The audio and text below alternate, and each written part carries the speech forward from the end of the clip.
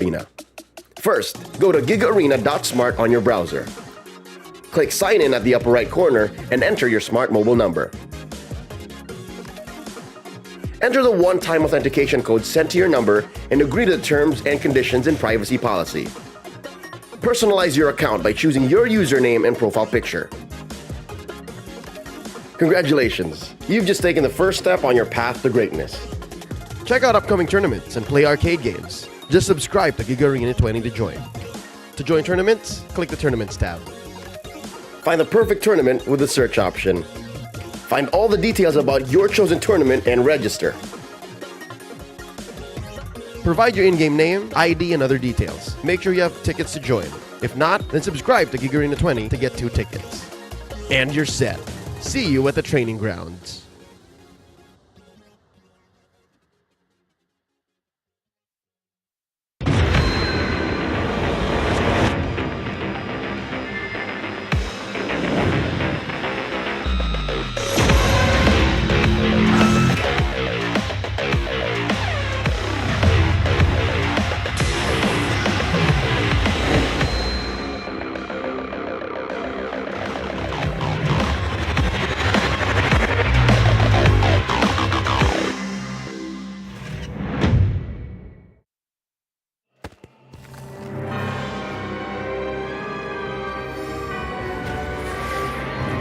This fairy tale ended with the poisoned apple, and my tale began.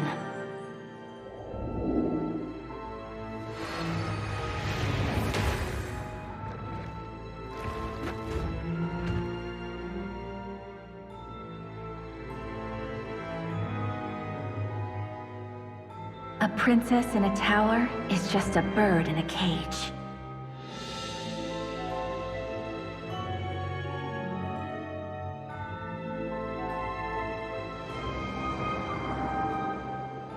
Curse it!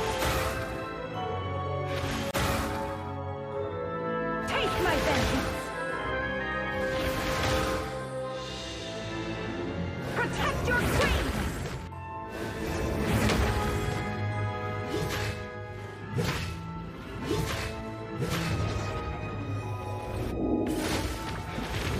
Kneel before your queen. It won't take long, I promise.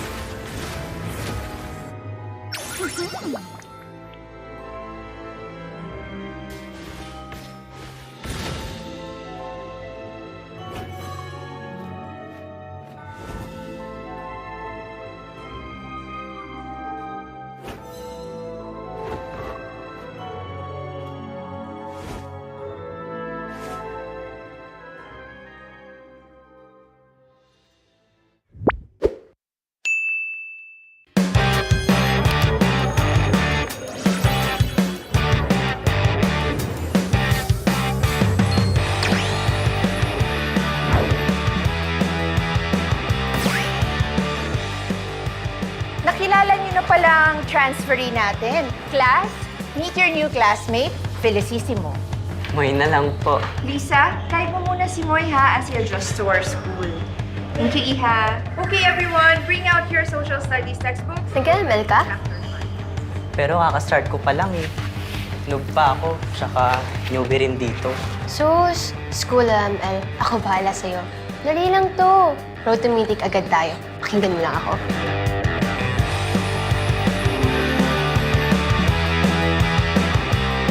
Rule number 1, let your personality show.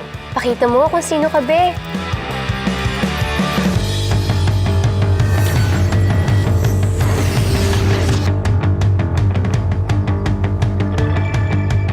Perfect na perfect.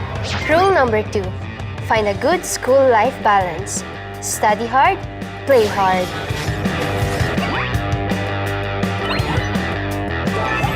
Yes! Ang galing! Nice one! Rule number 3. Basic lang galawan dito. Basta alam mo, Prayo. Magpataba para lumakas. More kain, more energy.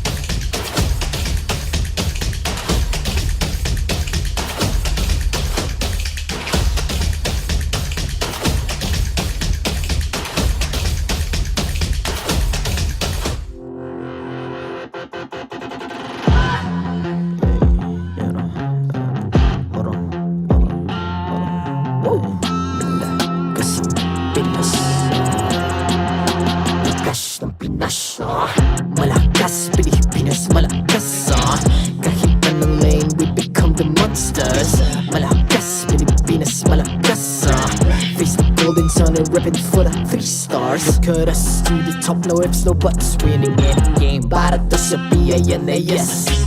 Di mo matitinag aming boses on your level. Nasa kalye man o mobile, you know I become a legend.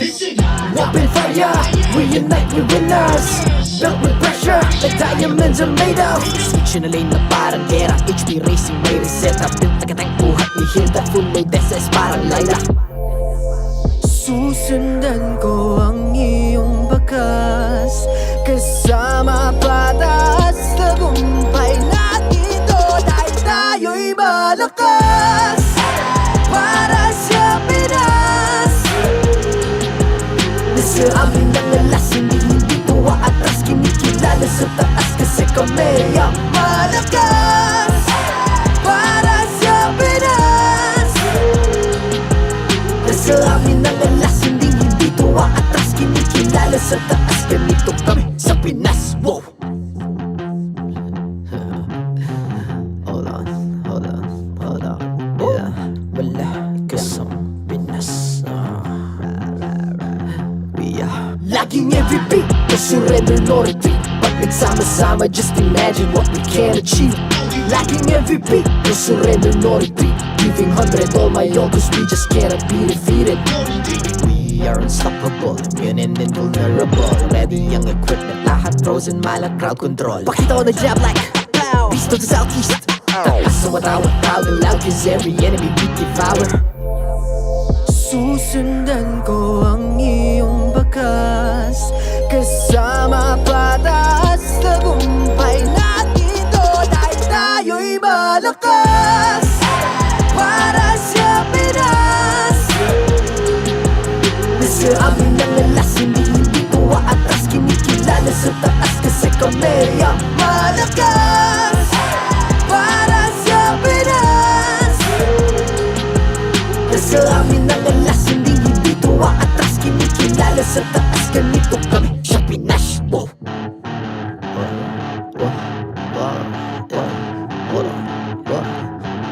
Malakas, Pilipinas, malakas. Kahit anong lane, we become the monsters. Malakas, Pilipinas, malakas. Face the golden sun and repping for the 3 stars.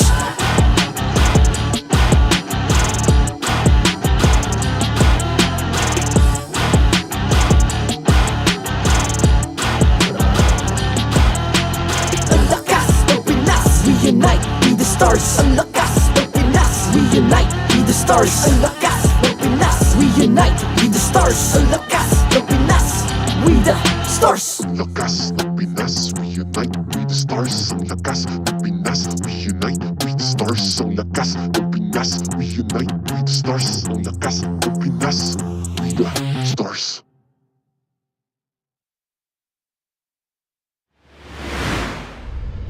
The 13th season of MPL Philippines is brought to you by the following sponsors. Smart, the official telco partner of MPL Philippines Season 13. Infinix GT Series, outplay the rest. Experience the MPL PH Season 13 action live at Shooting Gallery Studios. Tickets are now available on our official ticketing partner at /event.com. Don't miss any MPL PH action by following our official Facebook page and subscribing to our YouTube channel. Follow MPL PH on TikTok as well for more content. And don't forget to like, follow, and subscribe to the official accounts of MDL Philippines. To ensure the equality and fairness of our games, MPL Philippines is also monitored and supervised by the Games and Amusements Board.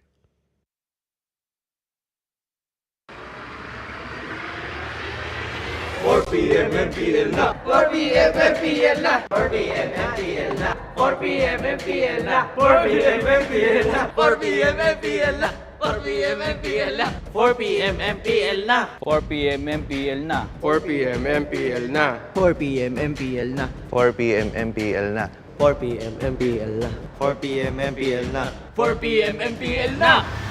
Catch your favorite MPL matches every Friday to Sunday. Only at the MPL Philippines YouTube and TikTok. 4 p.m. MPL na 4 p.m. MPL na 4 p.m. MPL na 4 p.m. MPL na. Maligayang pagdating sa tahanan ng pinakamalalakas na Mobile Legends Bang Bang players sa buong mundo. I'm Mara Aquino, And I'm Hans Galleria. and this is MPL Philippines Season 13. You know, kanina Hans, may nabasa ako sa ating MLBB community groups. Ano yan?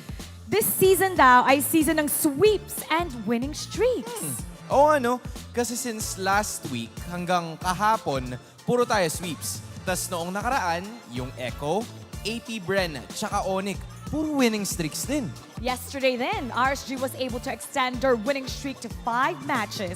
Tapos yung Minana din may 3-match winning streak entering this week. Tingnan natin kung magtutuloy-tuloy nga ba yung trend na yan, lalo na sa mga laban natin for today. Since for our first match of the day, the defending MPL Philippines and World Champions will be going up against the struggling Phoenix Army. After that, we'll witness how the ONIC Super Family will bounce back as they go up against the Bagong Barangay. And finally, for our star match of the day, paano kaya sasagutin ng Codebreakers ang fighting healers ng Minana Evos? Simulan na natin ang unang bakbakan. This is APBR kontra sa TNC Pro Team. Casters, pasok! Hello from the Philippines. I'm OSX. I'm with Reptar and Wolf, the cooler version of the We Bear Bros, to give you the action of AP Bren and TNC Pro Team. I always love your intros, Francis, and it's good to be back with you, gentlemen. It's I was surprised. Yeah, we are the more hip version, I guess. Cooler. Yeah, because we all have hip problems. Yep. Is And that accurate? we have better hairstyle than the other guys. All right. Right? Because today, Sure. the teams need a better hairstyle to win the series, because this match, AP Bren versus TNC, man, this is the world champions and a team who has the heart to still win. It's been a struggle for TNC Pro Team. I feel like at this point, struggle is an understatement. I'm pretty sure TNC Pro Team is not having the season that they've been wanting to have. Coach Ben thinks at the end of Season 12 going into here in the first week said we really want to make it into the playoffs. And it's just, it's dire straits for them, because now they have to win a very crucial match against a team that's literally one game away from getting into the playoffs. That's right. And yeah. I think stats-wise, ONIC, AP Brand. Well, both AP Brand and ONIC are just literally one win away from getting into the playoffs. We're not saying that they are top 1 or top 2 already, or that they have already secured the place in the playoffs. But we do know that they will be playing in the playoffs once they win this. And that's no matter what happens. If they don't play after today, they're still going to make it to the playoffs. TNC Pro Team, and you said Ben things. Now, the Phoenix Army is in the danger zone. I repeat, they're in the danger zone. The heart of the beast versus the hope of the Phoenix. Entering week 5, now we have few weeks to go for TNC Pro Team, and now they're still showing morale. Despite all the losses, they're still converting it into learnings. Yeah, man, they gotta make a Top Gun, just right into the danger zone. Well, speaking of being in the danger zone, I think Coach Ben thinks has something to say about the process. Parang how do you stay happy or stay motivated in moments like these? Anong iniisip nyo? One day, magiging champion din ako. Hindi ko alam kung kailan, hindi ko alam kung paano.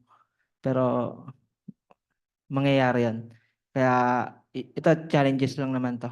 Hindi naman siya, sabi nga ni Giannis, no? Hindi siya failure. Siya process. Siguro kaya mahirap, malapit na. O kaya, baka hindi pa already, di ba? Para i-handle yung championship. Trust the process lang. Trust the process. You're a firm believer of trust the process, Coach. Yes. Din lang din naman ako nang galing. Sino ba naman ako nung nasa amateur pa ako? Hanggang sa nag-season na yung naging si Bentings ako. Wala, galing lang din naman ako sa wala. More on lang siya. Work hard and process lang. Wow. That was very deep. Yeah. Again, it was all trust in the process, and Coach Ben thinks from being a pro player now, having this responsibility, it has been a long way. Yeah, the man's probably the most patient man in Philippine esports today, Wolf, with the journey he's had after the highs of Season 9, now here, first season as a coach, and still, he's trusting the process. Yeah. Man, I came here to cast, not to cry. But Same sentiments, bro. Says, man.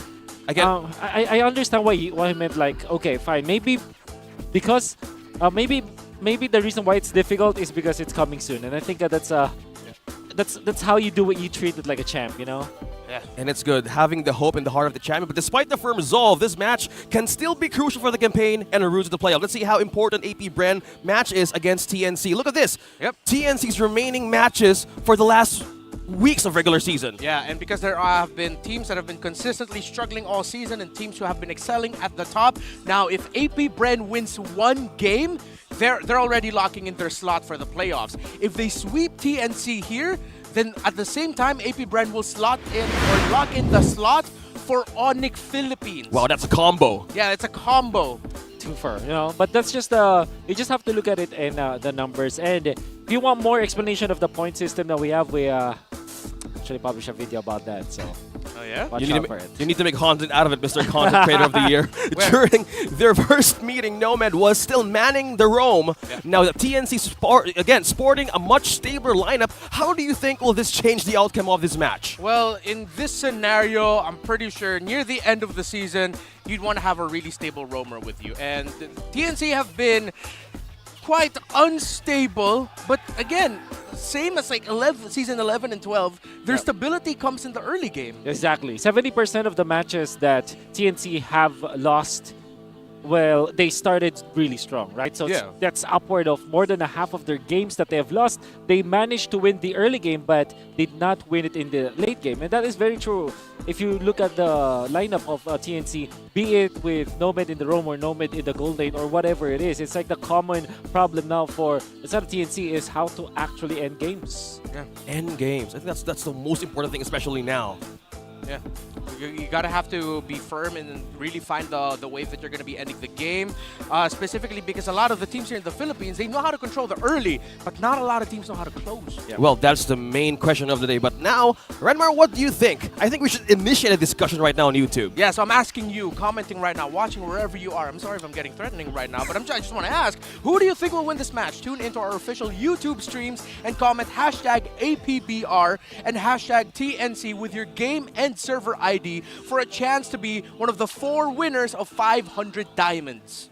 500 diamonds. But now, that's sweet. But here are our marshals who will officiate the match.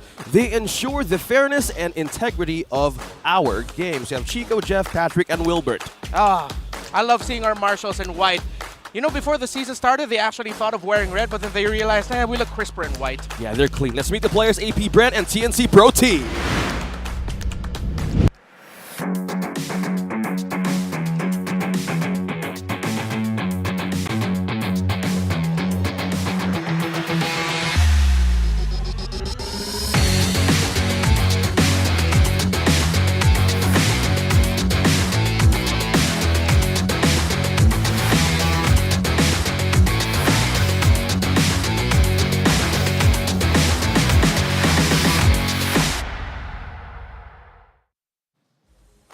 Winning just one game today means one thing. They secure a playoff slot, and the dream to defend their throne, their crown, lives on. In case you forgot, they are the champions of the Philippines and the reigning champions of the world, AP Brand! Welcome back to the lineup, Pando!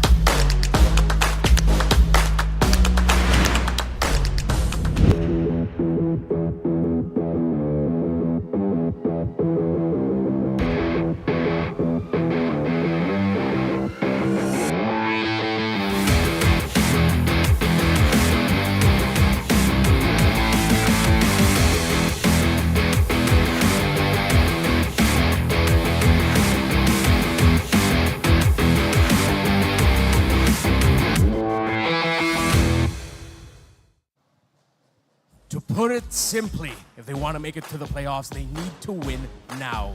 A mountain stands before them. But what their process will be, we shall see. Is that a fan, or is it time to rise for TNC Pro Team?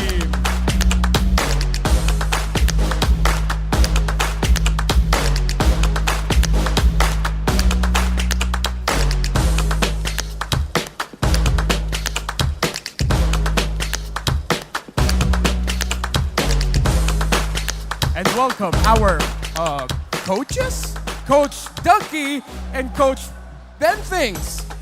All right, MPL Arena, welcome to Week 5, day number 2. It's AP Brand versus TNC.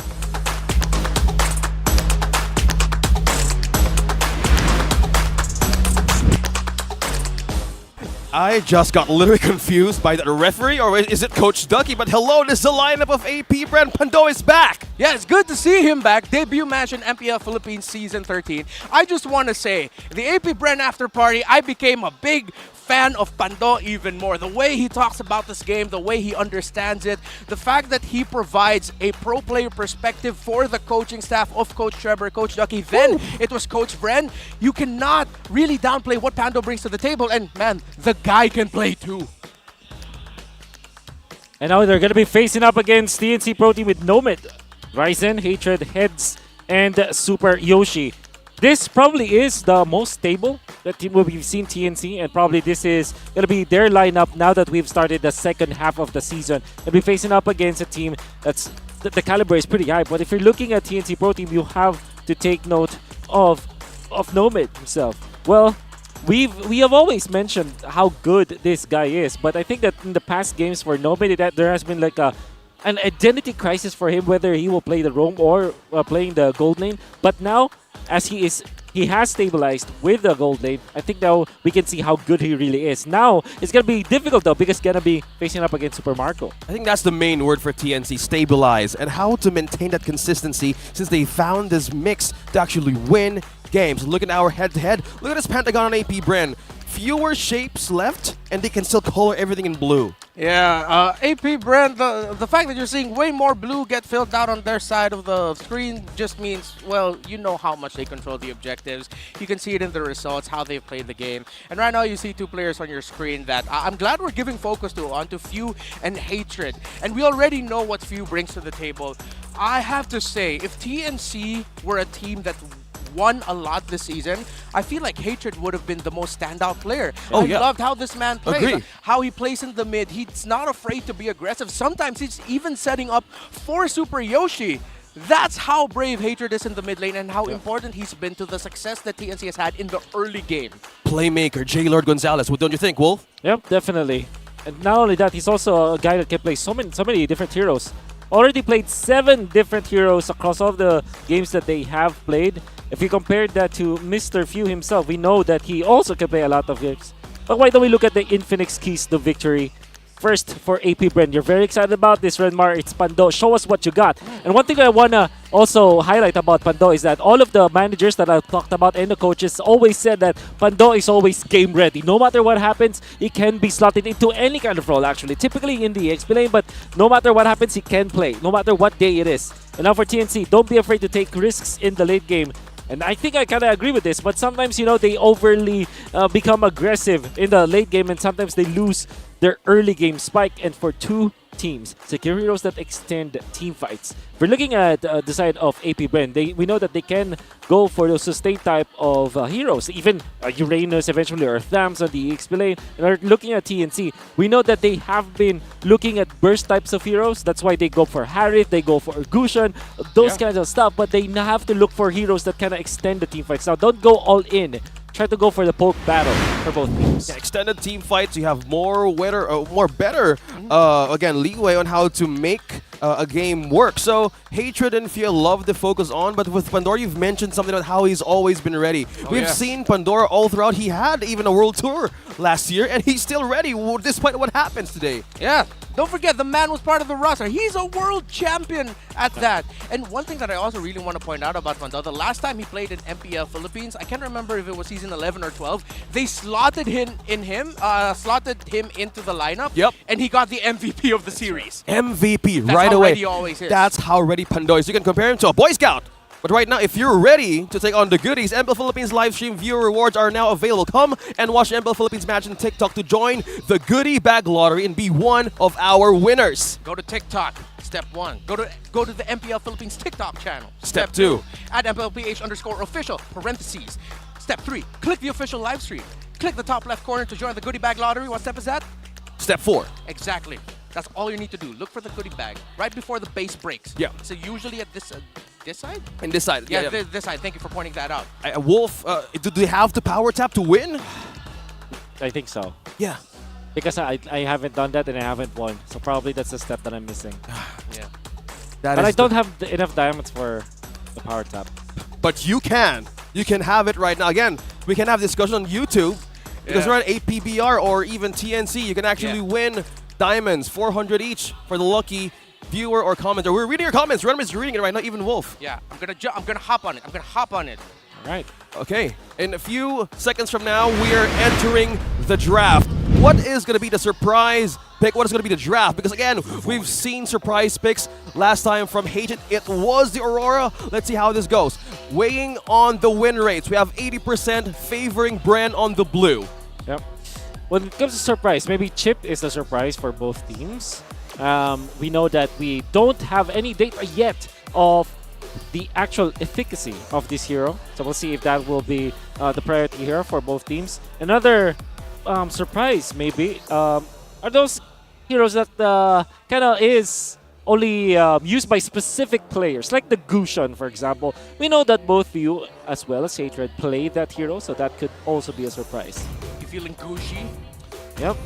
I'm feeling it. I'm feeling it. Yeah, I'm feeling gushy. You know what I'm feeling too? I'm What? feeling chippy. I want to see a chip here. When I can imagine how happy you are yesterday, but Not really. Chip didn't win, so I'm not that happy. yeah. The pick was maybe happy, but yeah, it's the win, right? It's about the late game answer. So it depends how they do it because they ban out the Arlet, the XP. It has been a viable hero to everyone, especially for teams such as RSG. So what's been the first pick here for AP Bren? Fire Mist comes to mind for AP Bren. They always like that hero. Yeah. Angela is also open, so that could also be the choice. But seeing as Luyi is the top mage for now when it comes to like the flavor of the week, that could also be the priority here for AP Bren. So between Luyi, maybe even Baksha perhaps, and Fermis, those are the priorities of AP Bren. No, let's see. We've seen it time and time again. It was a staple all throughout the world and how their meta goes, but it was a different thing. The Fenrir is already out, so freely taking the Baksha with him as a prio pick. Yeah. I wonder what this means. Do you think AP Bren, them first picking the box, just sort of thinking like, oh, TNC probably thinking of the Angela? Yes, because there's a lot of like good sustained heroes still left, but at the same time, it's also a priority for TNC. So there's the Roger, typically paired up with Ruby, perhaps. Oh yeah. Or Ruby or Aramis. Yes! Chip. Second time around, Chip is in. It's the Chip. So you go Luyi if you're AP Bren, and carry is always the choice, but AP Bren is a team that also picks up the Harith, so Harith wins over Roger, I guess. It's an idea now for the team, so that's what I'm thinking here. Yeah. I'm thinking though where this chip is gonna go because there's a lot of conversation about where he's actually played best. There's Roam, there's XP. Some people are even saying that, I believe it was a player in Indonesia who mentioned, yo, he could be really good in the jungle. Wow, really? Guys, comment down below. What do you think? What do you think? Comment it down. Hashtag APBR and hashtag TNC. So what could this role fit into, especially you're playing it with TNC's lineup? Favors the they go Claw. They go greedy here, AP Bren. Well, there's no Minotaur anyway, so they're going to be A-okay with that. This time, though, they have to pick up their jungler. So typically, you go Akai or Barretts in this case for TNC. Witness the light of Virgo. Oh. Whoa! Okay. This is a pick that's been getting picked up more often, like across the MLBB esports regions. It was played last night. That's right. In Indonesia, Malaysia's had a few games with Odette as well.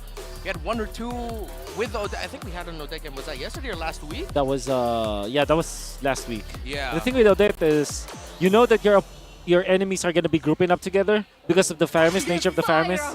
Odette kind of shuts that down. You know, the rebound from skill 1 is going to be there for the stunts, and also the ultimate, obviously, which takes out the extra shields, and a very good ban on the Masha as well.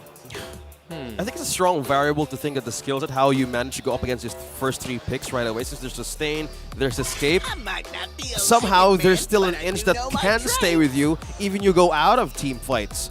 Even the AoE of this ultimate coming from this or that, it might be the second time being used in this, again, season, and it has been proven effective depending on how their lineup works. Yeah. I'm seeing a few comments in our comment section right now on YouTube at the MLBB esports stream. People are asking who Pando is. So I'll just take a quick moment to say he's been the long-time sixth man of AP Bren. He played consistently in Season 10. He was slotted in once or twice in Season 11 and Season 12. Yeah. And the last time that he played here, well, he got a series MVP. And behind the scenes, well, you mentioned it. Yeah. Coaches always say that Pando is always game ready. Game ready. I think Akai should be the choice here for TNC, and they also like the Benedetta in this case. The incarnation of Capricorn. Oh, they go is Martis here. instead. Okay. Well, there's your sweeper. There's your jungler. But AP Bren can pick up. They're looking for EXP as well as the roam. So Grok. Oh, but Grok's already banned out. Yeah. I think a Yuzhong. Oh wait, no, it's dive heavy. Yuzhong would make a lot of sense. Angela's still available, so that might be a choice for AP Bren if they want to go double sustained. Angela plus CC, I guess. Oh yeah. That's a strong combo, actually. Yeah. And CC has been the most played hero for the priestess of Flapteasy. primal lightning. You go the Edith. hunter of all the evil gods. Probably XP, right? Or Rome. Or Rome. The body suffers. And Oh, okay, you're Benedetta. right. You Okay. steal the Benedetta. So how's this mix for the XP combo? Really, really good. Really good for AP Bren. They chose the Benedetta. That's why I thought that Benedetta should be the pick for TNC because it could be snatched by AP Bren. So for TNC, you're left with oh man, it's difficult. Maybe Lapu Lapu. That's the best choice here. Oh yeah, I would really like the Lapu here. Just clear Or up a the ultimate Paquito. of the Therum as well. So Those are the only two choices here for TNC, honestly. Paquito or Lapu Lapu. let's see. Let's see how TNC answers for the last pick. We have 15 seconds to go, and people already in the chat like, how is the combination work with Chip and Odette? Thams? Now, what is the last? We're about Thams, Thams is Paquito, okay. or Lapu Lapu. What is it, TNC? Show it for the last pick. Yeah. Let's see it. A punch for Okay. Yeah.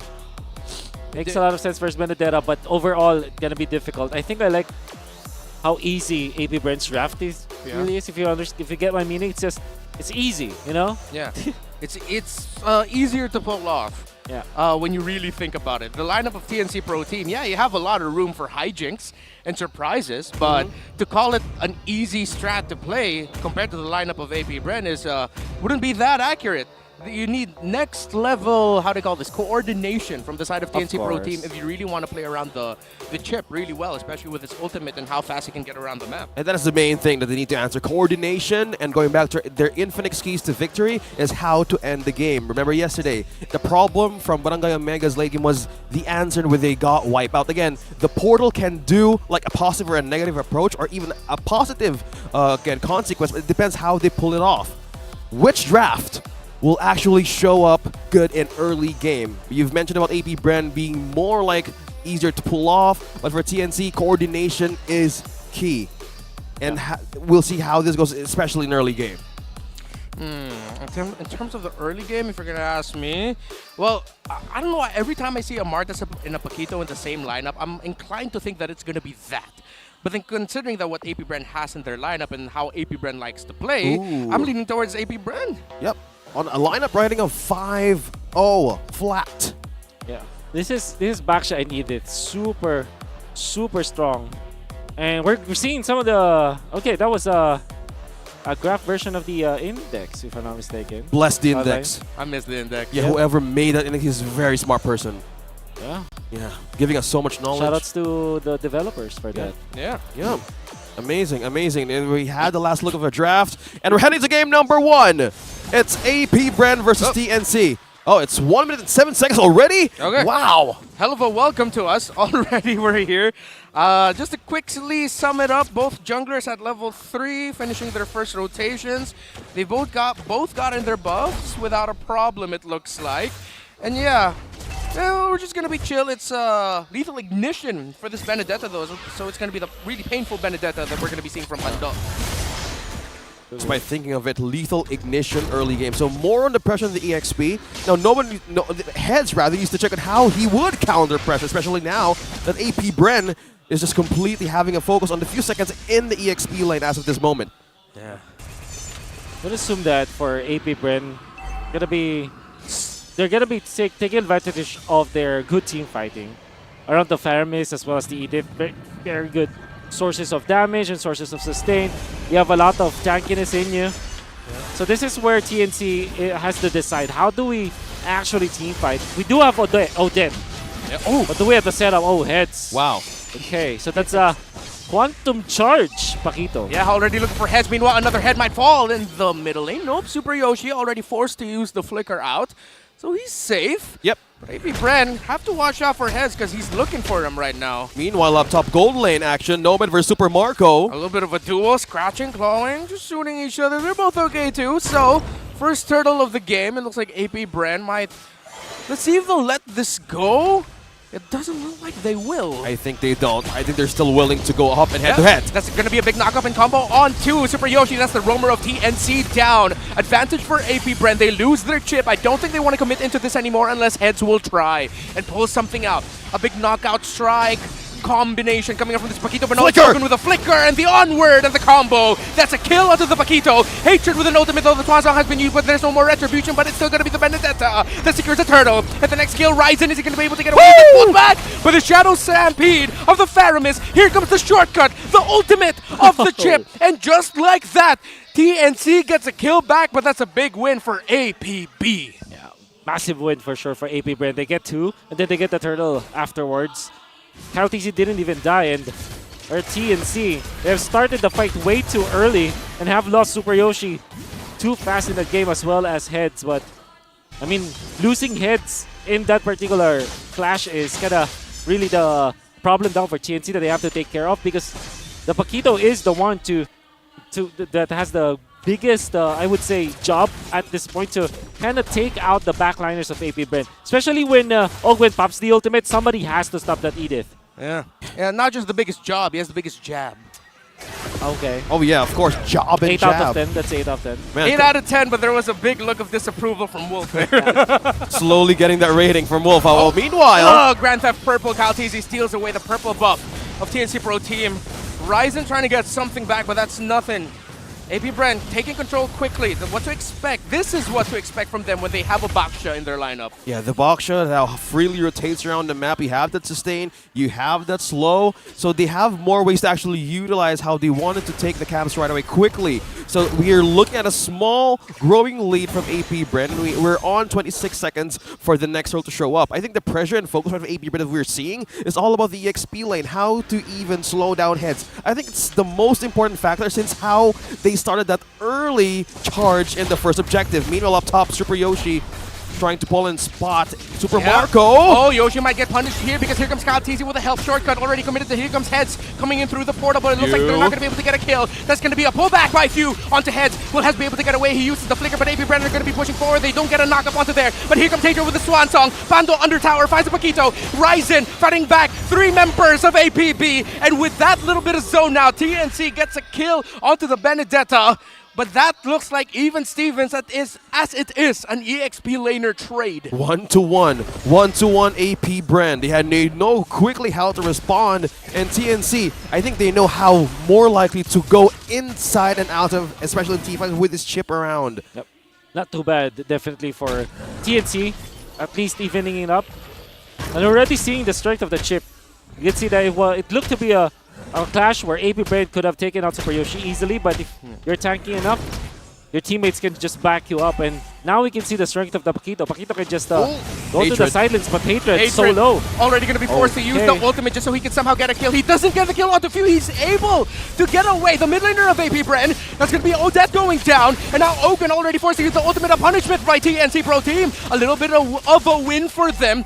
And they might be able to use this little bit of momentum to get advantage in the turtle. Heads and Pando in the bottom lane. But here comes KTZ. Heads, will he be able to get away? Super Yoshi's here for the assist with the conceal. He That's gets a portal. the stun. The portal as well. Just like that, more members of TNC come in and they get a kill onto Kyle TZ.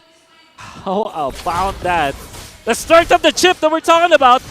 I mean, like, you're going to look at the chip there. There's no heal that's going to come out from that hero, but then reinforcements were there. Okay, Super Yoshi brought really low. No roamer here for TNC Pro Team. Could be costly for them. Ryzen in a good position to get the turtle without a problem because KTZ's way too far. Unless, nope, TNC gets it. So they are fighting back. Phoenix, Army, AP Bren. They're not in complete total control of this early game. Wow, and it just says that. How Super Yoshi managed to pull in a party right onto the bottom lane. A party, yeah. Yeah, it literally doesn't need any sustain, doesn't need any heal at all. He has this passive just eating chips, completely roaming around freely and giving everybody information. Yeah. You know what? I just want to say that Chip's ultimate has a perfect name. It's literally a shortcut. Yeah. I just love how he looks. Yeah. The tone in which you said that is kind of surprising, but now Ogwen gets surprised. He will not be able to get away. Lycan pounds, able to connect there. Ogwen falls down. Super Yoshi already has an immortality. That's a fast build immortality for him, but no, TNC Pro Team are pushing back the members of AP Brand. They're trying to get Few. Already the Nether Realm goes down. Will Few be able to get away? He does not have the flicker just yet, but he doesn't need to commit it because now TNC need to go back. Kaltizi, he still wants a little bit more. Can he get Ghost Bursters off? He will not get the pull. Here comes a Blazing Duet. Can he get Ryzen down? He's going to be able to get close enough. No, he does not. And Super Marco able to BMI just in time. Yeah, we're just looking at the extended team fights. TNC totally showing prowess on what they can do against AP Bren's lineup. Hold that thought. They're still trying to recall back to base. Kyle TZ cancels the recall of Super Yoshi. You mentioned about the immortality. I think the mindset right now of Super Yoshi is I can just roam around every possible corner they can reinforce. Oh, that was a close one. A little bit of a yikes scenario here for Super Yoshi, but no, he drops down the portal. He just recalled back. It's just like, he'll drop down the portal. What? What now, huh? What now, huh? It actually helped Nomad so much because Nomad is able to get some of the minions up top. And I think that everything is equalized. Looking across the board, nobody's leading by a significant margin. Maybe the biggest winner here is Pandora, and that's the only reason why that's the case is because it's a Benedetta anyway, so he can just split push and participate in the team fight. So, yep, TNC have equalized now. Yeah. At one point in history, his name was Pandora. That's why from time to time you might hear us, the casters, call him Pandora. Weirdly enough, we're still not used to calling him Pando. Yeah, it's a very quicker name to say Pando. Yeah, but in my head, he's always Pandora to me. Yeah, we've seen how he actually started back in the season, and this time around how he... Wait, somebody's following Few! Okay, no. Able to get away, but that's...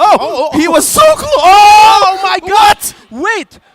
How? Was that burn damage? Yeah, that was the lethal ignition? That was 2 marbles! Yeah, Okay! Okay! Heads, alright, you knocked out Pando 1v1!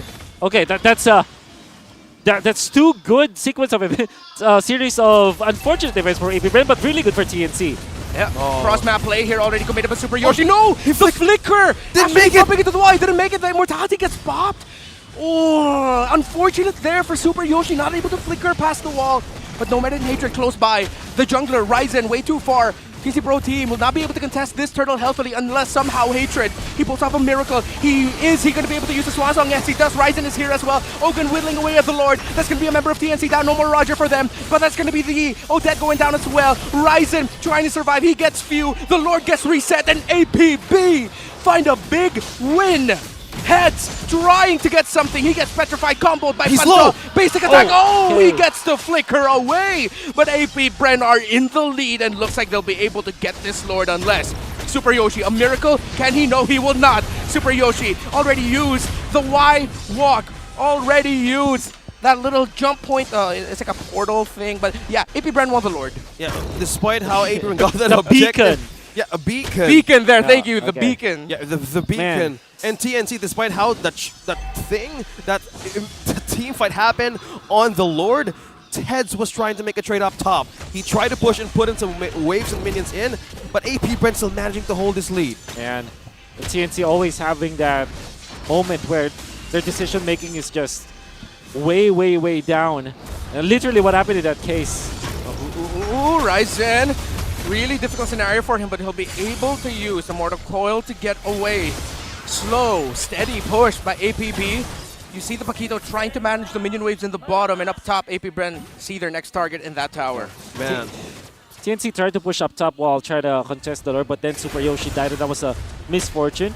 I think for TNC, what generally happens with them is that if somebody makes a mistake, it kind of feels like everybody's just trying to correct what is happening, and 1v1 here, but between Heads and Kaltizi, somebody has to save Heads. Yeah, Heads. But Kyle is here. Doesn't sidestep the shield. Still trying to get away. Look at that Baksha just chasing after this Paquito. Oh, use the Kaltizi already forced. use a Retribution to try and take him down. Well, Nomad's going to be here. Shield Unity. Kaltizi needs to roll away, and he does. APB, wow, the aggression. Still managed to pull them on on that side. Meanwhile, Kyle Teasy is up here in mid. Despite what's happening there, I think APB also wanted to secure some camps down bottom. How they managed to actually chase him down, they look for a possible even trade. No, TNC's macro is just going down really. This has always been their problem. Yeah. Where they're losing.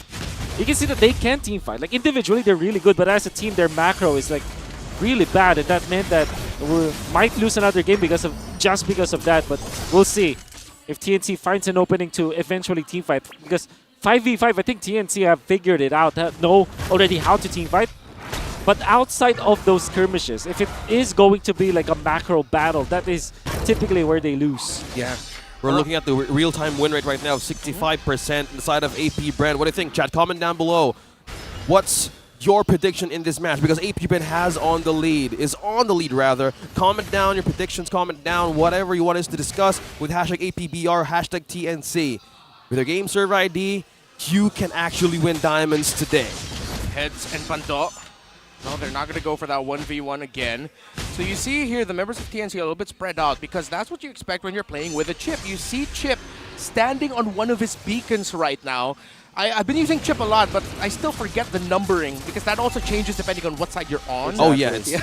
So let's see what happens. See Chip by the Lord, Kyle Teasy there as well. So at any given moment, Super Yoshi can just use his ultimate on a member of AP Brand, and suddenly it's going to be 5 members of TNC by the Lord. Completely a good way to respond in a party. Speaking of which, this could be the actual party. Super Yoshi, man, he's the only one that's needed here. Oh no, he got stunned. Oh no, okay, here comes the portal. It's the members of TNC coming in and alive. stunning just like that. But here comes the massive blazing duet coming in by Super Marco. Super Yoshi, Immortality gets popped, but that's going to be Hatred getting popped. That's going to be Roger getting popped. Nomad down. That's 2 members of TNC down, making that 3 double kill for Super Marco, but that's going to be a kill for Heads onto Super Marco. Ryzen gets found out by Kyle Teasy. Can he get Heads next? Because AP Brand has already gotten the Lord. Slain there by Ogwin. APB countering the TNC chip portal really well. Punished.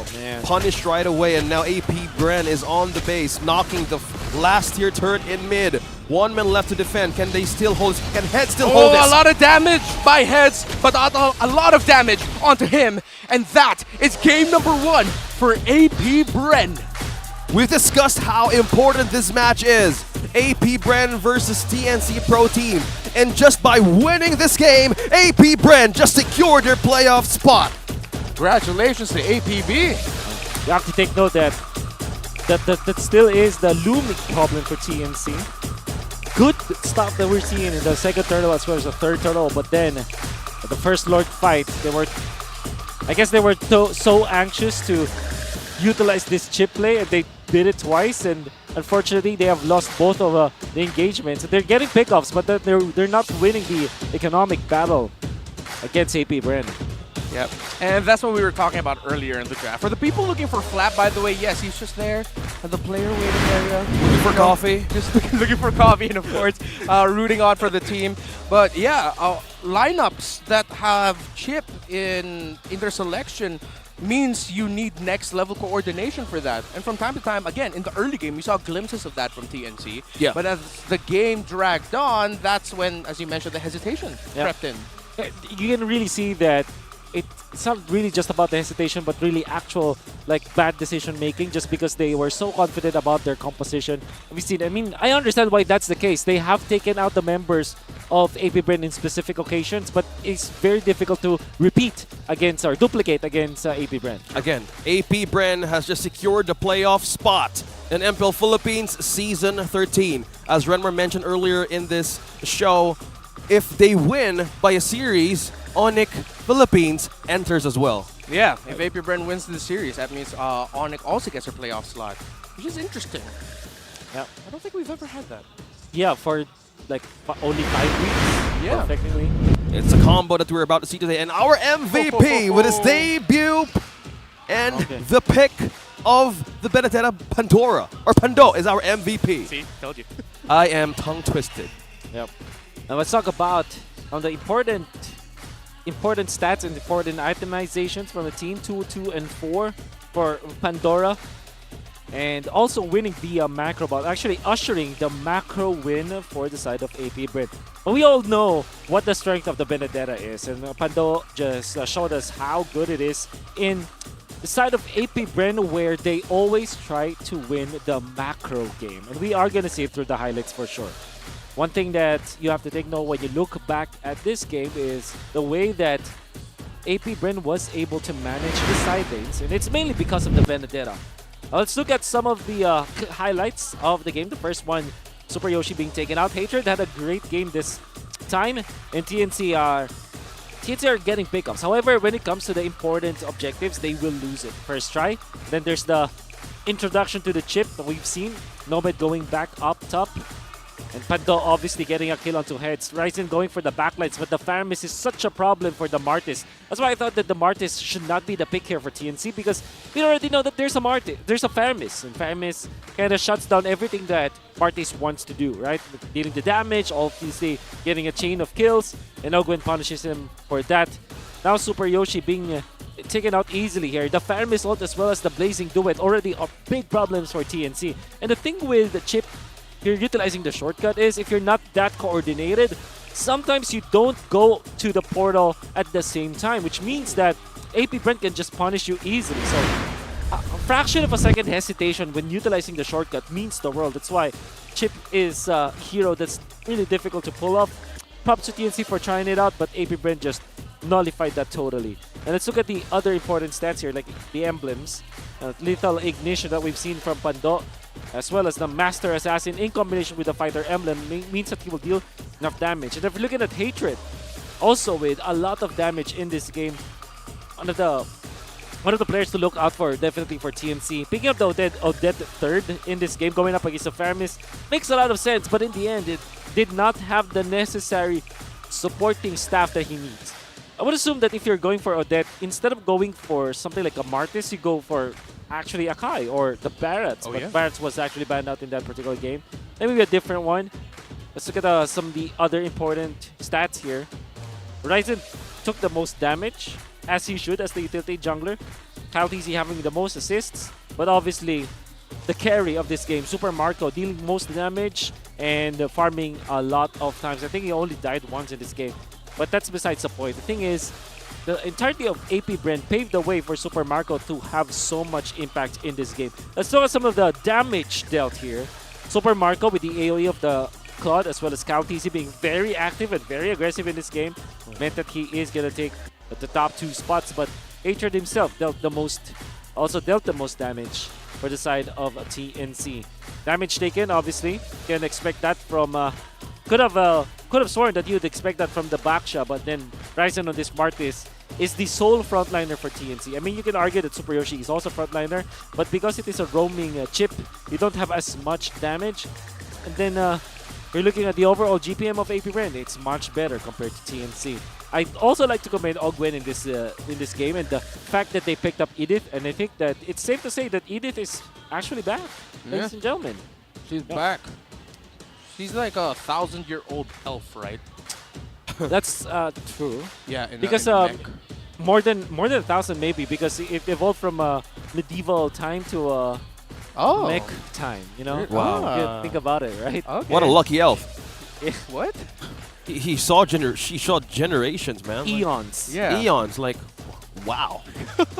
That's the lore, guys. I wish we could live that long. Call her Freeran at this point. At some part in the Philippines, Leo Kabangay is angry because of the way that we invented the lore. Big lore guy. Yeah. You know? I'm pretty sure the next time that Leo's on this desk here, he's gonna clear up the lore. He always does. Yeah. Can't spell lore without Leo. It's a fact. Yeah, they just need a letter R to complete it. And that is just APBR taking game number 1. With the debut of Pandora, man, seeing how the Ogwen initiates with the Edith, man, how he actually calculates that flicker onward. Yeah. Just completely master. Yeah. How he makes it so perfect. It's some really cool things that you see with Edith. Like, they'll literally be facing away from who they want. Let's say that the target they want to use the onward on is behind them. Yeah. The Earth Shatter. They'll Earth Shatter in front, then flicker back. Yeah. So So then it perfectly lands. I think we saw Ogun do some of those weird angle earth shatters as well. If I'm thinking about like weird earth shatter like angles, I always think Light and Baloyski. Oh yeah, yeah, of course. Baloyski. I think they're gonna be playing, or they played yesterday, MPL Indonesia, and then of course Light.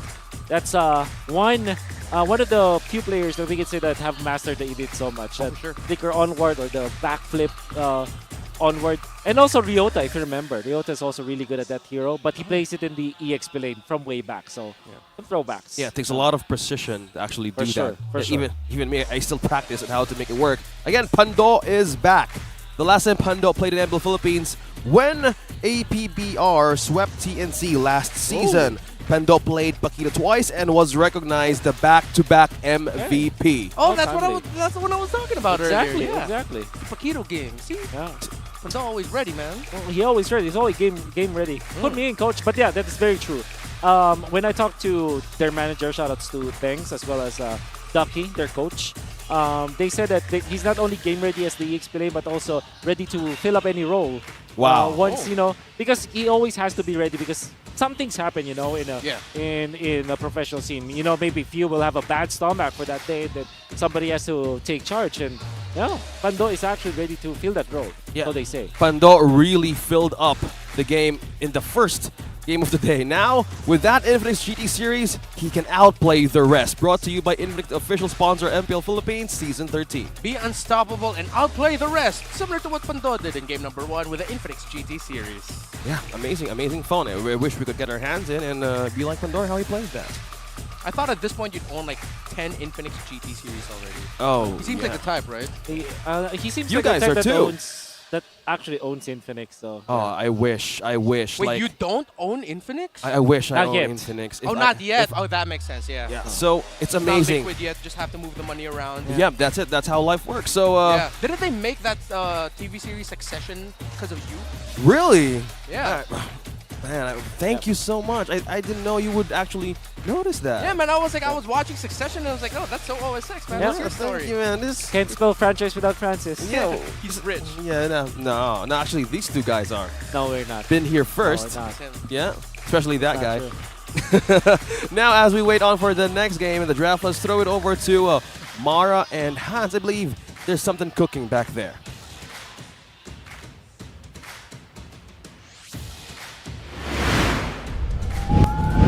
Talagang nakakatuwa pag ang pamilya nandito sa MPL Arena. And here with us, Mommy Vanessa, Mommy ni Pando.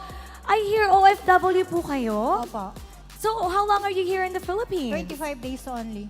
25 days! Is this your first time? First time watching live Mobile Legends game and first time makita siyang naglalaro ng online MPL. Nice! Oh, nakaupo siya doon ngayon, Hans. It's so nice. Kita na natin siya ngayon. I mean, kilala po namin si Pando as Pando, a player of APBR. Pero para po sa inyo, kamusta po si Pando or how is Pando as Vincent? Oh, yeah. As Vincent, he's very loving son and also napakabait na bata at pagdating sa financial, marunong siyang humawak ng pera.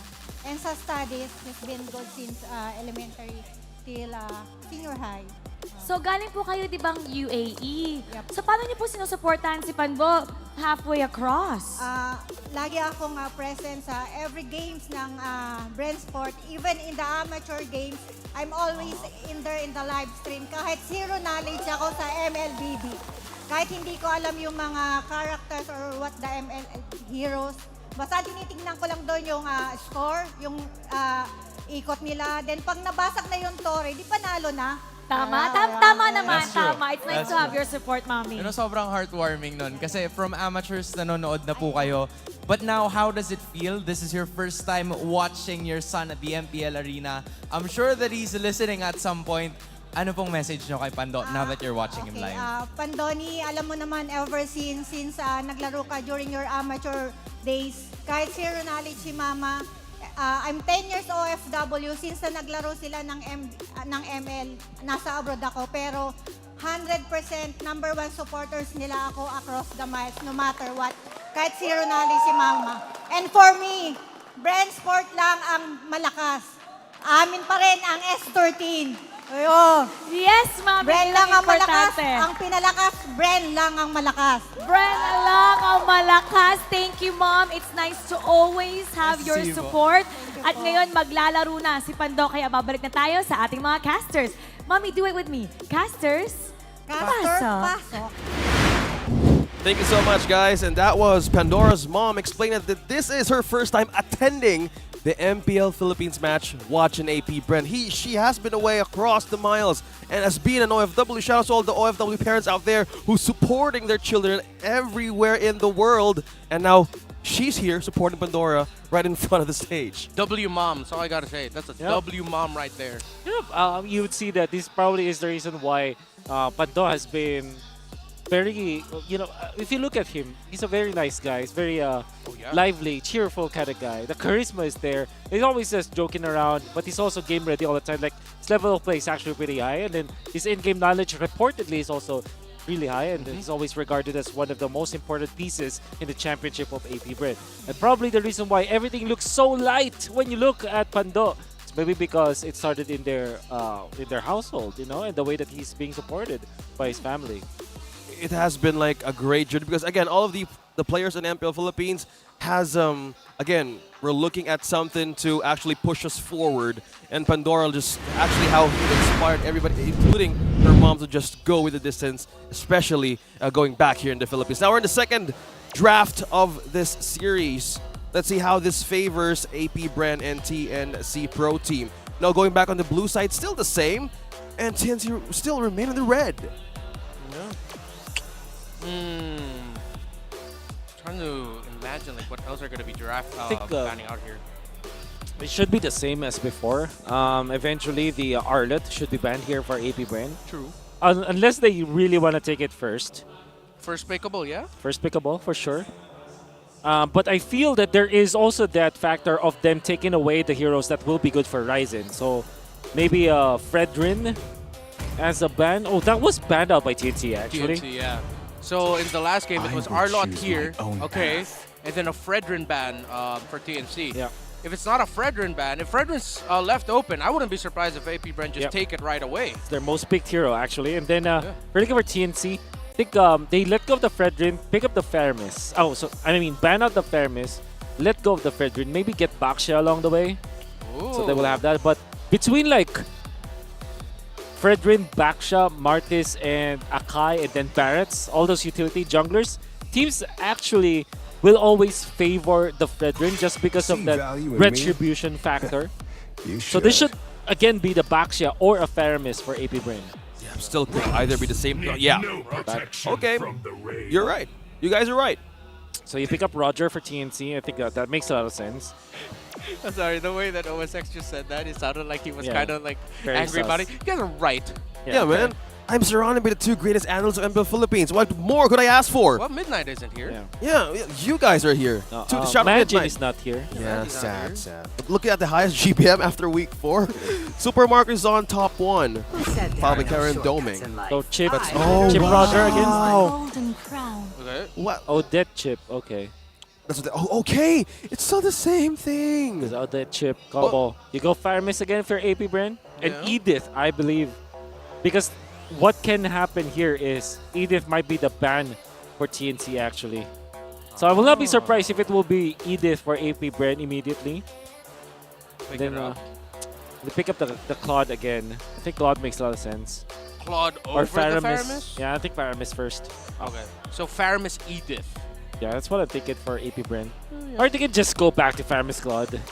Yeah, I mean, it's not that different now because earlier TNC Pro Team in the first 2 picks, they picked up a Roger and a Chip. Yep. They just brought up the Odette much quicker now. Yeah. Let them come. Let's see what route they'll go through. Oh, they rushed the Benne. Oh yeah, nothing changed. It's about all the sequence in the first phase. So, is this supposed to steal the fact? Oh, okay. By the Barretts. I was just going to ask the factor, but now looking at the Barrett's pick as well.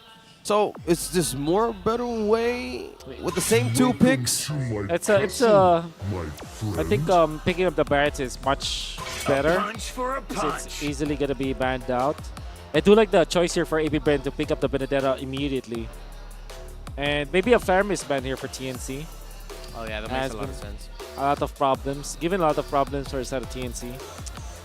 And I mean, like, if you're looking at AP Brent, this might be another assassin mage game for few, knowing that the Odette is available. So if they don't pick up something like Alilia, I think that they will just go for something like Gushon or even I'm really liking the Julian. I don't know why teams haven't been picking that up. Oh yeah, I missed that guy. That guy might be the pickup here. And yeah, just imagining having that skill and even doesn't have, needs not to wait at level 4 and you can just spam right away. Knockups, you have the way to poke out at the Odette. Could still be an option. Yeah. And Carry. back when Julian was a high priority pickup, Few was one of the top players of that in the mid lane. That's right. Taking carry here for TNC. Don't need to. I've been waiting for Okay, too there long. it is, the carry. Yeah, she's been waiting for too long. Now Yeah, she's finally getting yeah. Oh, I hope you're happy, Carrie, because yeah, TNC just picked you. Edith still makes a lot of sense here for AP Bren. But then this is Ogwen that we're talking about. I mean, he can play so many different heroes. You can even go for Rafaela, honestly. Like how Ogwen likes that. Rafaela plus the Claude. What Or about Angela, actually. What about a Diggy? A Diggy. Too much? Yeah, I don't think they need it though. Yeah. Oh, Angela as well as... Yeah, Angela and Edith makes a lot of sense here for AP Bren. Yeah, I agree. Yeah. So it's a really good pick. So mid lane Jello for Few. I'm the priestess of primal lightning. Oh, okay, it's a Louis. Yep, they have done it again. Okay, beat Macro with Macro. Yeah, imagine having the greater coverage. Again, I see Chip even yesterday as kind of like a Luoyi, but has more access in the portals. But this time around, I don't know. They have been doing good with this Luoyi Wolf. Yeah, I think a CC might be inbound here for TNC. Not bad. Obviously, if you split push with the CC, you can just get into the fights with the Chip ultimate. So, yeah, 100% a good combo eventually. Yeah, I like that idea of a split pusher EXP type. Exactly. And maybe a Thams if, yeah, I'm thinking, oh, actually, Terizla could be good here for TNC. All things considered. But yeah, obviously CC stop, but Terizla might be the sucker punch here for TNC. Well, let's see. I was thinking the same thing, but... It's a CC. Yeah. CC would be much better because I feel like if they rocked with the Terizla, it's going to be super dependent on Super Yoshi to really maximize shortcut. Yep. Because the Terizla, he's going to be stuck trying to manage the lane, or he's always just going to be with the majority of the team acting as like the secondary roamer or tank. Yeah, I get what you mean. Now we'll see. Okay, now we're looking at the lineup rating of AP Brand and TNC. Wow. Okay. Wow, 2.49. Looking at the early to mid game potential, AP Brand has more window against TNC. And lineup rating for TNC is 2.49 versus 1.6. That's it's actually really high. I'm actually surprised that that's the difference. I would argue that this is actually pretty even between two teams, especially because this Louis Edith, there's really no threat for that kind of combo. And honestly, there's no hero that can take out Ogwen easily here in this case. I guess if you can argue that the carry deals true damage against tanks, so that could be good. But you know, they can just turn it around. So I honestly feel that this is pretty even. It's gonna be dependent on just the execution now. Let's see how this goes for TNC Pro Team. It's the second game of the first series of the day. Let's see how they push forward to make this a game number 3. This is the most important weeks that TNC Pro Team needs to do and even to win to enter the playoffs. You can see 2 Purifies on the side of TNC Pro Team. One on Hatred, one on Nomad. I like that they decided to pick that because Pando will be a problem for them as the game goes on. A little bit of an invades right now coming in from APB. The strength of the Edith, you can just start with the Rock Urza, take it away from your opponent. So yeah, gonna get a little bit of a lead when it comes to the EXP lane. But it's a relatively quiet early game for AP Brand as well as TNC. Yeah, you guys were mentioning how it could be even Stevens for the lineup of AP Brand and TNC. We've seen this combination before, like a possible deadly combination heading into mid-game. The Claude, the Luo Yi, and plus you have the Edith. Just imagine how we can witness another longer BMI or even a longer invade. They have done this most of their team fights, and the pressure revolves back into the gold lane. So looking at this threat, what could be more possible or viable up against this ship? Again, that was the problem game number 1. Hold that thought. Few, no, not going to be able to get away. That's Loyi going down. Early kill there for TNC, and a little bit of an advantage for them for the first turtle of the game. It's actually a very important advantage because that means that Loyi will not have level 4 anyways. But the thing with Loyi is that you're not really that dependent on the ultimate at the first turtle fight, so you're okay. But yep, it's a very important pick off coming up from TNC. Yeah. And look at Hatred's positioning because of that. Yeah, he's almost near hitting level 4. Kaltisi spots him. Okay, Hatred, is he going to be able to get away from this? He still has the Swan Song already commits it. Oh, no, but he gets stopped, the Petrify. And even a little bit of a crowd control coming out from AP Brent, stopping the ultimate of VO Death. Hatred falls, but the NC Pro team, they're still going to be fighting into this. Kaltisi still standing.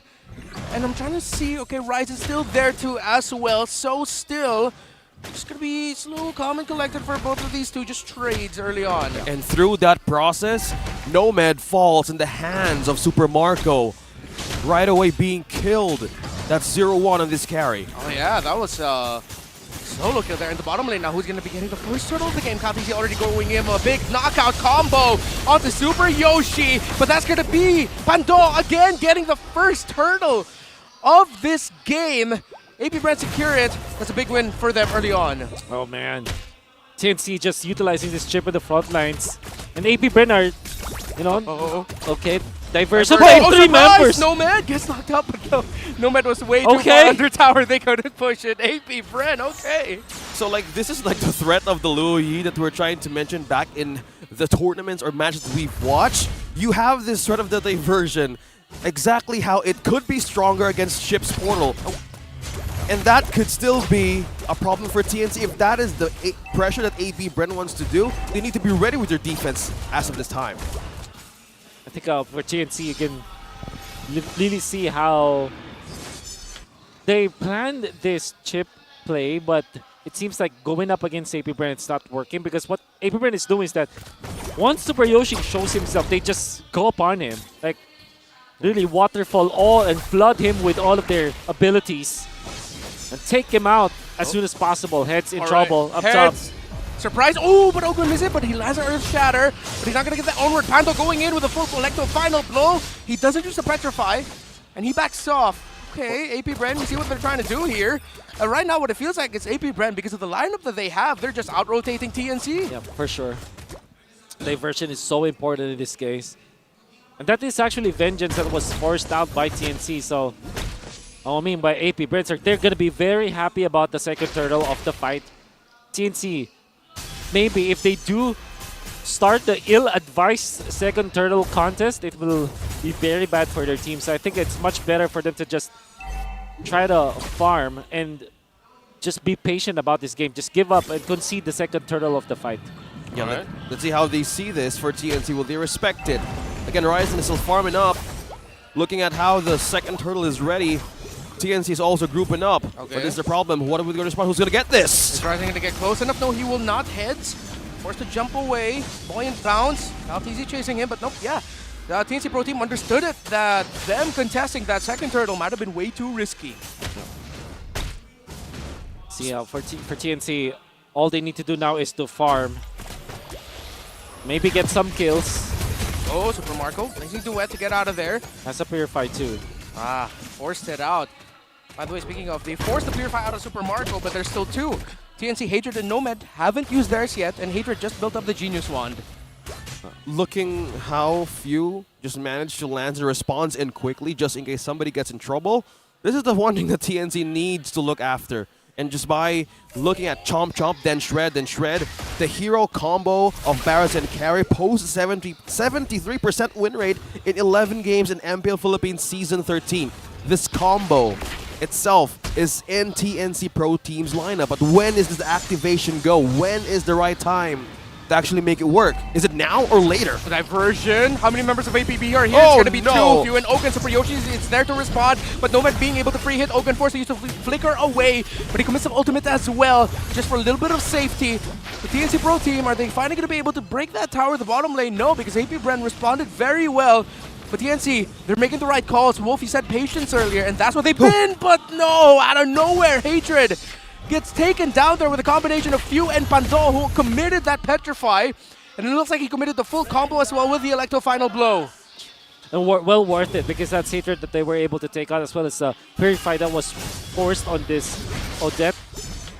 That's gonna be a lot of time that they have been buying, that they bought because of that. They might even get the third turtle of the game easily because of that play. Big fight here for the purple buff. Super Yoshi gets knocked up there by Ogwen, and that's the chip going down. You mentioned the waterfall earlier, Wolf. When they see Super Yoshi, they just go, and Super Yoshi has went and gone. Yeah, that's the second death, and a Flicker burned out. So regardless how he wants to get vision, right now it's going to be in trouble, and to make that distance, right in AP Brent to respond in for a portal. So that's the question, will he still continue to be a liability or even an asset in reinforcing this party team fights? Because you need to recall as well. Yeah, that's why I think this Barret plus the chip, it kind of works, but AP Brent have solved it really easily. Every time you see Chip, just flood him with the abilities. We're looking at our AP Brent just giving everything to this Chip, making it so difficult for him to position himself around the map. Still yet to get his immortality as his first item. Yeah, I think now I'm really starting to understand why Sorn of Homeboys, when they first played the chip in MPL Malaysia, you can see the range of that diversion, by the way. Yeah. Give me a second, I will get back to that Sorn point, because here comes AP Brand. They're not going to be able to fight Hez. Ryzen there to respond. Hatred there as well. Knock up onto Ryzen. That's going to be big Swan Song, and it's a response and a punishment by TNC Pro Team. Ogwen not going to be able to get a kill. It's become a disaster for APB. Super Yoshi trying to survive. Nomad being able to free hit. Look at Kaltizi. He's so tacky. He's going to be able to take down the chip. Yes, he does, but Kaltizi will not be able to get away. Pandovic Electro final blow coming in, but he gets chomped up with the detonous welcome of the Barret. And just like that, it has turned into a disaster for the reigning champions of the world, as TNC Pro Team have found 4. Literally, they felt what's coming right onto the bushes, and TNC came prepared to respond right away. Can I just say that was a massive read from Hatred? Mr. J-Lord going in for the sandwich bush up top. I call it sandwich bush. I like it. It's sandwich number 1, which he went there. And the TP coming up from AP Brand was sandwich number 3. Right? So what happened was they predicted that it will happen. We can see through the replay there will be a pause, but I believe that the replay will still continue. We're going to see this teleportation play. That sandwich 1, and then Hatred was on number 3. He did not go for Super Marco because that will be a difficult play. He still went for Few as well as Ogwen, dealt so much damage, then went out the right moment. And then from the right side, you can see Super Yoshi jumping on Kyle Teasy, eventually completing the play with a shortcut and calling his teammate there, which was Super Marco. Oh, sorry, which was Nomad. And interestingly, Super Yoshi accepted his fate, did not go, stayed in front of Kyle Teasy so that he will be able to bait the Baksha, which then resulted for them taking the kill onto the Baksha. So TNC couldn't have hoped for a better team fight for them. That's one of their best team fights we've seen so far. Yeah, and the hope lives on for the Phoenix Army. They have the heart on how to win every possible way that they can, especially now that we're in the pause. So that is one thing they respect to. So they have AoE damage from the Odette. They have one way to disable one from the Baritone as welcome. I think they could just respond most of the time just in case things can go wrong with the diversion play. Those windows of mistakes, and TNC, how they read through those possible scenarios, they want to capitalize on that. Yeah, a lot of our commenters right now on the MLBB esports stream are very vocal about how, that did not exactly go well for AP Bren. A few of them saying there was a little bit of a overconfident play. In my point of view, that looked kind of fun. And then if that was me on that low E, I would have called for the same thing. So I understand AP Bren. Yeah. Yep.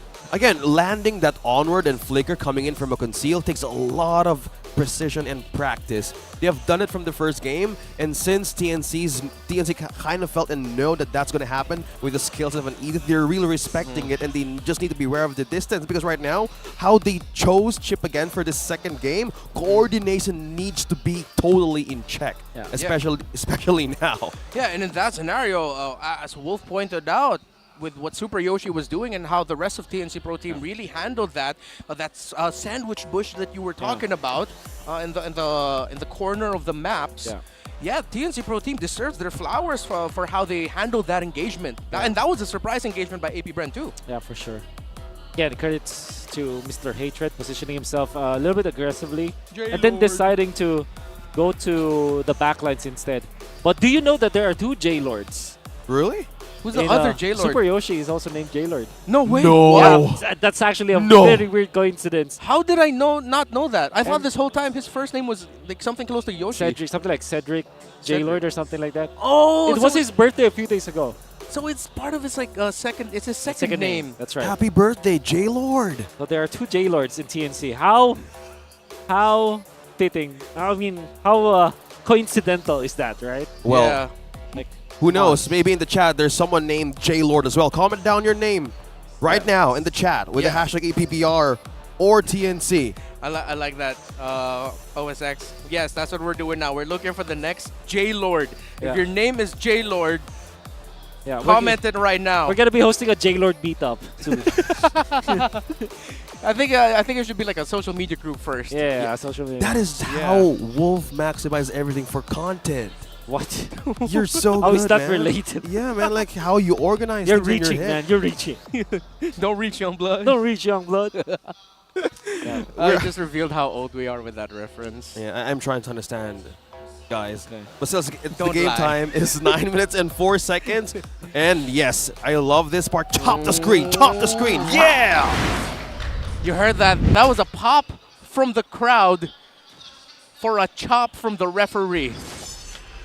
And I love that's become like a regional thing now in Southeast Asia. I think that's the most important way. Like, bring back the action. Yeah. Going And back, he goes secured back. by Hatred. A very important one. Able to take out players that are, you know, trying to run away from that hero. At this point, he's very strong. No mid also. With the Demon Hunter sword, that's also very important. But the Wind of Nature eventually will be an important part for both teams, in fact. There's something so nostalgic every time I see Hatred use an ONIC time sticker. Oh, yeah.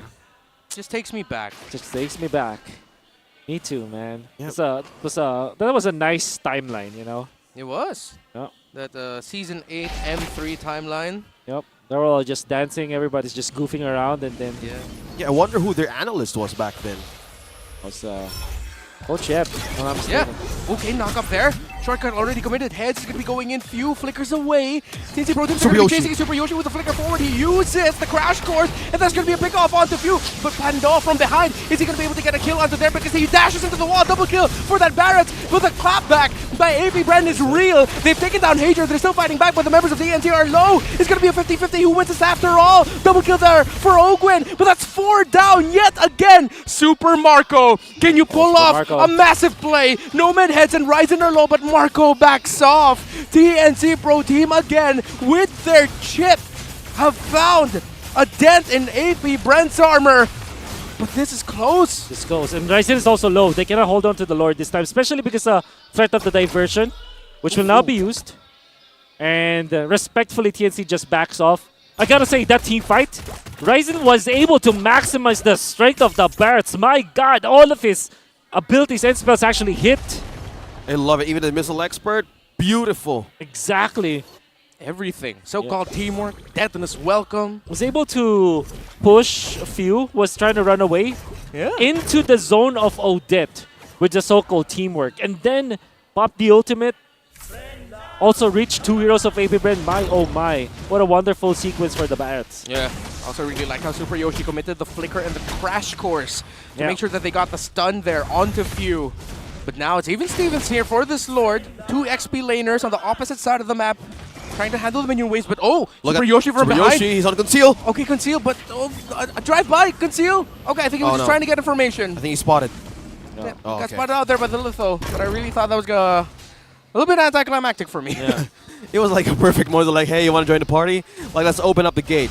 But it's kind of like they respected that moment because, again, the commitment of this lineup needs to be on point. Precision, coordination.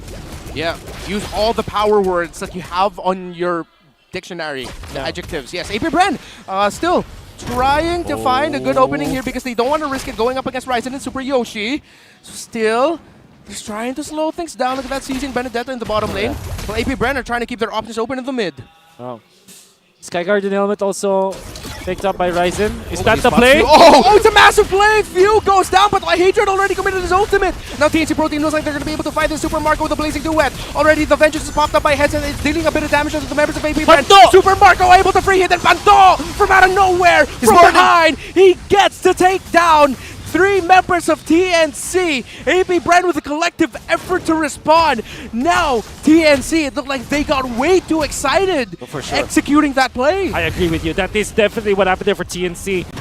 Of course, they have seen the Louis being there, and I think that they are trying to take out Few as soon as possible because he deals so much damage in team fights anyways. And they're trying to do it before the Winter Truncheon is up for Few. It's not yet available for now, haven't been picked up, but later on that Winter Truncheon play for Few will be very massive. But definitely a bad call coming out from TNC. Great play coming up from Pando though. We cannot take away the fact that he was the one that turned that fight around. Yeah, 65% win rate onto AP Bren with a goal lead of 4K. Now it's growing across TNC's map. There's a Lord push down bottom. Only 1 turret has been taken from AP Bren as of this moment. And looking how they cover around the map right now, they really sees potential on how to take down TNC. Again, they have been targeting Super Yoshi. There has been 5 deaths onto this chip alone. And for this, just looking at the damage of Super Marco, just by him now building his way through the end game or the late game, man, damage is building through. There's already a Divine Glaive onto the hands of Hatred's Odette. So 3 core items already locked in alongside the Glowing Wand and Genius Wand. So I think in terms of the defense, TNC has the magic damage they need to clear waves, right? Yeah, 100%. As long as they keep Hatred in check. And to be fair, they also have Ryzen to kind of tank the front lines with the Sky Guardian helmet, so it should not be that difficult of a defense. But then this is AP Bren. They know how to surgically deal with the waves and use the Lord. And they have taken out the bottom lane quite easily and quite convincingly. Yeah, and they're slicing through the turrets few seconds from now. The question is, can TNC defend? Who can be in the front line, especially with this chip? Man, you need map to actually utilize more of your capability, especially now. Who can be in front of TNC and even catch? Immortality is present for Ogwen. They need to be sure who to target here, especially if you have a good peel on Super Marco on half HP. But who's going to be the first target here? Who can actually reach an AP Bren? Well, I think with how aggressive he's been, Pando might be one of the clearer targets for APB. Sometimes even Super Marco, right? With how forward you would go as a claw just to poke. Yeah. This point, the Winter Truncheon available for Few. Massive. And if you're TNC, you have to look at the items, pull up the tab, always look at the items of the opponents. And there was even a time where they got countered there. Ryzen does not have the passive. We've seen a small guy. That's true. Yeah, because the passive is called Big Guy, but it's pretty small. Okay. Super Marco and Few are doing the BMI. Oh! Yes, the BMI diversion thing that ONIC I love PH would be doing. Kelra and Super Friends. I love it. Yeah, so you leave BMI, diversion takes you somewhere else, then you BMI back. Yeah. And ultimate from Few, that's low cooldown ultimate. I think around 20 seconds, if I'm not mistaken. At this point of the game? Yeah. Wow. At most 30, actually. I didn't know their version was that fast. Yeah, it's 22. That quick? At this point, yep. That's why you can always do this. Wow, just by looking at that, he could actually be sandwiched by 3. But looks like they have more advantage in taking this objective once again. AP Bren. And first dibs, more on half HP and slowing down. Yoshi used the beacon. Is he going to pop the shortcut? Oh, he will, but will TNC actually try to fight this out? Nomad's going to be going in. Head's going in also. It's going to be a full-on team fight, but here comes Hatred. He's a little bit late to the party. He didn't use the portal because they're trying to cover the retreat. Hatred. I'm looking at this Odette right now because a big ultimate by him might be able to be a turnaround moment here, but here comes the Blazing Duet. Super Marco already popping the Wind of Nature. He's able to survive, but Ogwen with a massive Earth Shatter Flicker! And out of nowhere, Master Ogwen helps sets it up so that 2 members make that 3 members of TNC Pro Team fall. And it's only Heads and Hatred watching as APB will try to take them down. End this now. Sweep the series 2-0, and with that, AP Bren has secured a playoff slot for ONIC Philippines as well. 2-0 Oh! The Bees, the heart of a champion, and now they continue and bounce back to get back on their feet into that winning streak. There's no element of surprise. Even though they're trying to go for this chip global play, there's no element of surprise at all. APBR knew exactly what TNC was trying to do. Yeah. Right? They waited for the ultimate game of Super Yoshi. The Super Yoshi as well as Ryzen are too far away from the Lord. Their timing was really off and they tried to go for that play. APBR was way too prepared for that one. They knew exactly what they needed to do and shut down TNC. Yeah. Way too prepared looks like the right call to make in terms of like describing what they did, because they even made sure that they had eyes on the beacon point right behind that Lord. Exactly. Where Pando was, and then the members of APBR were making sure they weren't too close to it so that they could just quickly respond. Yeah, you saw with how APBR manipulated their positioning in the team fight. They were ready for that play by Super Yoshi's chip. Yeah. And they utilized more on those windows that they can get against TNC Pro Team. Another loss, and time is running out slowly for TNC, and they need to bounce back quicker to make it. Hope still lives, but right now let's throw it over to Mara and Hans together with APBR for their winning interview. Congratulations to APBR! I-highlight naman natin si Pando. Pando, congratulations! 100% win rate ka. Okay, kamusta naman yung pagbalik mo dito sa MPL stage? Naging MVP ka pa nung Game 1 right in front of your mom. Wala, sobrang saya lang kasi gigil na rin ako maglaro minsan eh. At buti binigyan na ng opportunity nila na at nagtiwala sila sa akin kahit sila yung naglaro ng championship. Natulungan mo ang koponan mo to secure the playoffs. What does this win mean for you at bakit ngayon ka lang? Sabi na nila para secured na daw yung playoffs. Ako napasok. Ikaw, para secured yung playoffs, siya yung papasok. Congratulations, nakaka-proud. Kanina, your mom, if you could just see her cheering for you, talagang nanginginig siya. So proud of you. Message naman kay Mommy. Mama, buti maganda yung panood mo. At Puerto Galera tayo. Let's go! Oh, wow! Ang saya naman, ang bait. I love it. I love the spirit, especially with the support of the family. Congratulations, Pando. This time, I'll throw it over to Ogwen. Kasi ang ganda rin ng naging performance mo mula kanina, right?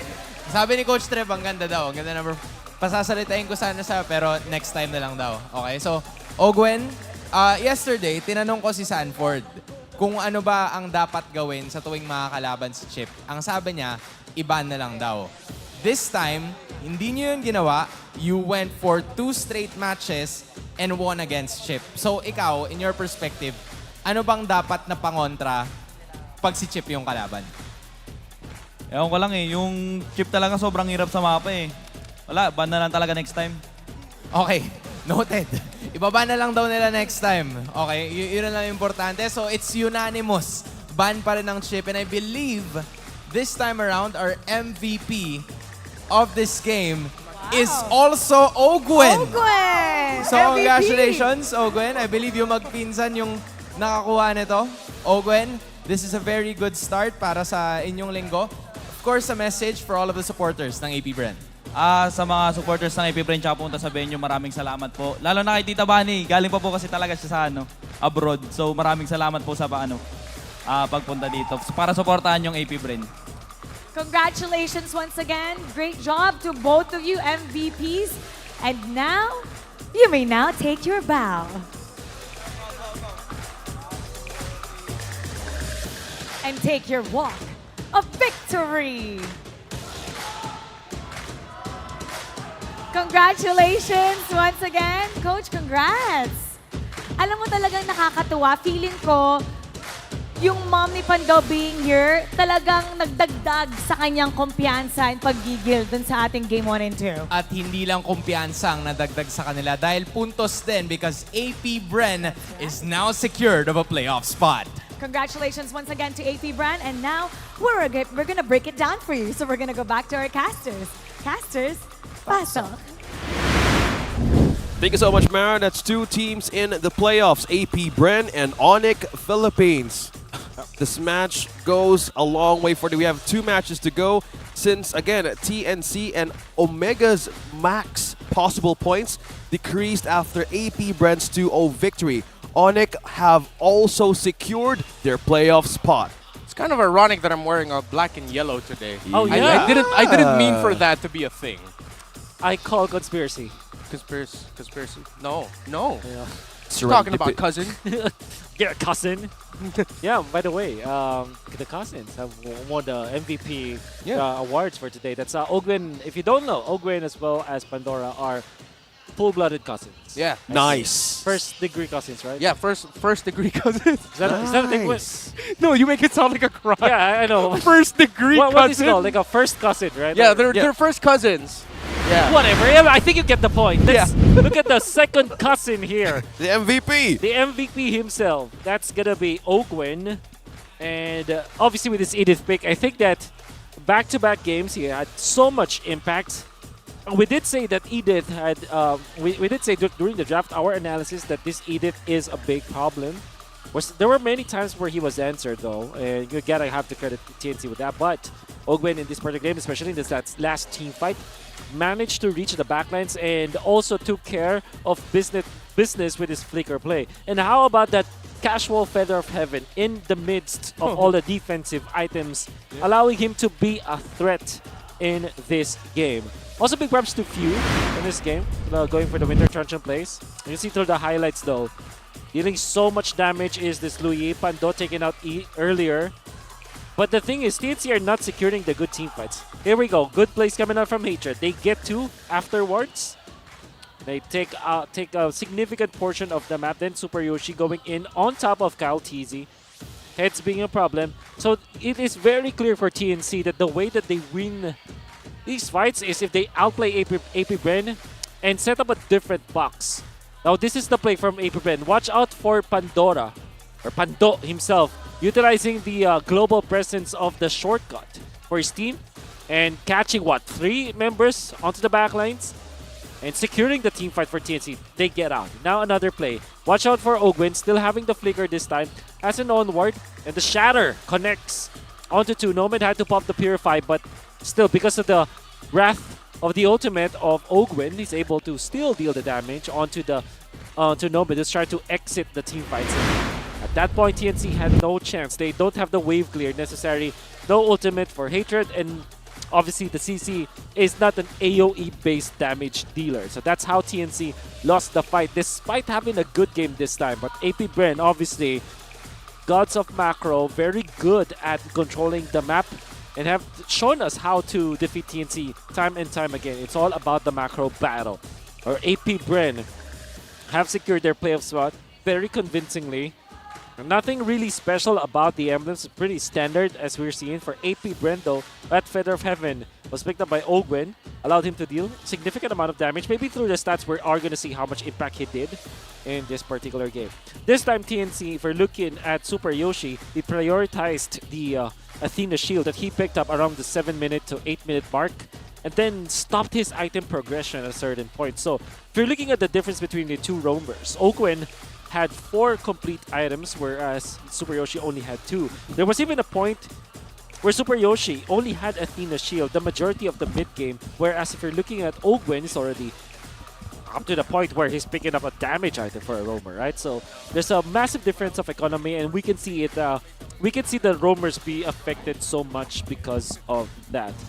Let's take a look at AP Bren and TNC stats.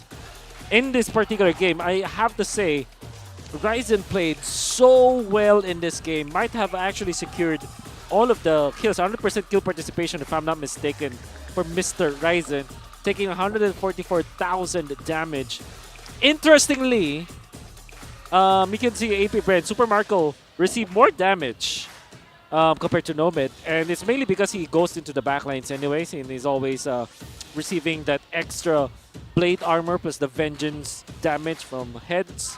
But if we're looking at the damage dealt, Super Marco obviously dealing so much damage, but you still have to commend Nomad as the carry. Single target damage, but still dealt significant amount of damage in this game. Theo, obviously, with 56.4k. That's very natural for a Louis. A lot of spammable AoE spells. And then Heads with 43.2k. And, of course, the fact that Ogwen dealt more damage compared to Ryzen, for example, that's actually really concerning. And this is the reason why APBR have shown us how to play the Edith in this metagame that we have.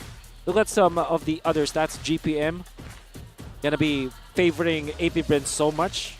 And Super Yoshi, between Super Yoshi and Ogwen, there's a lot of separation between the two roamers. I think for TNC, because of their focus or their, I would say, great emphasis on making this chip work, kind of felt like they didn't manage their economy afterwards. So what generally happened in this particular game is that Super Yoshi went 0-6. Had it been that they were able to get some kills and some towers along the way, there could have been 2 or 3 items more for this chip. And that might mean that Super Yoshi might not have to pop his ultimate a second too early or 2 seconds too early for his team.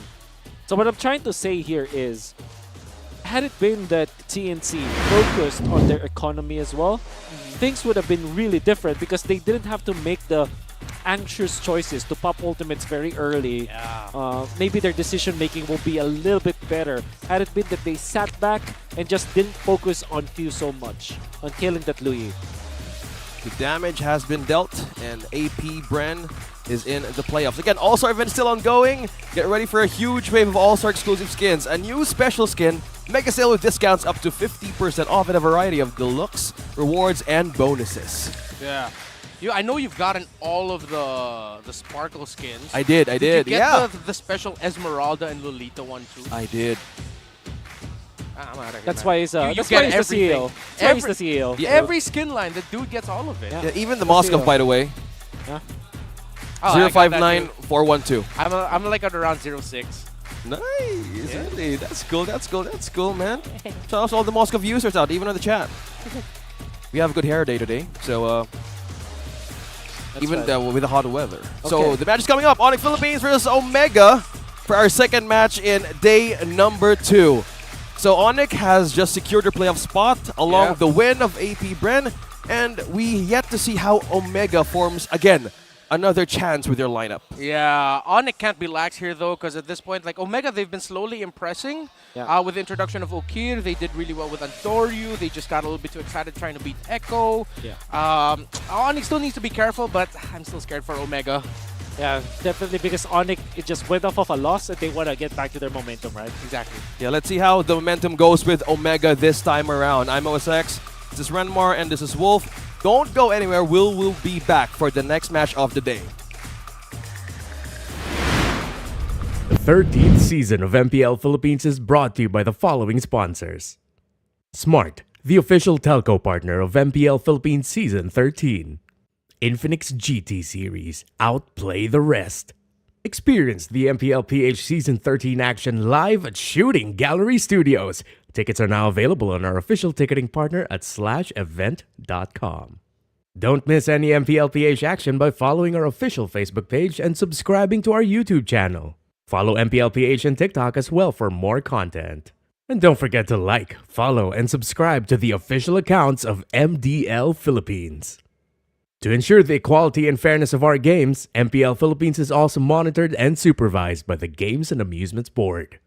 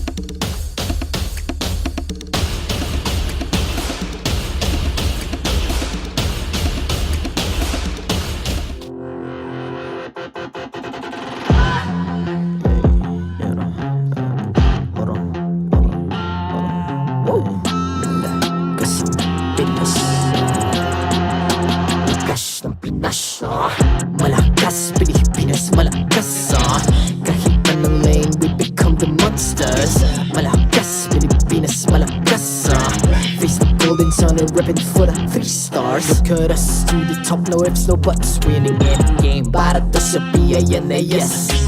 Di mo matitinag aming boses sa new level. Nasa kalye man o mobile window, I become a legend. Open fire, we unite, we winners. Built with pressure, like diamonds are made of. Switch na lane na parang gera, HP racing, may reset up. Built agad ang buhat ni Hilda, full load SS parang Laila. Susundan ko ang iyong bakas, kasama patas, tagumpay natin to. Dahil tayo'y malakas, para sa Pinas.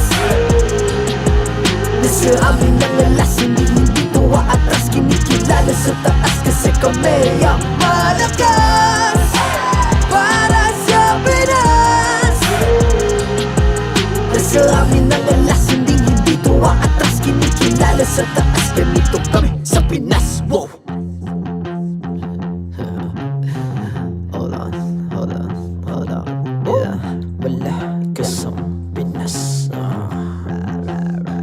We are laging MVP, no surrender, no retreat. Pag nagsama-sama, just imagine what we can achieve. Laging MVP, no surrender, no retreat.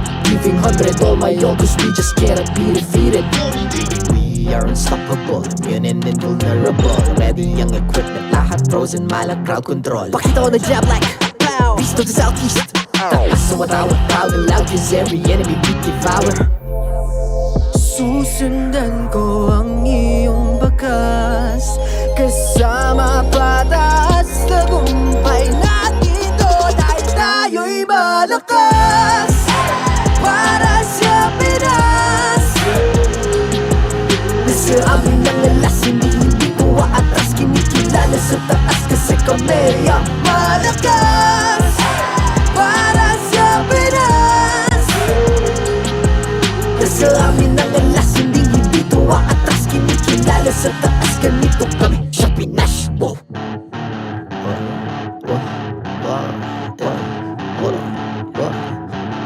Malakas, Pilipinas, malakas. Kahit anong lane, we become the monsters. Malakas, Pilipinas, malakas. Face the golden sun, I'm repping for the 3 stars.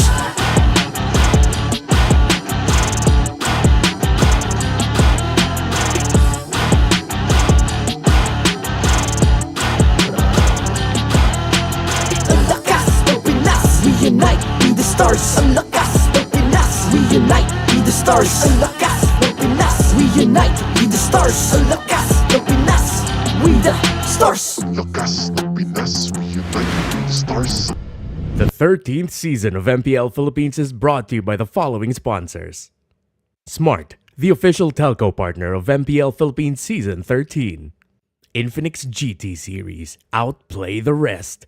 Experience the MPL PH Season 13 action live at Shooting Gallery Studios. Tickets are now available on our official ticketing partner at /event.com. Don't miss any MPL PH action by following our official Facebook page and subscribing to our YouTube channel. Follow MPL PH on TikTok as well for more content. And don't forget to like, follow, and subscribe to the official accounts of MDL Philippines. To ensure the equality and fairness of our games, MPL Philippines is also monitored and supervised by the Games and Amusements Board.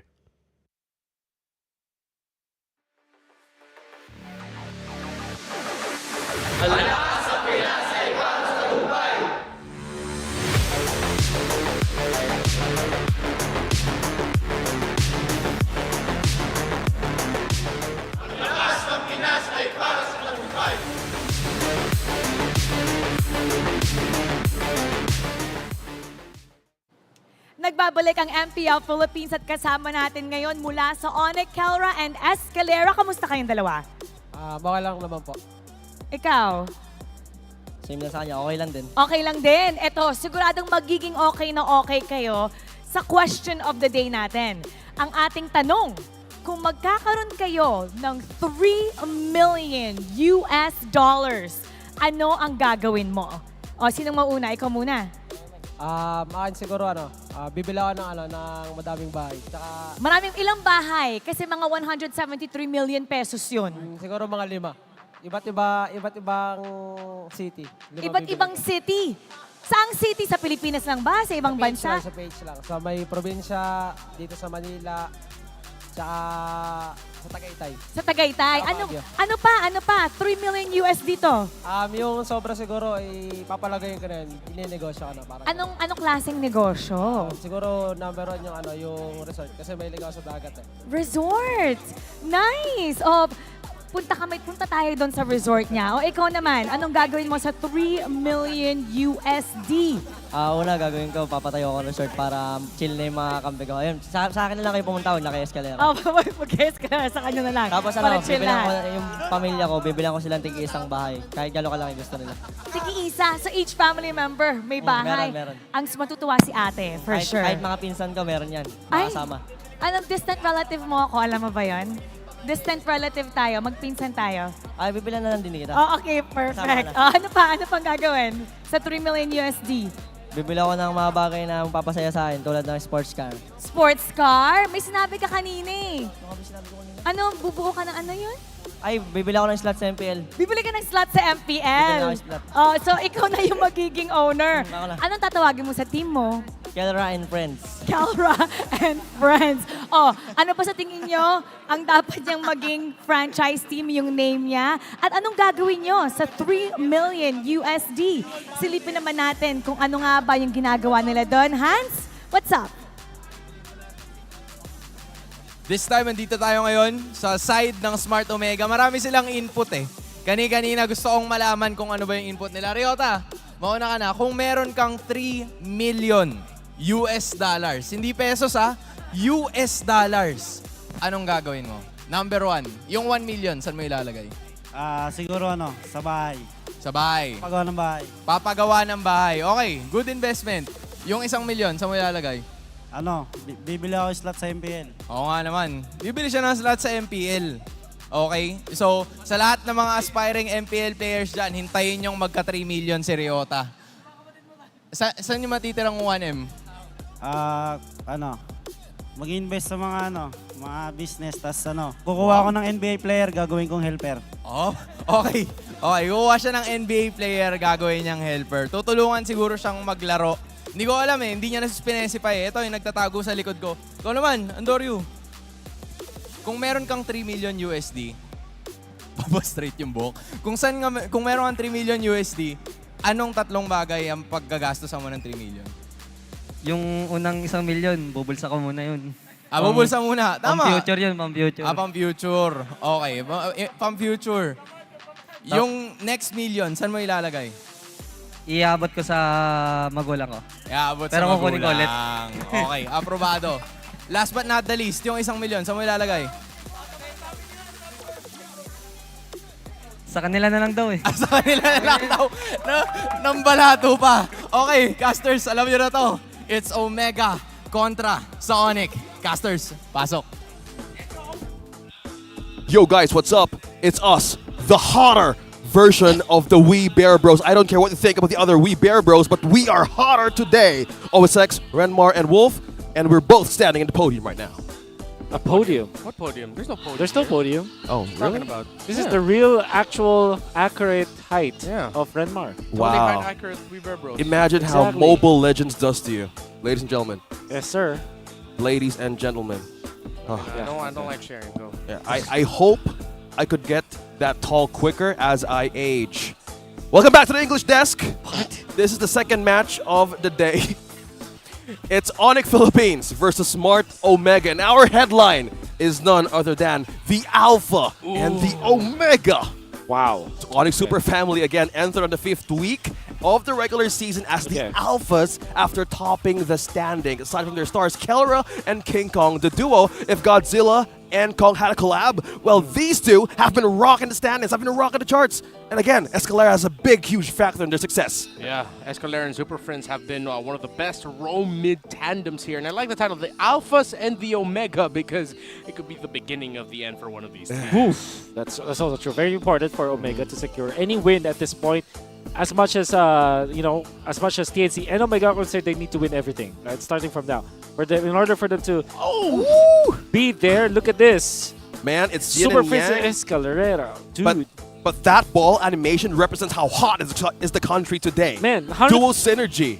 100% win rate on the Louis plus the Arlott combo. Yeah. Okay.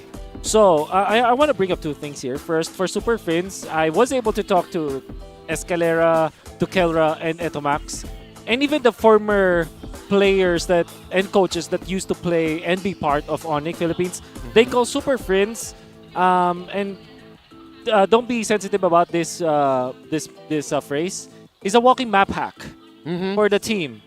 He has the Emperor Eye for watching Kuroko no Basket, and I think I mentioned this is one of when I guested on Gideon's podcast. Shout out to you, Gideon. The Emperor Eye. He has the Emperor Eye because of his map awareness. And he knows everything. That's why the Louis should be an auto ban if you're facing ONIC. That's what I'm saying, right? Yeah. And now for Escalera, his real nickname, like real life nickname, is Jojo. And I'm a big fan of NBA and basketball. Me too. It was a big era of this Linsanity was a thing, right? Oh yeah, man, Linsanity. I think we are in that same era as Escalera. Oh, it's so like a Jojo Sanity maybe. Jojo Sanity. No, I'm not kidding. Because the thing is, nobody kind of puts a lot of attention on Jeremy before Linsanity. Yeah. And nobody respected Escalera and how he's impactful in the team. But now, he is the centerpiece of ONIC. Yeah, a lot of people even in the comment section all throughout the streams I've been following, a lot of people are saying that if ever there's a chance that for them, Escalera might be the regular season MVP so far of a team. It's a growing possibility. Yeah, like again, people aren't just talking about Kelra. It's also, Again, behind the players that make up Super Fam are actually their coaches. In an interview, let's listen to Coach Etomax how their victories went so far. So ano lang yung feeling na finally nasa winning record kayo heading into the last 2-3 weeks ng season? Actually, ako tunto ako kasi sa haba ng career ko, first time ko lang ito na-experience it. Kaso coach na. Pero okay lang, masaya naman ako na part ako ng team. Sinasabi ko nga kanina, nanalo kami. Sabi ko, parang nananaginip lang ata tayo, coach. Tapos siya kasi magkasama kami. Hindi kami sanay ng winning, talaga nasa winning team. Yun ngayon, sobrang nakaka-proud na napunta kami dito.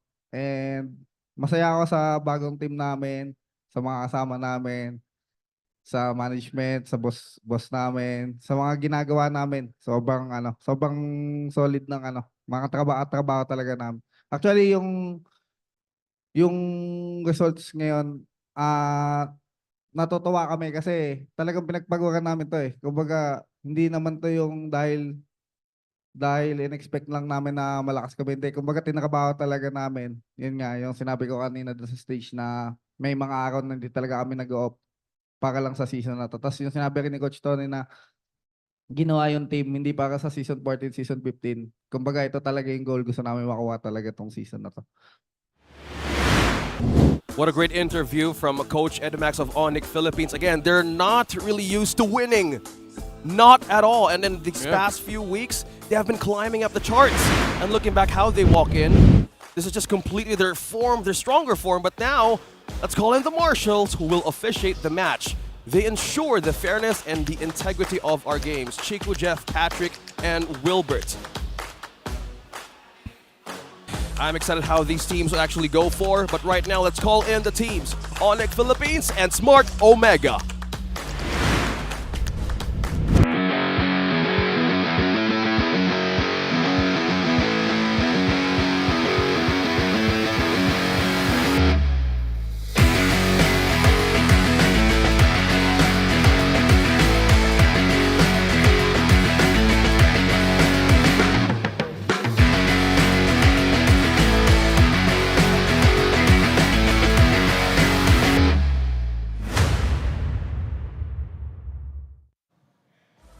The Sonics are locked in for the playoffs, but the job is far from over. They now fight for security in the double elimination rounds. MPL Arena, it's time for ONIC Philippines!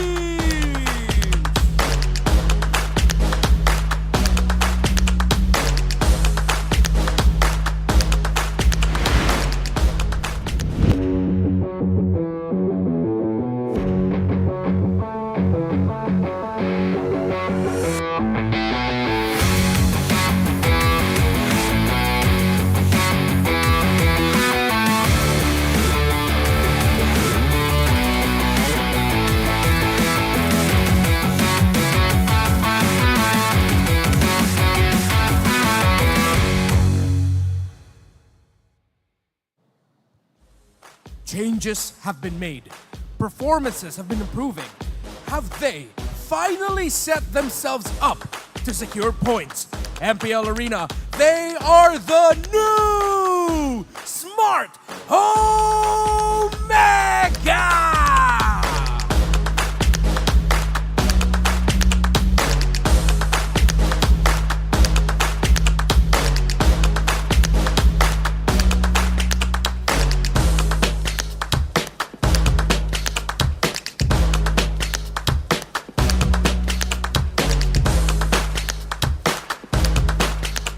And our coaches, Coach Why Not and Coach Snap. MPL Arena, who will win this match? Will it be ONIC Philippines or will it be Smart Omega?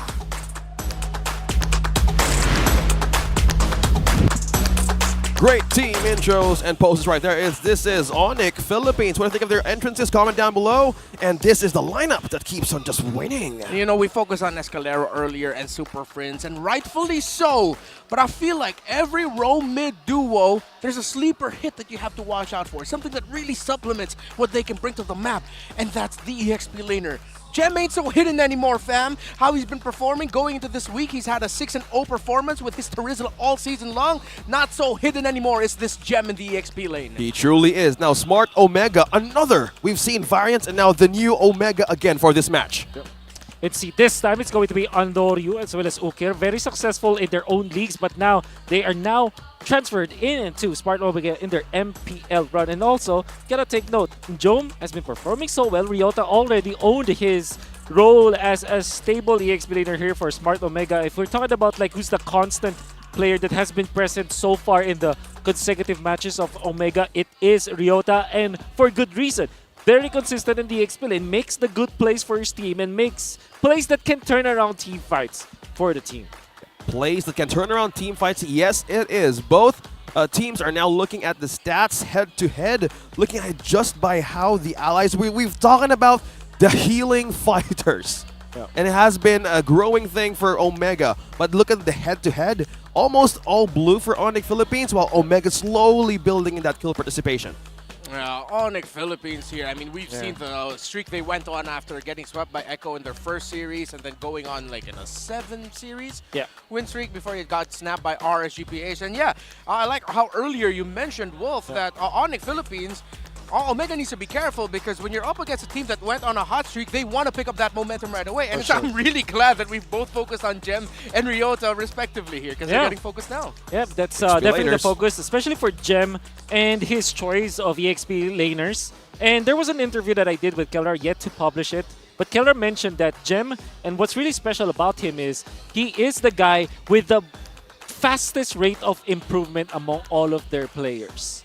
And they're always surprised, like Gem, each and every day that he participates in scrims, he's always bringing something new. And that's what really is special about the Hidden Gem. Let's talk about the Infinix keys to victory. For the side of ONIC Philippines, you have to bank on Super Prince and Escalera's synergy. We're looking at the JoJo Sanity as well as the walking map hack coming out from Super Prince, right?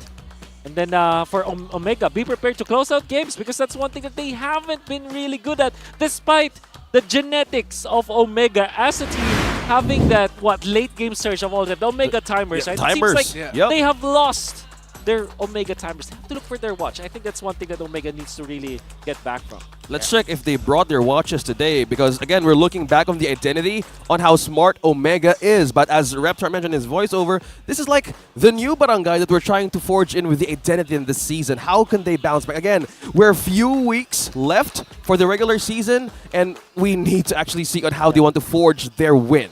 All right, so y'all know what's up. Who do you think will win this match? Tune into our official YouTube streams and comment #ONIC or #OMG with your game and server ID for a chance to be one of the 4 winners of 500 diamonds. To everyone watching the YouTube streams on MLBB Esports, on Mobile Legends Bang Bang, thanks for watching the English stream here. And don't forget, #ONIC, #OMG with your game and server ID. We're watching. We're always watching.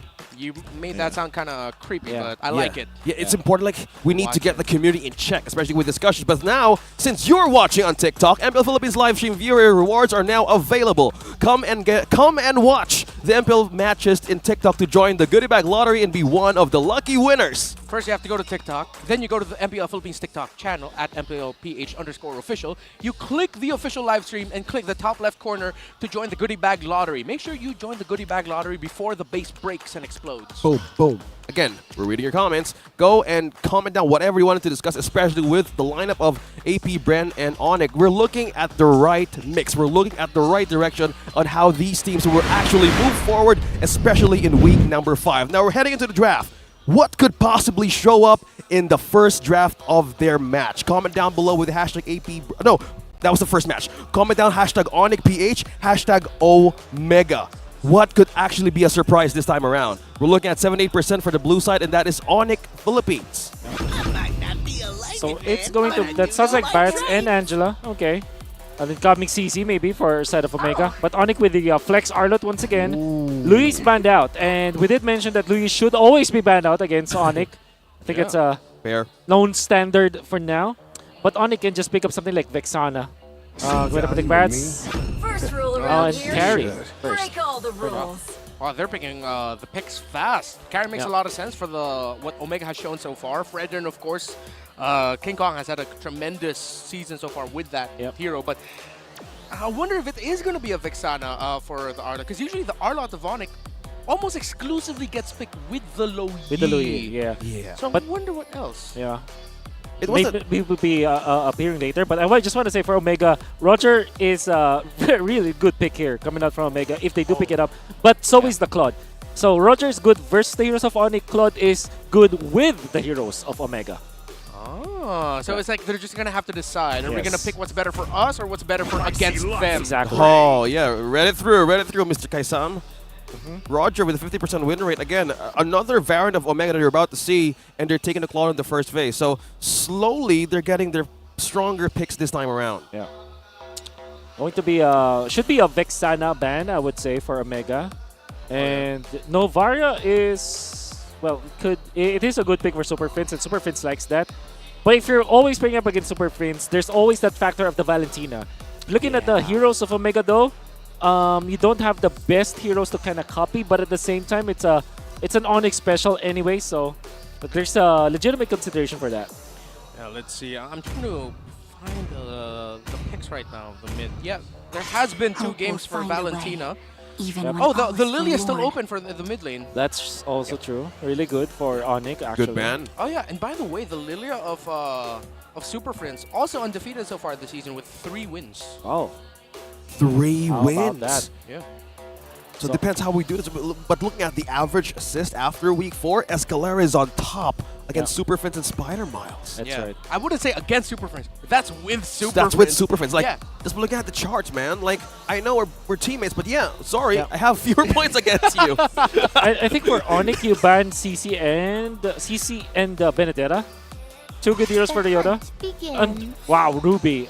Okay. I didn't expect that. Didn't expect that too.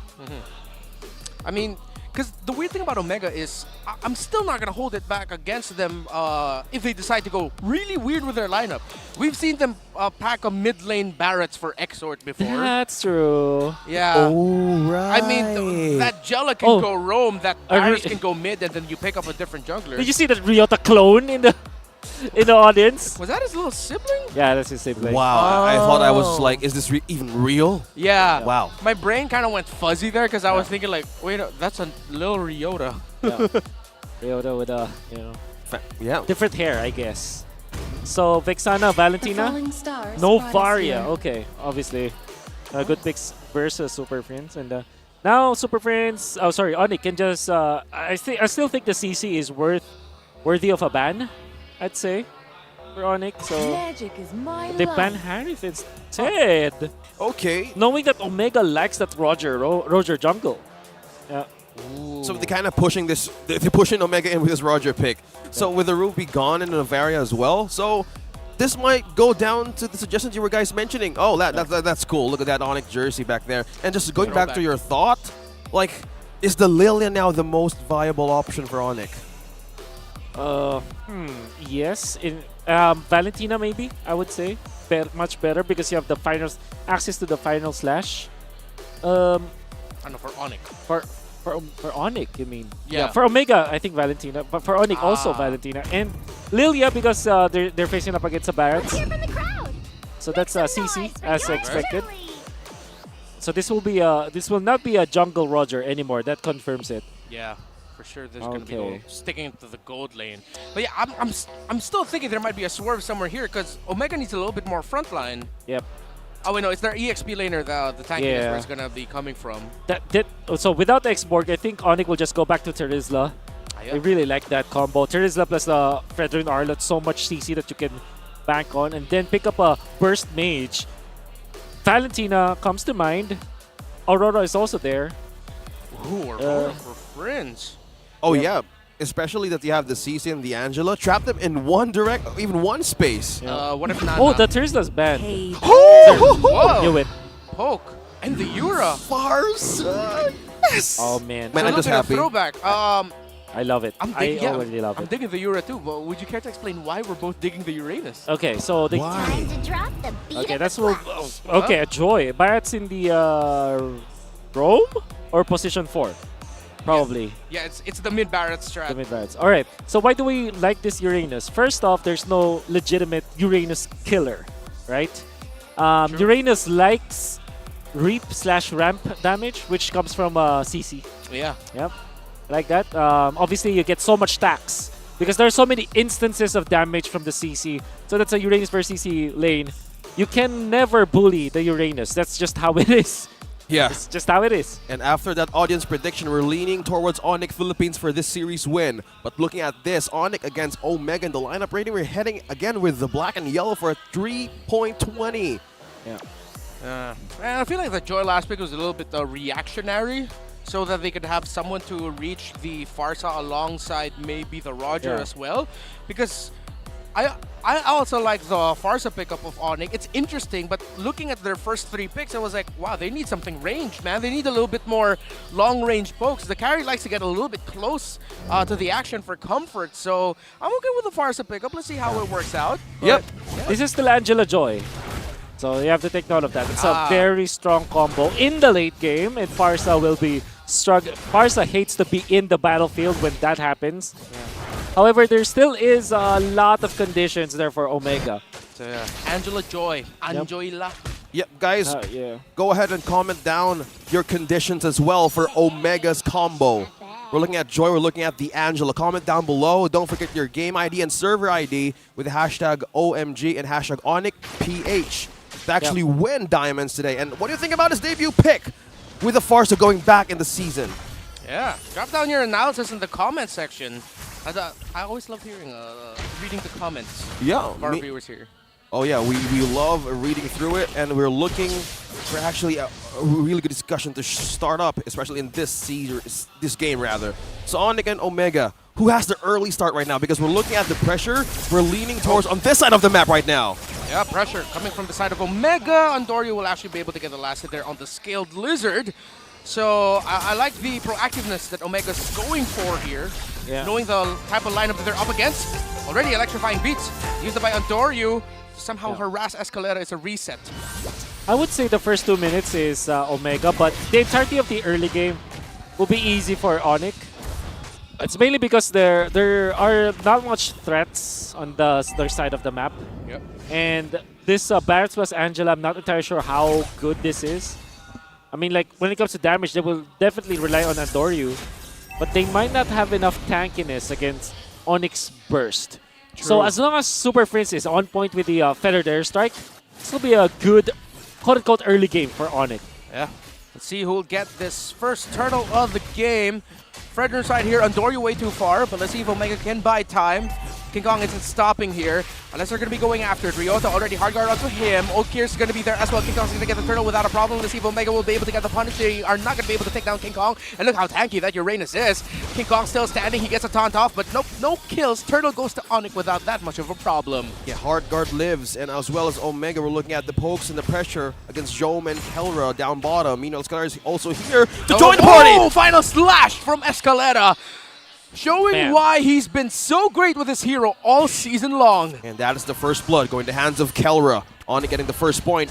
of this game and slowly taking out the turret energy shields. Look at this hero matchup, Carry versus Barretts. We're leaning towards Carry, the 67% win rate with a games played of 12. Yeah. Natural. Oh, okay, see, oh man, Escalera, dude. We're just living in his world right now. This is his era for sure. Yeah. Jojo Sanity. Jojo Sanity. Let's make it a thing because I do want to make it a thing because, man, I did not expect him to improve like that in a span of, what, 2-3 months off of the break. Not a good season, not a good career overall for Escalera. Ever since Season 9, but Season 13, man. He shines. Yeah. He is definitely shining. And right now, Omega still.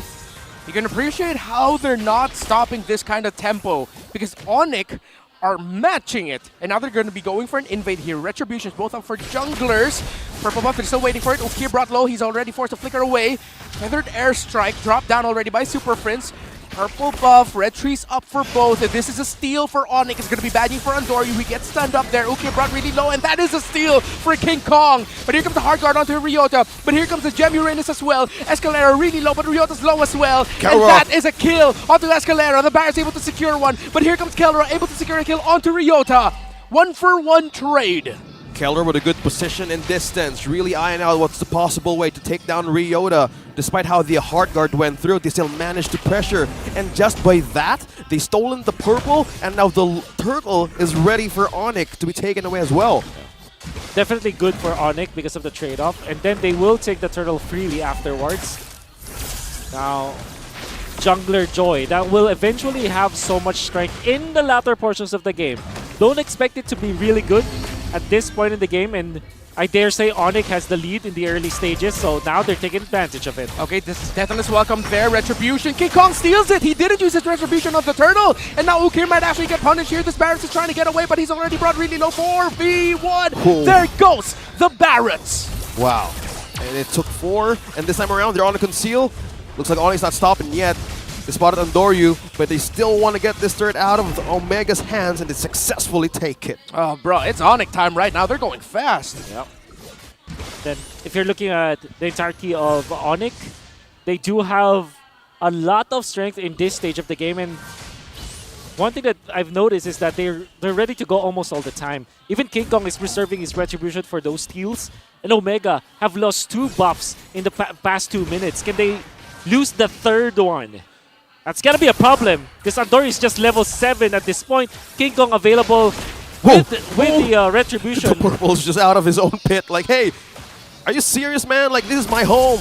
Yeah, and now King Kong sending back Ukir. Ryota hard guard is gonna hover on him, and now here comes the turnaround by Omega. Let's see if they'll be able to take down Kelra. He's trying to get away, but no, that's a kill onto the carry. Andoryu able to secure it there for Omega, and now Escalera trying to find the other members of Omega. Here, too much sustain, and here comes, nope, Deathless welcome not already used anymore, and that's gonna be King Kong going down. 2 members of ONIC down, so wow, ONIC a little bit too greedy there. Omega turned it. And Kelra was on a tight spot to even retreat back. Look at the response from Omega this time around. There was Ryota jumping into the backlines, keeping his stabs on Kelra. Kelra only having the Purify does now make him safe against the CC with constant rundown potential, and obviously the ultimate hard guard coming out from Marked, allowing them to secure that kill.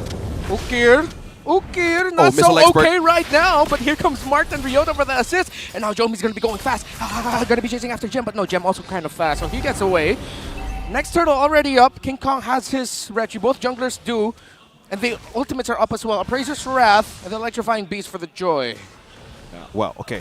So, one is needed the hard guard, though. Oh, who's going to get caught out there? Jome, actually, no, able to turn it around. You thought he was going to go down, but Kelra's actually taken out. So the gold laner of Omega still alive here. Let's see if Omega will actually be able to capitalize on this and turn it around and secure a turtle for themselves. 4 members of ONIC against almost 4 members of Omega. The Roger is going to be split pushing down at the bottom lane. Let's see if Omega can get close enough. Is the Barretts actually close enough to get the Retribution? Yes, whoa, he is! Ukir! Andoryu, rather, the Joy was close enough for the Retribution. And they get it. And Omega, if they can get away from this, will be good. A good win for them. But ONIC trying to punish. Final slash catches out the Barretts. Barretts trying to get away. Flicker, he doesn't have it yet, but Omega, the sustain, they're surviving somehow. Wow, the tankiness of this Barretts and Ukir managing to steal that objective out of ONIC hands. How did it happen? Well, it's mainly because of Jome, as well as the idea of Omega to just get into Kelra. Kelra went in for Purify, so no flicker whatsoever. And even in that case, the battle spell was not available for Kelra. Shows himself in the middle. Jome in the perfect position to pop that ultimate with Marked so that they can go on to Kelra. They eventually took him out, and it's the reason why ONIC lost control of the turtle. But still, a little bit of lead for ONIC because they took down Andoryu. Another orange stolen. Man. Yeah, ONIC still continuing the buff stealing from Omega. So it seems like Omega, every time Omega finds a win, ONIC just continues to press on the pressure, takes resources, so it minimizes the win that Omega finds themselves. And they're caging themselves to actually, what, slow down progress? Yeah. I like that term you use. They're caging Omega right now. Yeah, it's hard. Like, you're starving for objectives and looking for a way to punish one, but the problem is with this kind of life that ONIC has, they can actually fly around with wings by wings, and this is the problem. They have 2 Purifies with them as well. So this is the thing that we need to see. Like Omega, Omega right now needs to find a way to actually open the cage and how to make it work for their side. The Impure Rage Fredrin now has the Thunder Belt.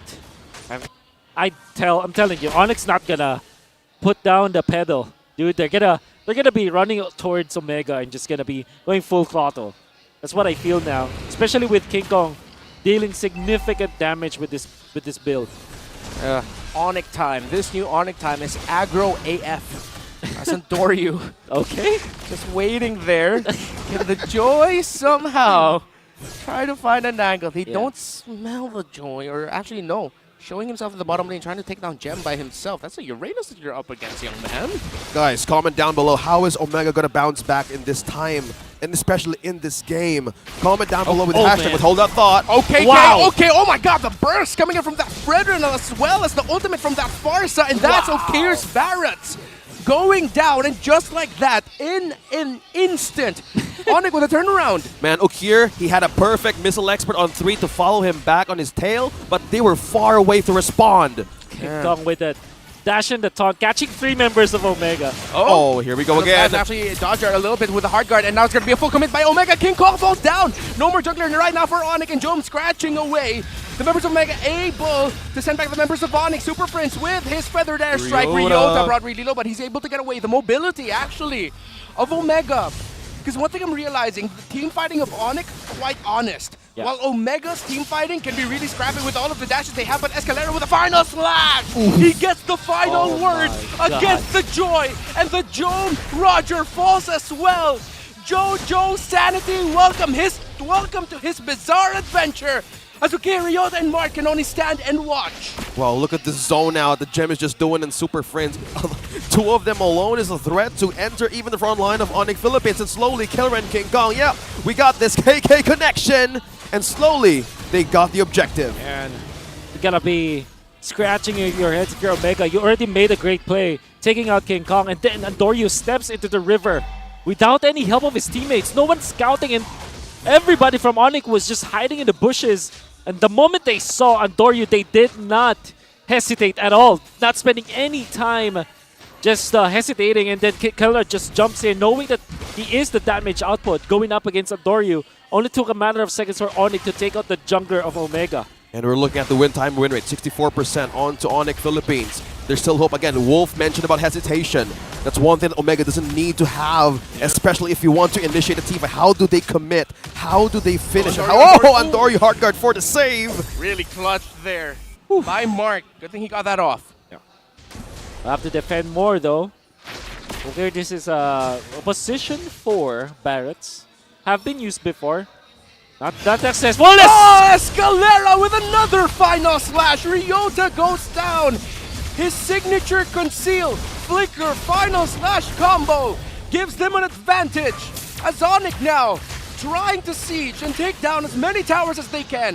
Feathered airstrike to zone out. They don't have the minion waves, so this will take a pause for the siege for now, but they're still standing around the mid. Escalera, man, commending how he lands his final slash at the right moment, at the right pickoff, and that was Ryota.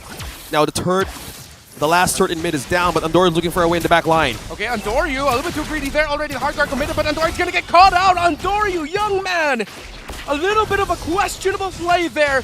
Was he trying to find info? But now the info is clear. ONIC are still in the lead and Omega are reeling, trying to defend. 9-5 onto this game. 6.7k lead. Another orange slowly taken away. And Omega starving for these objectives to even go out of the base. Now they're on their mercy to defend their own defenses right now. Oh man, this is looking really bad for Omega, but they do have some tools to defend. Not the best. And now that Andorio is up, ONIC just in time takes down the last inhibitor turret. Gonna be very happy about that, and then will claim some of the neutral creeps here. Gonna be amping up their economy for sure. 30 seconds before the next Lord, man. It's gonna be difficult for Omega. They have to really get their power spike soon. I think that's the most important thing if they want to bounce back. Again, Okir's there, Andorio is there as well. So how do they utilize in a certain commitment if in case they could get a perfect pickoff? But the question is, how will they get through Kelra with this type of front line tankiness that Gem and King Kong has? And if you dare step on the front line, there's a final slash that you need to be careful of. So yeah, this is completely like, okay, what's our contingency plan now? Because if they commit to this, and as Ryota is on that bush, he needs to be sure what's the next plan. Mid health for that Lord. Andorio close by for the Retribution. If Omega somehow gets this, it's going to be a big win for them. But Gem already using the Consecration. Final slash of the combo with the Feathered Airstrike. Everything in between. Who's going to be able to get this Lord right now? Because there's a hard guard onto Ryota's CC. But King Kong and Gem fighting. The Uranus too tanky. The Fredrin as well. They get pushed back.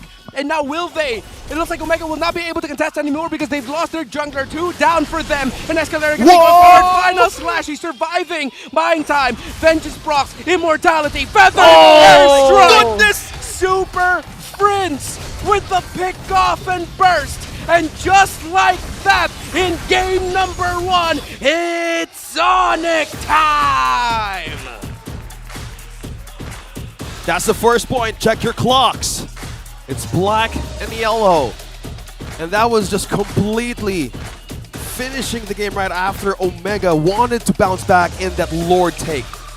Risky, but yeah, Omega sees its potential to quickly end it right away.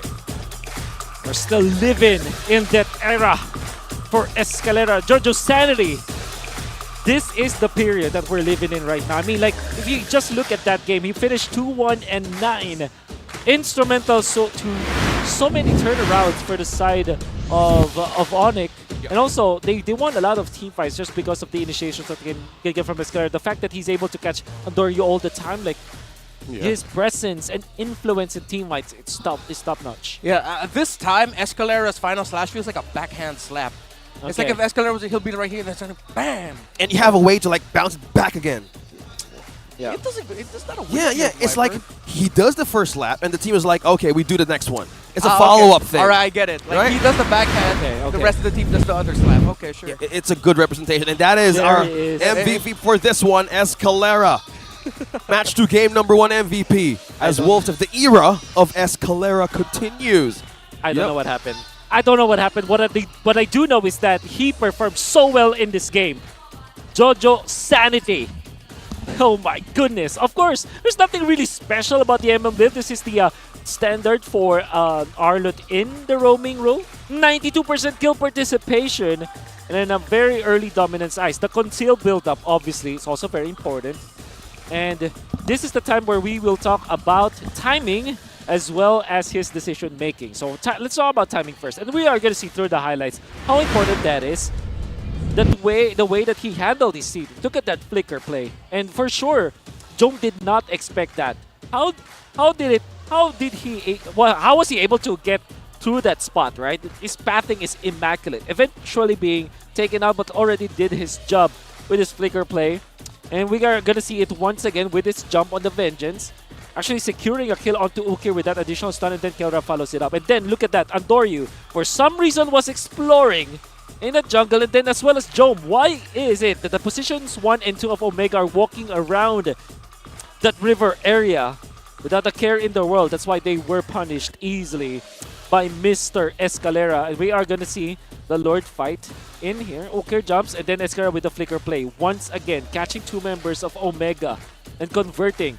He also onto the Lord, and that's the end for Omega in game number 1. Timing and management of the flicker as well as the ultimate. If you're going to be banning the Louis against Omega, you might as well ban the Arlot instead, because it has been proven that ONIC, with Escalera being their roamer, can still make this Arlot work even when it's a la carte without the Louis combo. Now for Omega, they did try with this sneaky play on the Barrats. It worked before, and it probably worked in a it probably worked in their ranked matches and maybe in their scrims, but up against ONIC with a very active gameplay, this kind of slow take from Omega will not work. Surely the Joy is a strong hero with the Angela, but it has been proven that if you cannot match the tempo of ONIC in the early stages with your heroes, it will not fare well for you. You will struggle in the early stages. Let's look at the items. By the way, this Athena shield picked up by Kelra, it might be in his, it might be seen in the last slot for Kelra, but this was actually picked up somewhere between 13 and the 15-minute mark, which is supposedly the timing where you're maxed out as Andoryu, almost maxed out, with 3-item power spike and the Angela ultimate. That should have been a way to kind of one-shot Kelra, even with the Purify, right? But because of the fact that he picked up the Athena shield, Omega and Andoryu second-guessed going into the backlines against Kelra. Let's take a look at the other stats here. GPM gonna be favoring Kelra. Sandbag, obviously with Gem, that's a Uranus. I think that's pretty much understood. Self-explanatory.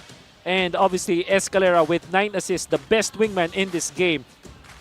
You have to still respect Ryota though. Atoy R with this CC play. And CC Angela is a strong combo, but the way that he punished Kelra twice in this game, like there was a time where it was a consecutive win for Omega just because they were able to jump onto Kelra. And it has been proven that if Ryota is not able to find the angle, that he's not converting it for his team. So what I'm trying to say here is that Ryota made a lot of impact in that game. It's just that Omega wasn't able to, as a team, weren't able to really catch up when it comes to the farm, take advantage of this Joy. And obviously, ONIC has natural damage in the early to the mid stages of the game with this Impure Rage, Thunderbelt Fredrin. Very fast when it comes to taking the jungle, and then is Farsa plus Arlot combo coming out from ONIC, which they proved to be so much of a problem for Omega. Now Omega, although they do have this cheeky play of going for the Barrats in the mid lane, position 4, did not work because it was far too slow. There's nothing to kind of amplify or speed up, boost the speed of this Barret so that it will have the impact in this game. Fortunately, that did not happen. Let's look at Escalera, the very active player coming out from ONIC. Look at him. His first 5 minutes of the game already took over, what, 35, maybe about 50% of the map. He's also looking at the other side of the map. Right? He's conquering the side of outside of Omega, making it so difficult for them to position and obviously have a lot of influence in team fights. Yeah, he really controlled the mid there for ONIC, as you saw in the early game for his heat map. Yeah, even I was asking the same thing, like how with Barrett against the mid laner and of the again the Farsa. So I was kind of like doing a balance. How will this actually work? But again, that is ONIC Philippines doing all the work, and that is just how we see things here. That was a thing for the analysis, Wolf. Because right now we want to shout out all our official restreamers from Luzon, Visayas, Mindanao, and all over the world. We have local restreamers and international restreamers from Cambodia, Middle East, North America, Singapore, Malaysia, and Indonesia. And Australia. Yes, that's true. All of them are tuned in to witness our players fight for victory. Again, shout out to my OCC family back there. We just manifested meat pies last week and it came yesterday. Take it to you guys. Shout out to OCC. Do you still have any of those meat pies I gave you? I'm sorry, man. It went too quickly. Whatever. Thanks, guys. We're not CEOs, man, so we don't deserve his presence. We'll bring more meat pies next time because right now, Smart Gig Arena is open to all Smart and TNT subscribers where they can join an array of arcade games and esports tournaments, especially in MLBB. If you want to move on from your friend not giving any meat pies, just create an account on gigarena.smart using their Smart or TNT mobile numbers, your Smart or TNT mobile numbers. With the new Smart Gig Arena 20, you can unlock the world of Gig Arena tournaments for your shot at prizes. And unlike Meat Pies, Gig Arena comes with 2 Gig Arena tickets and 100 MB for all sites for only 20 pesos, valid for 1 day. Though Gig Arena 20 now in the Smart online store. Yep, that's the evolution of online things. Yeah. Made powerful by Smart. Meat Shout out pies. to Smart. Yeah, meat pies. Guys. Sana all. You truly made a yummy impression here right on the English Sana desk. Right now, we're throwing over to Mar and Hans. I think something is cooking back there with our audience right here in MPL Philippines. Are they cooking meat pies? Kasama natin ngayon ang mga kapatid ni Ryota, si Nolly, Nico, and BJ. O, kamusta na kayo? Okay lang po. Okay lang, ba't mahihain ka ngayon, ha? Nakatayo na po kasi. Okay, so nahihiya ka ngayon. Tinan mo kung kamukhang kamukha ni Kumukhang kamukha Ryota. niya si Nolly tsaka si Nico. Bakit ikaw hindi ka kamukha? Hindi, kasi nung time na yun, nagbukid ako. Okay, ang totoong story is, siya ay kapitbahay, naging kapatid na rin dahil... Ninang ko yung magulang niya sa kasal. Ayun. So, ang nagpapanggap na kapatid. Honorary Makasa family member. Kayo, kamusta na kayo? Okay lang po. Kamukha mo talaga. Oo, Ikaw si Kuya, ikaw si Bunso. Feel diba? ko pag Bunso. pinalitan nila si Ryota sa Hindi natin mapapansin. mapapansin. Oo. O, Kuya, kamusta ka na, Kuya? Okay lang din po. O, lahat sila okay lang. Okay naman. So far, okay sila. Kung okay ka lang, kamusta naman si Ryota as a brother? Kamusta siya bilang Noe sa bahay? Sa bahay naman po kasi pagka umuwi po siya, yung banding namin nabubuo po, bali yung wala pong sa bahay wala pong away. Walang away na nagaganap. Talagang punong-puno ng banding sa bahay namin. Punong-puno ng Parang bonding. hindi naniniwala si Nico. Nico, Oo. kamusta ba Wala bilang daw away? kapatid? Tama Kasi ba? ikaw yung bunso eh. Wala ba talagang away pag umuwi si Noe ng bahay? Wow, it rhymes. Sa kanila. Para sa Bunso, inaaway ka? Naaway daw siya. Ala. Pag sa bunso. Okay, so paano ba yung bonding nyo kapag umuwi si Ryota sa bahay? Minsan nag-aaya siya pag-computer. Nagko-computer? Mag-Valorant minsan. Nag-jamuran? Tapos Okay. nagpa-basketball, nag-aaya rin siya minsan. Okay. Ano pa yung mga bonding nyo? Ikaw naman, anong bonding nyo? Nagbibilyar kami, sabay kumakain kami sa Uncle Jones. Ayun. Okay. Kami silang food trip. Okay. Ano bang mensahe mo para kay Ryota? Ayun, Kung may message nagtanggal ka. na ng Ayun, nagtanggal ng headphones. headset. Message nyo sa kanya bago tayo magpunta sa laban. Bawi kayo, Kalbo, galingan mo. Okay. Bawi. Marami naman buhok. Okay. Message kay Kuya. Galingan mo, yari kay mama. Ayun. Yari ka kay mama. Okay. Galingan niya lang lagi kasi proud kami sa kanya, manalo matalo, binibigay niya yung best niya. Ang ganda naman ng message ni Kuya. Ngayon, pupunta na tayo sa ating laban kaya babutan na natin sa ating mga casters. Sabay-sabay natin sabihin, casters, pasok! Thank you so much, Mara and Hans. I was about to make a combo name there. Parents, whatever. But that is just the brothers of Ryota. Back there, they really look the same. And they talked about their bonding moments and how they wanted to support Ryota even on this game. He's a bounce back. Yeah, his one brother, was it Nolly? Is a splitting image of Ryota. Are they twins? They might be. I mean, so Ryota's real name is Noe. Yeah. Noe. Noe and Nolly. Noe. So yeah, they probably are twins. Cool. I don't know how that relates, but yeah, sure. Yeah, I can see it. We want to give a shout out to the families who are supporting the players here and the families watching MPL Philippines as well, wherever you are in the globe. Yeah. You know, every time we have those family interviews, I'm really just waiting for someone to drop some really embarrassing facts about their siblings. Ooh. It's been a while since we've had that. I think the last time, I don't even remember the last time we had that. Because I know that's what siblings do. I don't have siblings myself. Yep. But if I had a sibling and I was interviewed in an international broadcast, I would embarrass my sibling. Right away. Yeah, no questions asked, right? Yeah. Doesn't comb his hair, doesn't take a bath for 3 days, something like that. Yeah, something like that. Yeah, he doesn't wash the plates or something. Yeah. Yeah. Again, tag your sibling in the chat. Yes. Tell them to join us here. Yeah. Watch MPL with your sibling. And we're getting to the second draft of this series. Now, Smart Omega is on the blue side. Still, red side with ONIC Philippines maintaining that win rate. We have a 78%, but this time around, while respecting the Barretts and the Luoyi, with the 22%, still, they have a way to secure in priority what they want in this game. I think Arlott should be... Okay, maybe Omega will be looking into taking the Arlott this time since their first pick. See value in me? There's a Fredlin ban. You should. Yeah, you pick up Arlott now if you're Omega. I think that's very natural for them to do. Okay. Arlott, yeah, steal it away.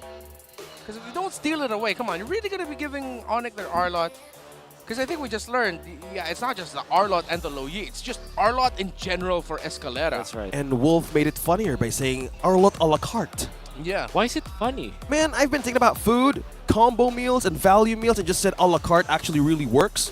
We've been thinking about food since the inception of the MPL PH English stream. Well, since around season 7. Food has been the ongoing theme for the PH English broadcast. And it's been a fuel for all of us. But this is the fuel of Omega's priority pick. Now they take the Arlott for themselves, but they respond in with the Valentina and as well as the Minotaur. We haven't seen these guys on the past few matches, but now this is the response of ONIC Philippines. Instant pick on that one. I think if you're Omega, you pick up the Baxia now. Yep, immediately. It's a hero that is not gonna struggle when there is the Valentina because you don't really, that's not a good way to copy that. But at the same time, you're scared about this Minotaur, right? So yeah, Baxia carry, Baxia Roger, maybe for Omega. Want to secure that? We know. Oh, but they kind of want to secure the because they kind of flex the Roger. Maybe that's not the choice. But yeah, I think Baxia just makes a lot of sense here for Omega. For sure. Go ahead. I agree with that. Usually that's what we see happen. You get the Baxia, for sure. And well, they're going to be giving the Eternal Guard of that Vexana to that Valentina. And Nolan. Wow. Yeah, we missed. Yeah. We actually... Yeah, we kind of missed Christopher, but yeah, that's the 97%.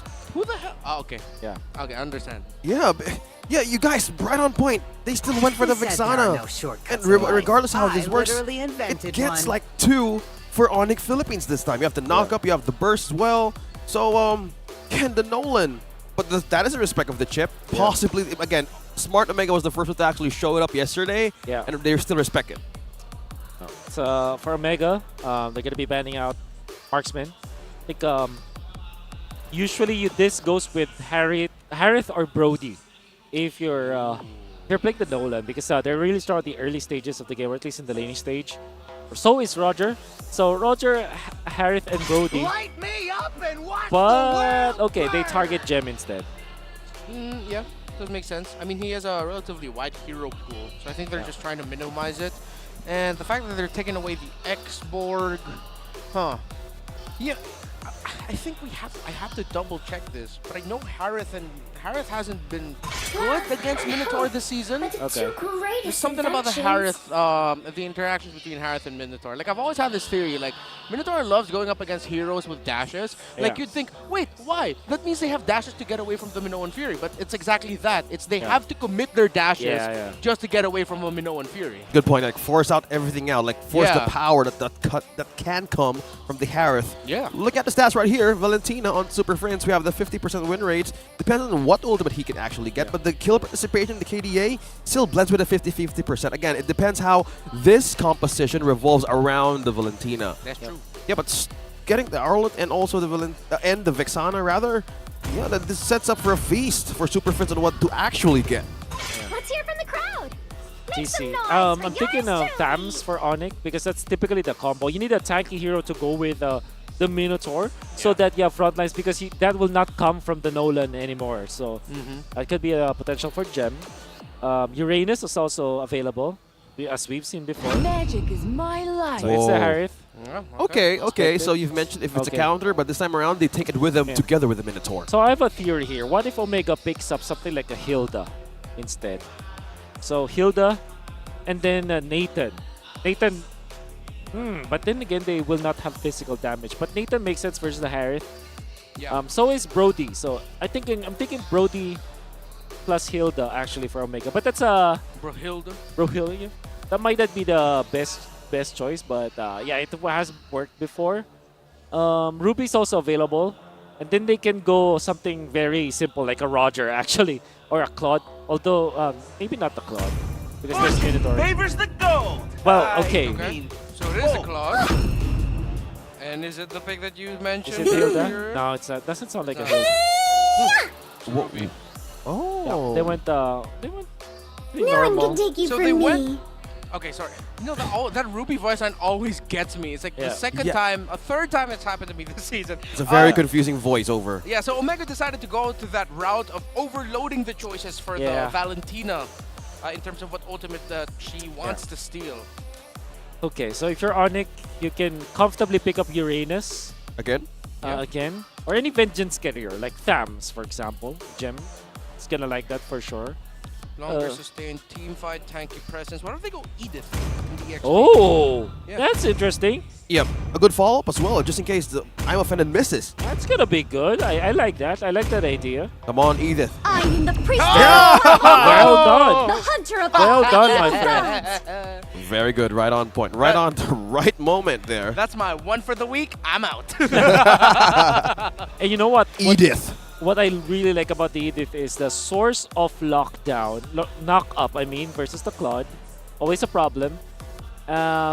Great synergy with the Minotaur as well. You have so much like combos of knockups. And to be fair, I don't like this Claude at all for Omega. I mean, you understand why they pick it up, but I think it's not gonna work. So between the Edith plus the Nolan Harith combo of ONIC and them getting the Super Friends Valentina, all of those factors together, and then Omega struggling right now. The fact that they pick up the Claude versus the Minotaur, which Minotaur really likes. Man, this could be an easy game for ONIC, honestly. That's the draft. We're looking at Game 2's draft. We're going to have a last look. What do you think in the comments? What do you think, chat? Comment down below. What draft favors this series? Wolf goes to the ONIC Philippines. How about you? Comment down below with the game server, with your game server ID, together with the hashtag ONIC PH and OMG. You might win diamonds, 400 diamonds. Again, keep those discussions flowing. We're reading you. We're looking at you. Guys, let's keep this hot and ready for this match. Yeah, a lot of analytical comments in our MLBP esports stream right now. And I love what we're seeing there. A lot of great points. But yeah, please keep it up. And don't forget, hashtag OMG, hashtag ONIC. Get a chance to win 500 diamonds. We're going to be choosing 4 people all throughout the day. What a lucky 4 commenters. Again, and just make sure you comment your game server and your game ID. Right away. Again, we're having the TikTok goodie bag lottery on TikTok. Be sure to power tap once the base or the game is about to end to score those prizes right here from MPL Philippines.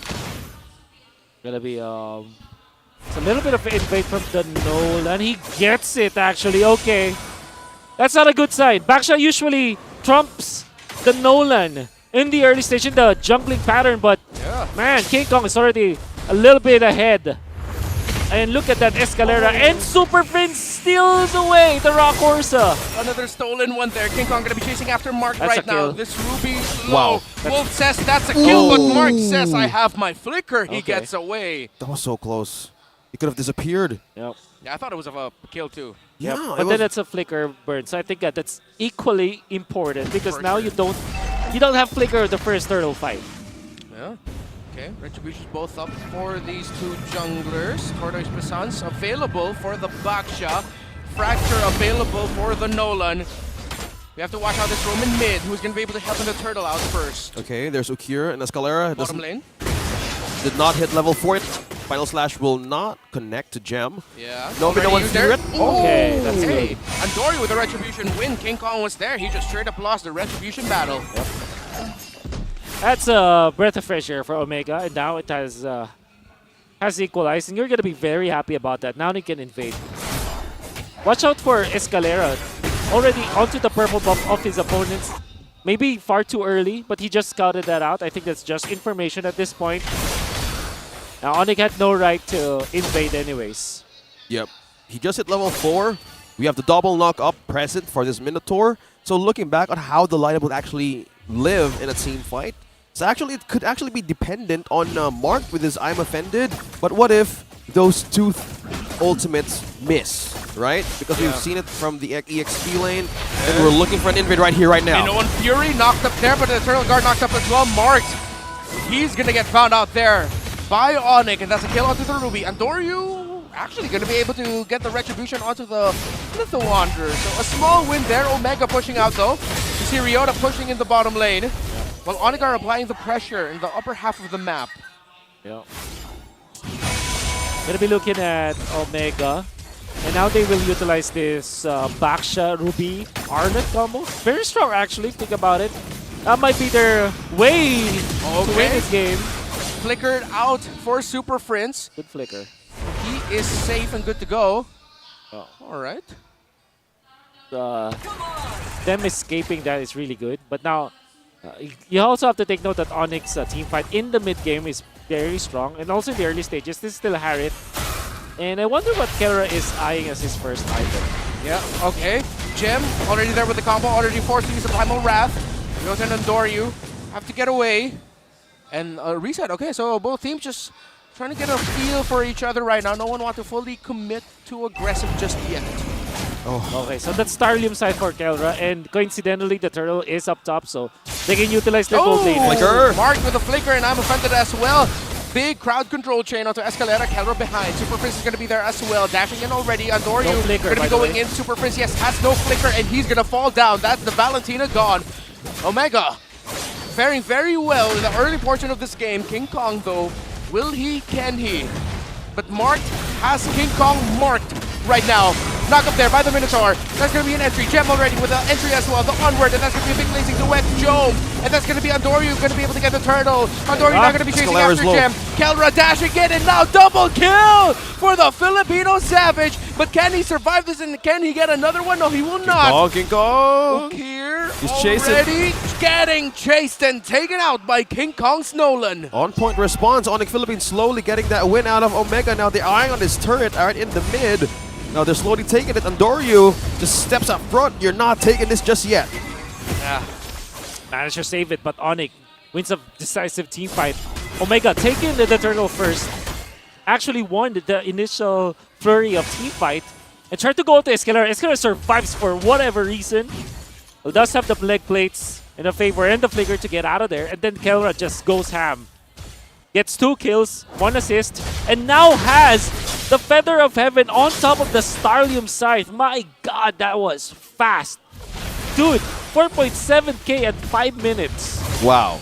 Yeah, he's just getting gold everywhere. That's not a normal thing to see. He even has the full built boots along with that. Wow. Kelra is loaded. Kelra is loaded for sure. Completely. Just imagining that damage connecting. 2 items already? So how do you even manage to catch this? How to catch the Harith? Oh man, you need guaranteed stuns, right? Yeah. Unfortunately, they will have to just rely on this Ruby, but then you have the Purify on the Kelra. So it's a very difficult situation now for Omega. But we know for sure that if they last the storm, if they manage to kind of extend this game into what, 15 minutes, to be good. I'm offended. Combo, forced to flicker out is Escalera. He'll have the Minoan Fury. He lands it down. Diamond Force there by Kelra, dashing in and out with the Synchro Fission as well. No kills yet for either side. They're biding their time. Both teams back off. Big ultimates already used before the second turtle spawned. Yep, pokes and the peels for ONIC and Omega. Now turtle is up for the taking as well. So waiting for the right time to actually strike. They're waiting. They're buying more time to get the ultimates back in. Okay, conceal. Mark looking for Mark. Will they get marked? No, they won't. Super Prince has a flicker and the I'm Offended ultimate of the Ruby, so this Valentina can set up. But right now, with how time is going, both teams biding their time, waiting for the right moment. Already the I'm Offended utilized by Mark's Ruby. And Omega will be able to get this turtle without a problem. And the Barangay seizes the moment to take that objective right out of ONIC Philippines' hands, respecting the capability. But now King Kong trading across the map, taking the turret down bottom. Omega already knew that King Kong was there in the bottom lane, so they just burst down the turtle. Good decision from Omega, and now they're trying to push up top. Kelra and Escalera gonna be able to defend. Fortunately for gold lane Pirate, you have the Synchro Fission, so you have a ton of defense in you. Wave clear is there, as long as you position yourself properly. ONIC are just gonna trade for now. Mark missing another I'm Offended, but that's okay. I'm Offended, one of the quicker ultimates to come back. Yep. Just by looking how ONIC Philippines managed to actually slowly build their progress on their side. The 1K gold lead can still be snatched by Omega. Depends on how they want to penetrate the first third defense of Omega right now. Okay. If you're looking, okay. Alright. Okay, Escalera already Minnow in fear, but knock up there by the Eternal Guard actually going to be helping out there. Omega, Gemma with his own knockup with the Earth Shatter, but here it comes. Amazing duet, but a final slash by Super Prince actually turning this fight around for ONIC. But King Kong falls down. It's a 2-for-1 trade with ONIC getting more kills. I think Escalera, by that moment, he's smiling to Super Friends. Right on point, final slash, and they put Omega back to base. Okay. Force. Okay. That's so close. Okay, Joe. All right. Ryota missing the final slash here onto Kelra. Super Prince. Not going to get anyone. He forced them back. Completely, it was a double back. I have to take note, Super Prince copy the Final Slash. Then instead of copying the Fire Slash again, copies the ultimate from the Vexana.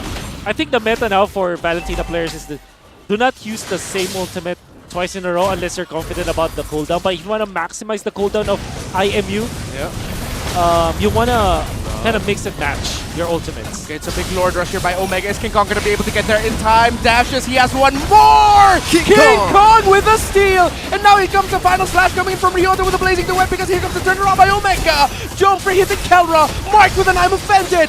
Gets the Filipino Savage down.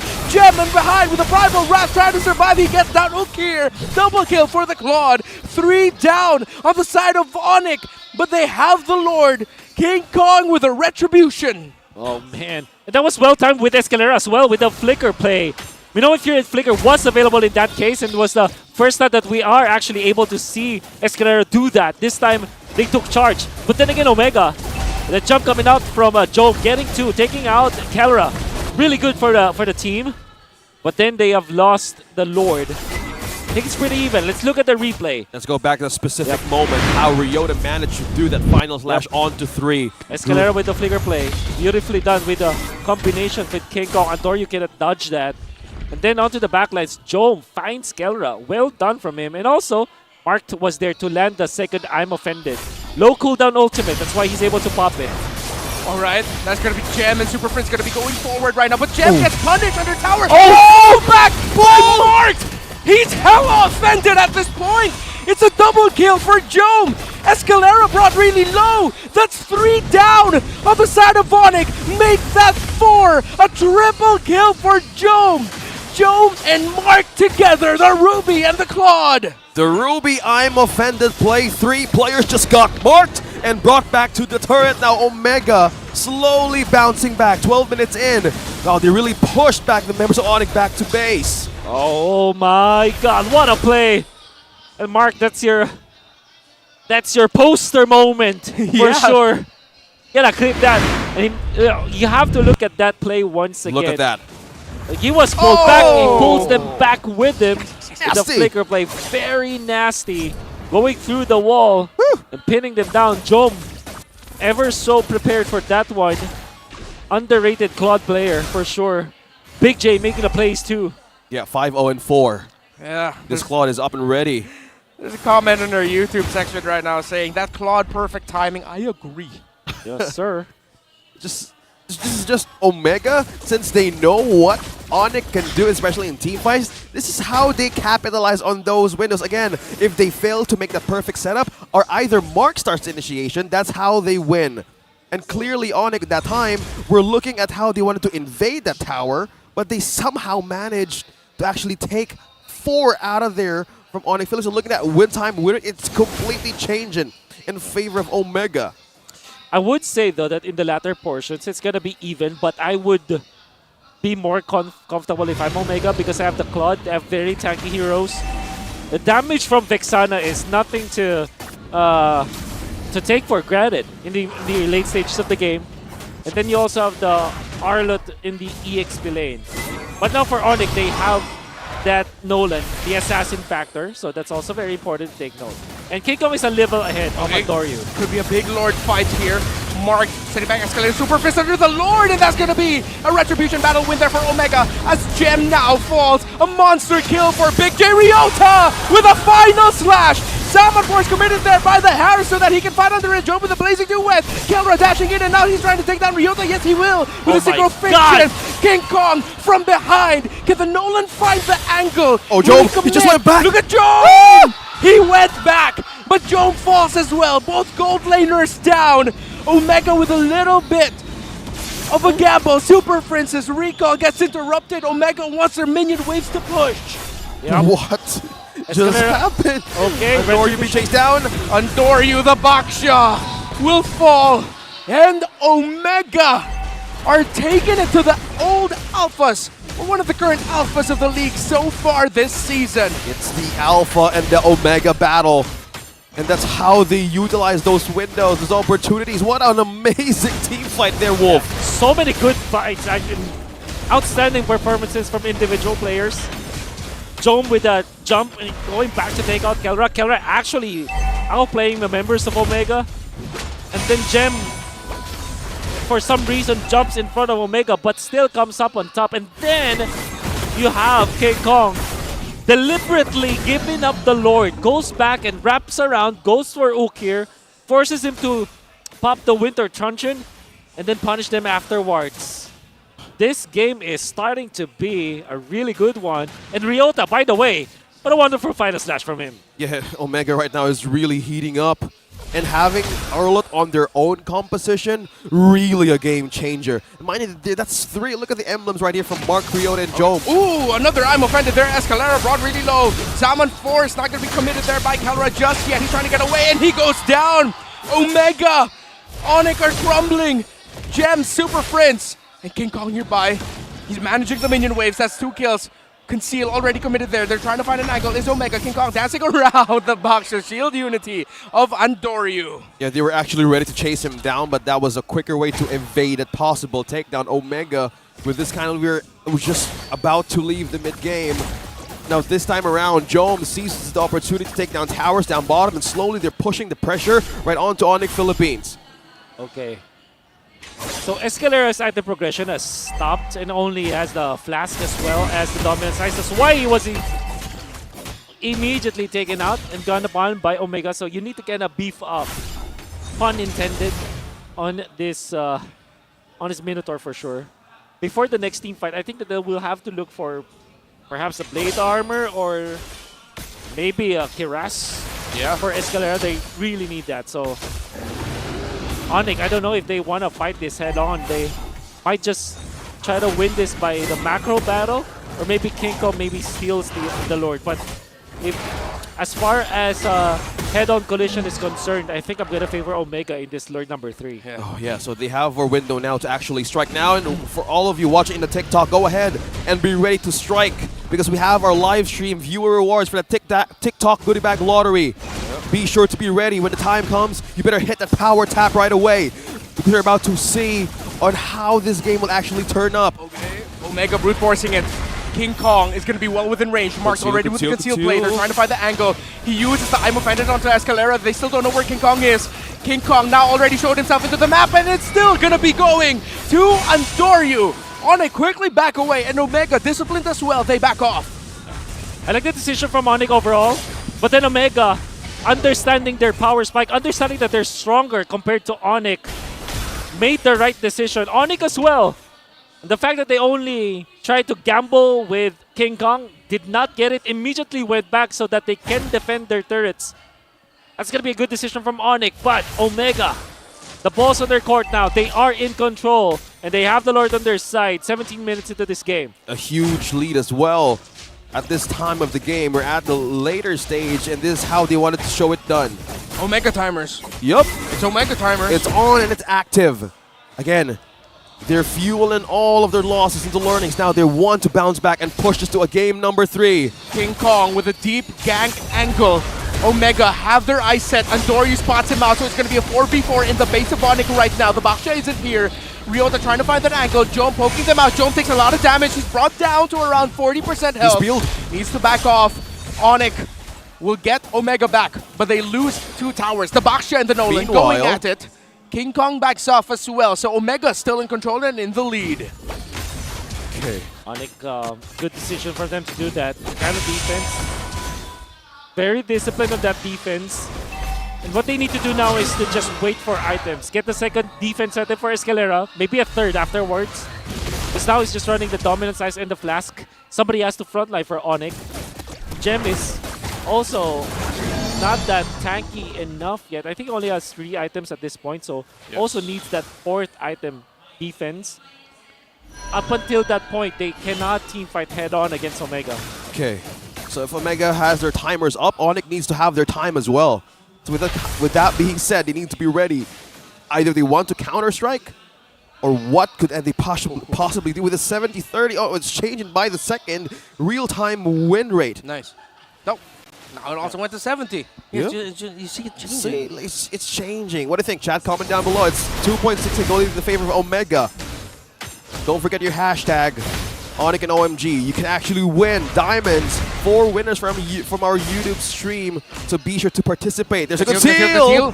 Are they actually going to continue with pull back along with the flicker knock up. Eternal Guard already committed. King Kong trying to find the angle button. Doryu, look at him. Doryu actually covering the back line of Omega right now. It stops the entry of King Kong and Super Friends. Oh no. Escalera able to get away with the flicker. And now Omega have taken control of the jungle. Yep. ONIC losing resources. Wrong ultimate to copy as well from Super Friends, and that's Flicker Bird from Escalera. With 11 seconds left before the next Lord, definitely a resource you don't want burned. This is really good for Omega. They have a window now. They have time is in their side as well. Waves pushing in, so they need to capitalize on what they can do to actually end this game against ONIC and to push us to a 3rd game. How about the items now? Is this enough to actually fully counter ONIC's lineup? For Omega, I think that they have the power spike is there. So I think their items are pretty good, especially Rose Gold Meteor available onto Jome. For ONIC, they need more. That is on to Gem as well as Escalera. Escalera has the Athena shield. Okay, Mark already using the I'm a Fountain ultimate to terrify. Immortality pop there onto the Minotaur. Gem goes in with a big Earth Shatter into the Primal Wrath. Gem finds Doryu, and now this could be ONIC's chance to turn it around. King Kong on the back lines. King Kong can find the red tree. Omega going for the reset. And that forces King Kong to readjust just a little bit. Is King Kong going to find someone? Conceal play. Ooh, King Kong. Fracture. Oh! Misses! He misses the flicker final slash. But the fracture already committed. And the conceal as well. Escalera, he's back. He doesn't have the ultimate just yet. He gets taken down. That's going to be a kill for the Claude. Marked. Immortality pop. The rover of Omega falls down as well. Super Freeze misses a final slash. Winter Truncheon by Kelra. He buys Immortality. They're item trading, but Kelra falls. King Kong! Double kill. King Kong, here he comes. The damage. Takes out Jump. Super Friends and King Kong against Ukir and Ryota. Shut down onto the Vexana. Double kill for the King Kong Nolan. 2v1, 2v1. Ryota. He has Immortality. Final slash misses. Doryu is alive, that's why they have to back down. And their waves are pushing up top as well. Oh, they're still... Oh! Goodness! The new general of the Atoy army with a big final slash. But he's not going to be able to secure the kills. The minion waves are coming in. And this fight is not over yet. Base will be safe. That's for sure. Wow. Escalera is back. Will actually change his choice of boots. Sold his favor and went for conceal. This might catch his enemies off guard. Interesting choice here coming up from Escalera. And the mindset of the players as well to survive that team fight. From Winter Truncheon to even for the Immortality, that's how they wanted to extend that game and not go back home. But having the eyes on the base as well, so they need to clear out with the waves too. So this time around, ONIC Philippines has 1.5k gold lead. and the moments that they can utilize at Omega's mistakes could actually be at any moment, but depends on who blinks first. Whoever can have the cleaner execution might be better. You heard the ovation of the crowd. Marked, checking that Sharab with his ultimate. Again, I'm offended, comes back quickly. Whew. A moment to breathe. Again, let us remind you the stakes. If ONIC wins this series, 4 playoff slots will be secured. 4 2 more in total. RSG and Echo will get to secure their playoff slot if ONIC wins this series. If Omega wins this out, then those slots are still up for the taking. Just imagining how the stakes are in the table right now. Yeah. My goodness, it's a domino effect on how ONIC wins the series. King Kong shows himself bottom. Yeah, they want to burst the Lord. Omega are going to be rushing it. Are they actually going to be taking the Lord who here? gets Oh, this? big knock of crowd control. Winter Truncheon there for Andoryu. Is he going to be able to win the Retribution battle for that Lord? He does. But that's 2 members down on the side of Omega. Jome and Andoryu fall. Escalera down. King Kong split pushing. Omega got the Lord, but at what cost? Wow. Oh, man. 50 seconds to Andoryu and Jome to go back, and Escalera was the only casualty, but they have the Lord. Oh, that's a massive play coming out from ONIC for sure. Definitely a gamble. No chance for them to take that Lord that time. Very low chance. I mean, because the King Kong was not in that area. Now, you have to take note. This is an 18-minute Lord. It hurts. Oh, Fracture already committed. The Lord hurts, but ONIC also hurts with their damage. They're able to whittle it down, but Omega are strangely enough pushing this out. It's 4v3. Make it, well, 4v4 if you're gonna Super go for Prince! Super Prince! He finds Ukir. Ukir forced to use the King but Kong! King Kong! Just the From behind! ONIC now are making the most of a massive error from the side of Omega, but Ryota still fighting on and trying to hold on against King Kong and Super Prince. A replay of the duel earlier. Vengeance, the regen, Wow. Ryota, the buy time. Not gonna be enough. Omega, questionable at most, pushing with that Lord. And ONIC Philippines just melted that Lord away. 40 seconds for 3 members to go back in time. 75% is now leaning towards ONIC Philippines with a goal lead itself, 4.2K. This is TikTok timers, by the way. So that means that 46 seconds without their XP laner, Jome will have to just back down. Minion wave health is not that good for ONIC, but they have 5 members versus 2. Jome might have the ultimate, but 1 knock-up from 2 sources of ONIC will spell his doom. Omega. Is this it? The question was why? Why push? And now the question from Wolf, is this it? Will ONIC be able to end it here as Andoryu and Jome will try to buy time? They're trying to clear the minion waves. Winter Truncheon there. The Immortality gets bought out as well. He's buying time. Jome with the blazing duet trying to take down the minion wave. And big knockup coming in from Oki with the Eternal Guard. Minion wave still coming in through the mid. ONIC. They can't end it just yet, or will they mark Jome? The crystal! They focus! A sweep! And just like that, 2 playoff slots remain as ONIC time have made playoffs time come quicker for the Philippines. A sweep against Omega. Just hearing that, Renmar Santa Cruz, it all rippled. The domino effect winning this match. ONIC Philippines took down Barangay. We were talking about both Super Prince as well as Escalera, their duo. This time though, both of them had stellar performances. Game number 1 was Escalera's game. Game number 2 definitely was Super Prince. I will not be surprised if he is the MVP of that match. But then King Kong as well, with his Nolan play. And it all boiled down to a mistake by Omega, despite them playing so perfectly. Jome was phenomenal in this game, but yes, unfortunately, one macro decision from Omega spelled their doom.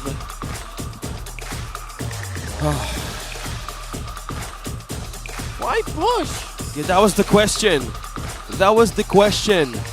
And again, ONIC Philippines really had a hard time going back to the later stages of the game. It was the opening, it was the door of Omega to actually push it to game number 3. But still, you need to completely bounce back for this one. But again, the stakes of ONIC Philippines winning the series closes out 2 last remaining spots. Yep. We'll talk about that a little bit more later on. Yep. Okay. That is ONIC Philippines on your screens. Let's throw it over to Mara and Hans together with their winning interview. Intense yung ating Game 2. Omega fought hard, but ONIC came out as the victor. Give him a round of applause. Congratulations. Congratulations, guys. Babasa natin yung microphone dito kay Kelra. Kelra, congratulations, and especially to ONIC Philippines dahil kung hindi nyo pa nakikita, ONIC PH just secured their playoff spot before the start of this match. So Kelra, specifically for you, nasanay kami na madalas nahuhuli kayo na ma-secure yung playoff spot back then. Pero ngayon, ikaw yung isa sa part ng mga members ng team na naunang makasecure ng playoff spot. So, how does this mean para sa'yo na mas maaga mo siyang nakuha compared to the seasons before? Sobrang saya kasi una sa lahat, sobrang saya kasi, ayun nga, maaga kami, basta ang advantage kasi nito, parang mas makakahinga na kami na maluwag ng maaga. Kumbaga hindi kami umaasa sa mga miracle na mangyayari tulad before na, ayun nga, tulad na sabi mo na dati laging, sa una, laging bugbog, tas babawi na lang after ng pangalawang ikot. Mas ngayon, mas masaya kasi mas nakapag-prepare kami sa mga susunod na mga laban. They have a clear mind towards what's next. Congratulations, Kelra. Ito naman, Escalera. Oh, sige. Inom ka muna ng tubig. Kwentuhan mo kami, anong usapan? Anong usapan nyo kagabi after the loss last night? At paano kayo nag-reset to bounce back for the game today? Yung lang po, yung kung mga maliliit na detalye kung bakit kami natalo sa RSC. Ayun na yung mga napag-usapan namin. And yung nakalaban namin yung RSC, nakita rin namin yung mga weakness namin. Tsaka, ayan, medyo marami rin kami natutunan sa kanila. Ano pa dapat namin asahan ngayon na playoff secured na kayo? Kasi everyone's saying kayo yung super family. So what else can we expect from ONIC? Coach, ano daw expect ko? O sige, tulungan daw siya, tulungan. Call a friend, call a friend. Call a friend, call a friend. Yun nga, gagawin namin yung best namin as a family and papakita namin na yun nga, deserving kami dito. Coach, kanina... Ay, nga pala, congrats kay King Kong. First time, shout out si King Kong, first time sa playoffs. Let's give him a round of applause. Tinan mo naman yung support from the team.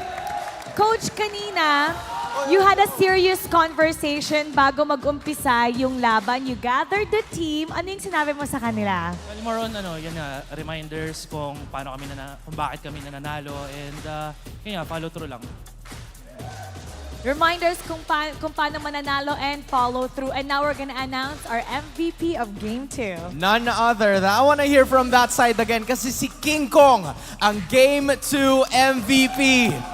Congratulations, King. Gaya ng teammates mo na babanggit sa akin kanina ni Boss A that they were just cheering for you nung nasa likod sila kasi excited talaga sila to have you in the playoffs. What does this mean for you personally as a player? Para sa akin po, mas nakakaboost po ng confidence para sa paparating na playoffs. Pero sa ngayon po, tingin ko po mas mag-focus muna kami sa mga susunod pa muna namin na matches para masecure yung top 1. Imbes na yung playoffs agad. Upper bracket. They're focusing on the upper bracket as well. So that is a very good sign. And it's really important now. Secured na kayo sa playoffs. Makakahinga na kayo. Once again, let's give them a round of applause. Congratulations to ONIC. You may now take your bow.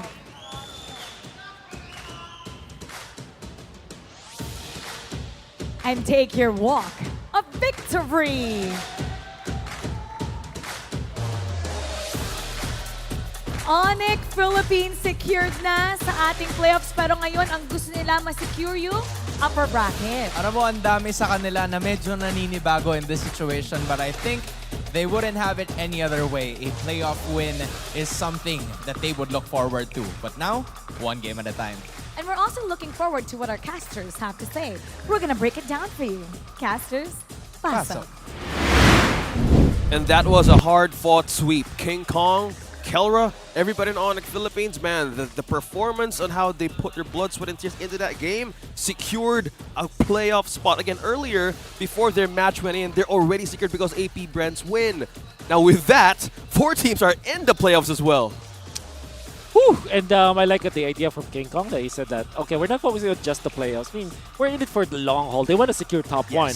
And securing top 1 actually, practically speaking, secures top 4 at least overall. Yeah. You know, team. So that's cool. Yeah. Since Omega, again, max possible points decreased after Onyx 2-0 victory. Echo and RSG have also secured their playoff spot, as we've mentioned.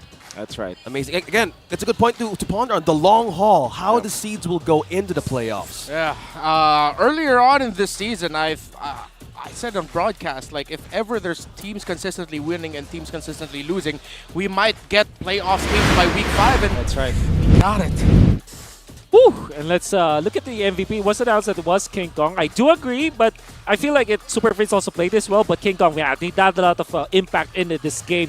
Be it for the good or the bad, but it was an overall team decision. That's one thing that I will have to take note about King Kong and the way that he played in this game, because there were some split push calls from the team that looked, at least in the uninitiated eye, a weird decision, but in the end it worked.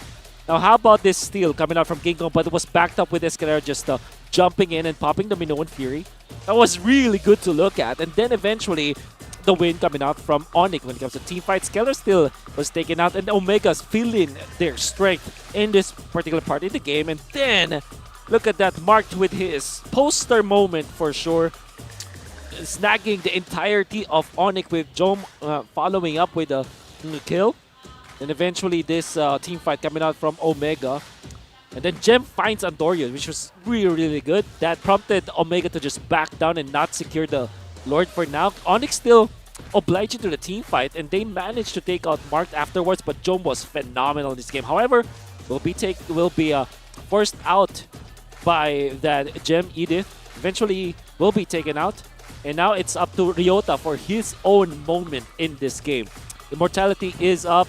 He knows that he can take out Super Prince, and he did force that one. Escalera jumping, and then Gem, the ultimate. That will be then Super Prince popping that Rupee ultimate and together with the Nolan play. And now, here we go. This is why I felt like Super Prince is the MVP. Gets almost 1 kill, and then it was Nolan to finish it off. And how about that push coming out from ONIC? Very disciplined. Jom couldn't enter. Because like we said, even when he has the ultimate and even when he's a Claude, he is a Claude with 1 Purify going up against a Terrify, a knock-up from the Minoan Fury and the Roar, and then the jump and the stomp, I mean. And then obviously you have Edith with another knock-up. So there were so many knock-up choices coming out from ONIC, and Jom can only survive 1 of it. That's why you will notice that Jom, as he was defending against ONIC, he was just looking for the timing, and ONIC did not let that timing happen. So big props to ONIC for forcing that error coming out from Jom. And Jom can do anything about that. I had to wait for Ukir, but unfortunately ONIC managed that as well. Finding the Vexana immediately after just 1 or 2 spells coming out from Vexana. They already found him already. And then they have taken out that Vexana, the hero that could have defended against ONIC. Let's look at the other stats here. The carry coming out from Jom, 114.6k damage. Do not sleep on his Claude play. He is amazing with that hero. And then King Kong with a massive GPM, especially because he's controlling the map anyways. And Super Prince, look at that. 14 assists out of the 23 for ONIC. So the other stats here. Damage taken, obviously Escalera is going to take that as the Minotaur. Very natural for them to take that. Gem. And interestingly, Ryota, with the way that he survives many of the clash, that's why he's able to take more damage compared to Gem, despite Gem being an Edith.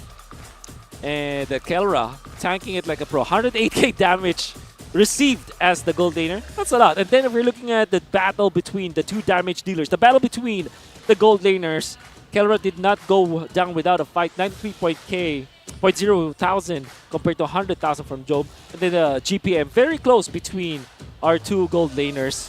And in the end, it was a very even fight when it comes to the economy. And I would say that it wasn't the economy that kind of ended this game, but it was actually the thing that prolonged this game. Where a lot of times where ONIC find struggles on tanking up and manning up against Omega because they didn't have enough economy to buy imported items on imported heroes like Escalera. But in the end, you can see the strength of their composition in the ultra late game. Hate map obviously coming out from King Kong. the fact that he was able to get level 4 faster, but then losing the fight against Andorio in that first turtle fight meant that this will indeed be a very close game. And it was a very close game. You can see that King Kong as well as Andorio, good referee battle between the two of them. In the end, though, it was ONIC who wins it. You can see that there's a lot of hero performances. I think that Super Friends played this well. King Kong played this well in the macro level, and the micro as well individually as a Nolan, being a true assassin in this game. A wonderful fight for sure. And a wonderful match as well. Now, we're about to witness our star match of the day. It's MNNE and Blacklist International.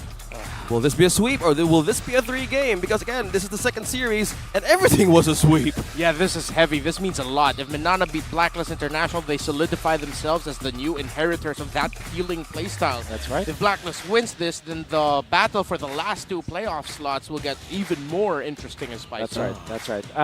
I would dare say that MNNE EVOS, if they win it, they probably have secured the playoffs, but not like actual secured it, but you know, in spirit they secured it. Yeah, let's see how the match will secure their playoff spot in terms of seeding. Once again, I'm OSX. This is Renmar and Wolf. Don't go anywhere. We will be right back. Season of MPL Philippines is brought to you by the following sponsors. Smart, the official telco partner of MPL Philippines Season 13. Infinix GT Series, outplay the rest. Experience the MPL PH Season 13 action live at Shooting Gallery Studios. Tickets are now available on our official ticketing partner at /event.com. Don't miss any MPL PH action by following our official Facebook page and subscribing to our YouTube channel. Follow MPL PH and TikTok as well for more content. And don't forget to like, follow, and subscribe to the official accounts of MDL Philippines. To ensure the equality and fairness of our games, MPL Philippines is also monitored and supervised by the Games and Amusements Board.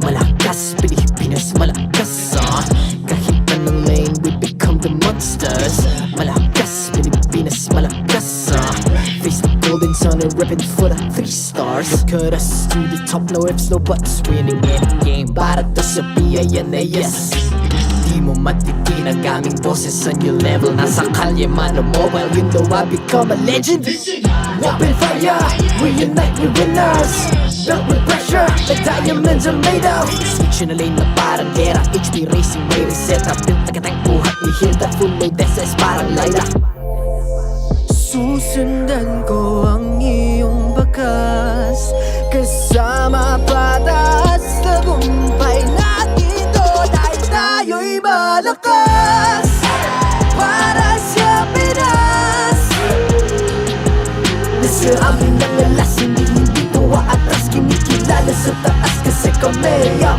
malakas Para sa Pinas Nasa amin ang alas kilala sa taas, ganito kami sa Pinas. Wow! Hold on, hold on, hold on. Yeah, wala ka sa Pinas. We are laging every beat, no surrender, no retreat. Pag nagsama-sama, just imagine what we can achieve. Lacking every beat, no surrender, no retreat. Giving 100 all my all, cause we just cannot be defeated. We are unstoppable, immune and invulnerable. Ready ang equipment, lahat frozen, malang crowd control. Pakita ko na jab like beast of the southeast. Taas sa matawag, proud and loud, cause every enemy we devour. Susundan ko ang iyong bakas, kasama patas, tagumpay natin doon ay tayo'y malakas.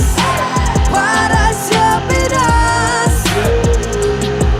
nasa amin ang alas, hindi tuwa atras, kinikilala sa taas kasi kami ang malakas. Para sa Pinas, nasa amin ang alas, hindi tuwa atras, kinikilala sa taas, ganito kami sa Pinas. Wow!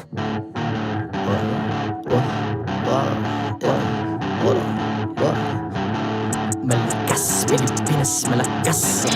Kahit anong lane, we become the monsters. Malakas, Pilipinas, malakas.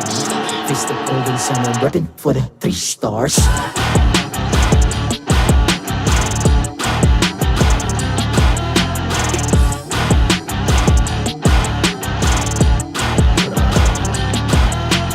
Ang lakas ng Pinas, we unite, be the stars. Ang lakas ng Pinas, we unite, be the stars. Ang lakas ng Pinas, we unite, be the stars. Ang lakas ng Pinas, we the stars. Ang lakas ng Pinas, we unite, we the stars. Ang lakas ng Pinas, we unite, we the stars. Ang lakas ng Pinas, we unite, we the stars. Ang lakas ng Pinas, we the stars.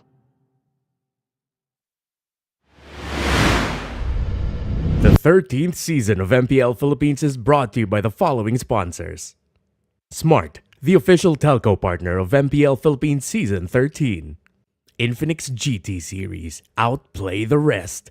Experience the MPL PH Season 13 action live at Shooting Gallery Studios. Tickets are now available on our official ticketing partner at /event.com. Don't miss any MPL PH action by following our official Facebook page and subscribing to our YouTube channel. Follow MPL PH on TikTok as well for more content. And don't forget to like, follow, and subscribe to the official accounts of MDL Philippines. To ensure the equality and fairness of our games, MPL Philippines is also monitored and supervised by the Games and Amusements Board.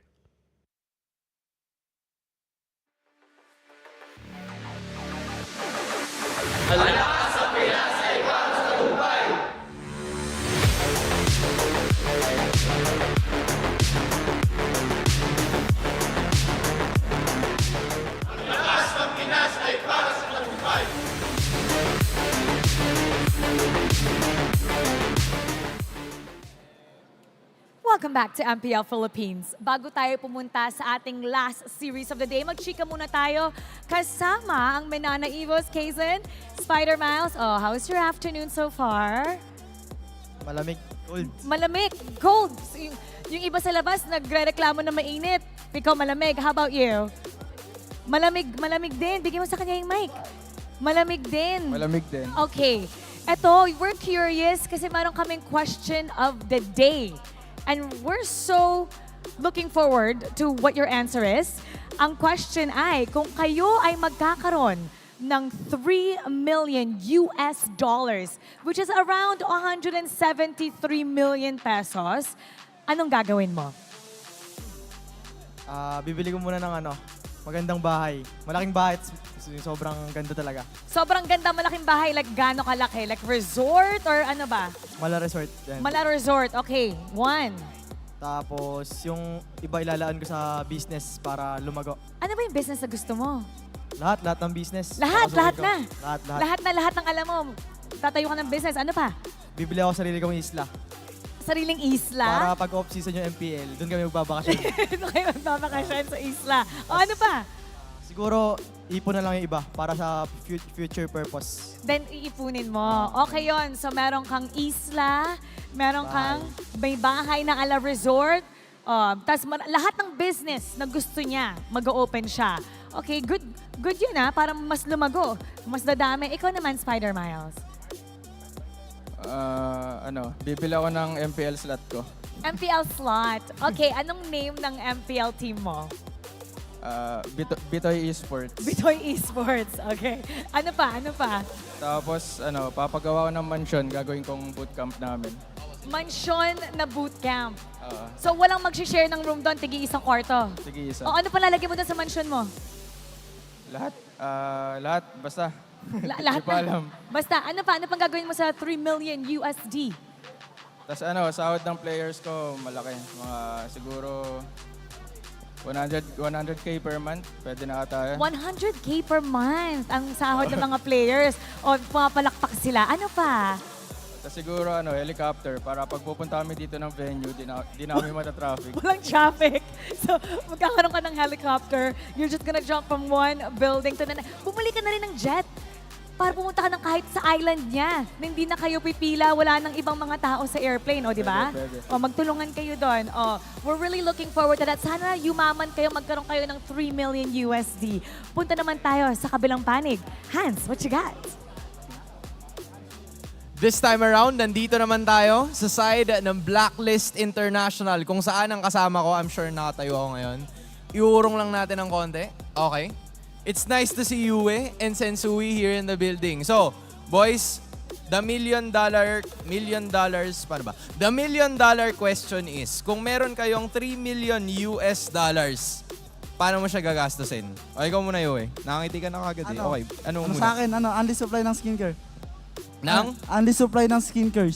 Unli supply ng skincare. Kung hindi nyo kami nakita last time, in-enumerate ni Yue yung paborito niya skincare. Out of the 5, Yue, alin doon yung mas gagastusan mo ng sobra?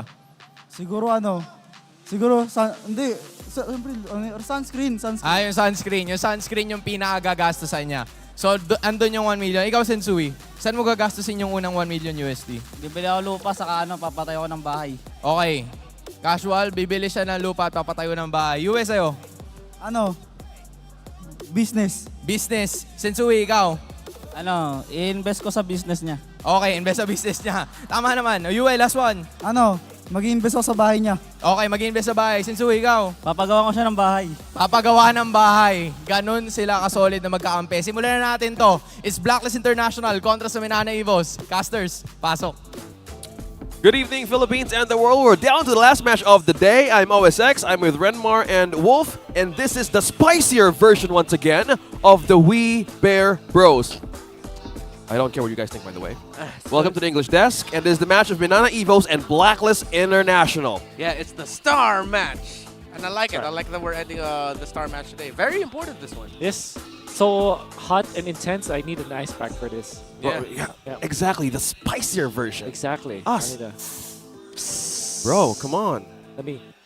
Yeah, that's why Wolf has an ice pack back there. Why'd I end up here? Because as we look at the blue and red back there, if you mix it all together, it becomes purple. So we are talking about the inheritor of the Ubis strategy for the last match of the day. Who? Scared of that. Why? No, that question was really loud. Like, who? I don't know. I'm sorry. Yeah. It just so happens that Minana means inherited. Yeah, inherited. So that's a perfect one. And there's a lot of talks about Spider Miles and his greatness with this, and what a pie chart we've seen. What a great representation, illustration. This is the total. The stats that we're looking at are total heal to allies, right? So Blacklist only. This is across all of the league, 33% of the total heals to allies compared to the entire league. 1/3 of it is just MNNE Evos. That's how strong they are. That's how sticking to the plan they are. And now Blacklist, interestingly, only at 9.6. Even APBR had more total heals to allies compared to Blacklist. So I think that it's fair to look at this pie chart and say that they are indeed the fighting healers. We are the Okay. fighting healers. From Black's Ube and Nana focus on rebuilding their playstyle around more an aggressive utilization of utility heroes known as the fighting healers. Where did this actually come from? I know Burrito was the one who said it in the Filipino broadcast, and now it's really stuck on.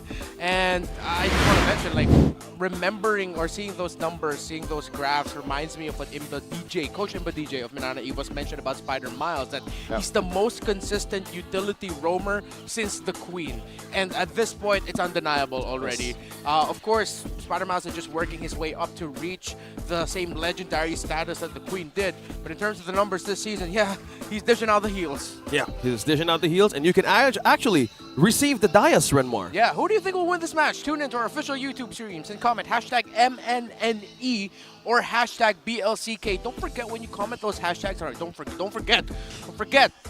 Game and server ID for a chance to be one of the 4 winners of It's 1,000 diamonds now. 1,000 diamonds. Hashtag MNNE, hashtag BLCK with your game and server ID. I see some people commenting, but they're forgetting, and I want you to win diamonds. Just imagine if we're on IMAX and Renmar just pops in the screen. It's 3D Renmar right on your screens, ladies and gentlemen. But right now, you're seeing the Marshals, who will officiate the match to ensure the fairness of our games. Chico, Jeff, Patrick, and Wilbert. And Patrick's best friend name is SpongeBob. That's true? Yeah. Can confirm, yes. Looks like teams are ready. Let's call them Minana Evos and Blacklist International.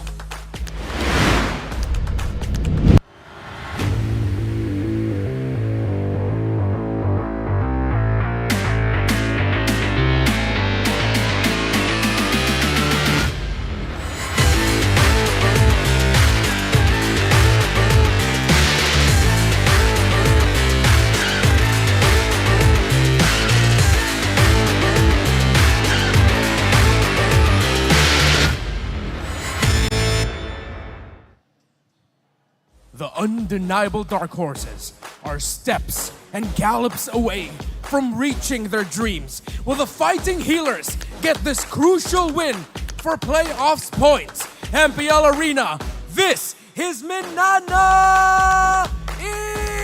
Evos!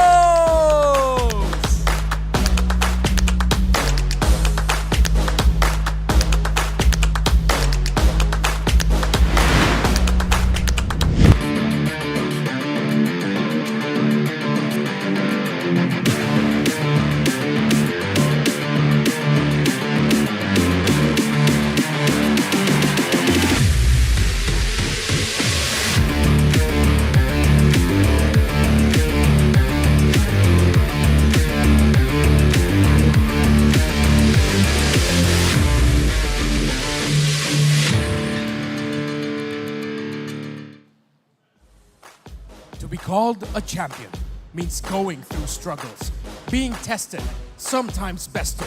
Can the championship mindset get crucial points for Blacklist International?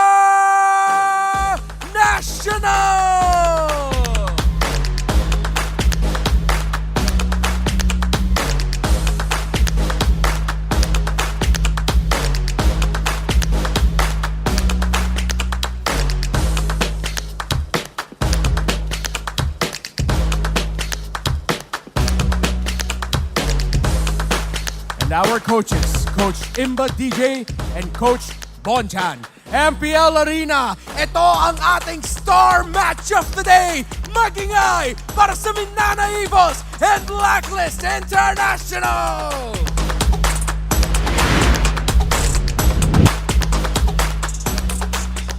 Just by looking how they went into the stage, they mean business. Game face on, MNNE Evos. Yeah, man, they weren't playing around. Hands in their pockets. Spider Miles with that look into the crowd, into the camera.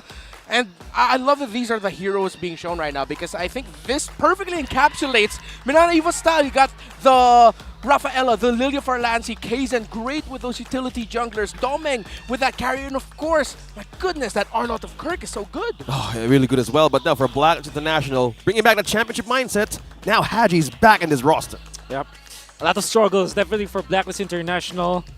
They only have, I believe, 2 series wins, but they have several wins across the board anyway. So What they have to do now is just to secure a series. Edward, obviously, you have to look forward to seeing him. And then Yue, performing so well for Blacklist International, but somebody else has to catch up. Haji has to catch up.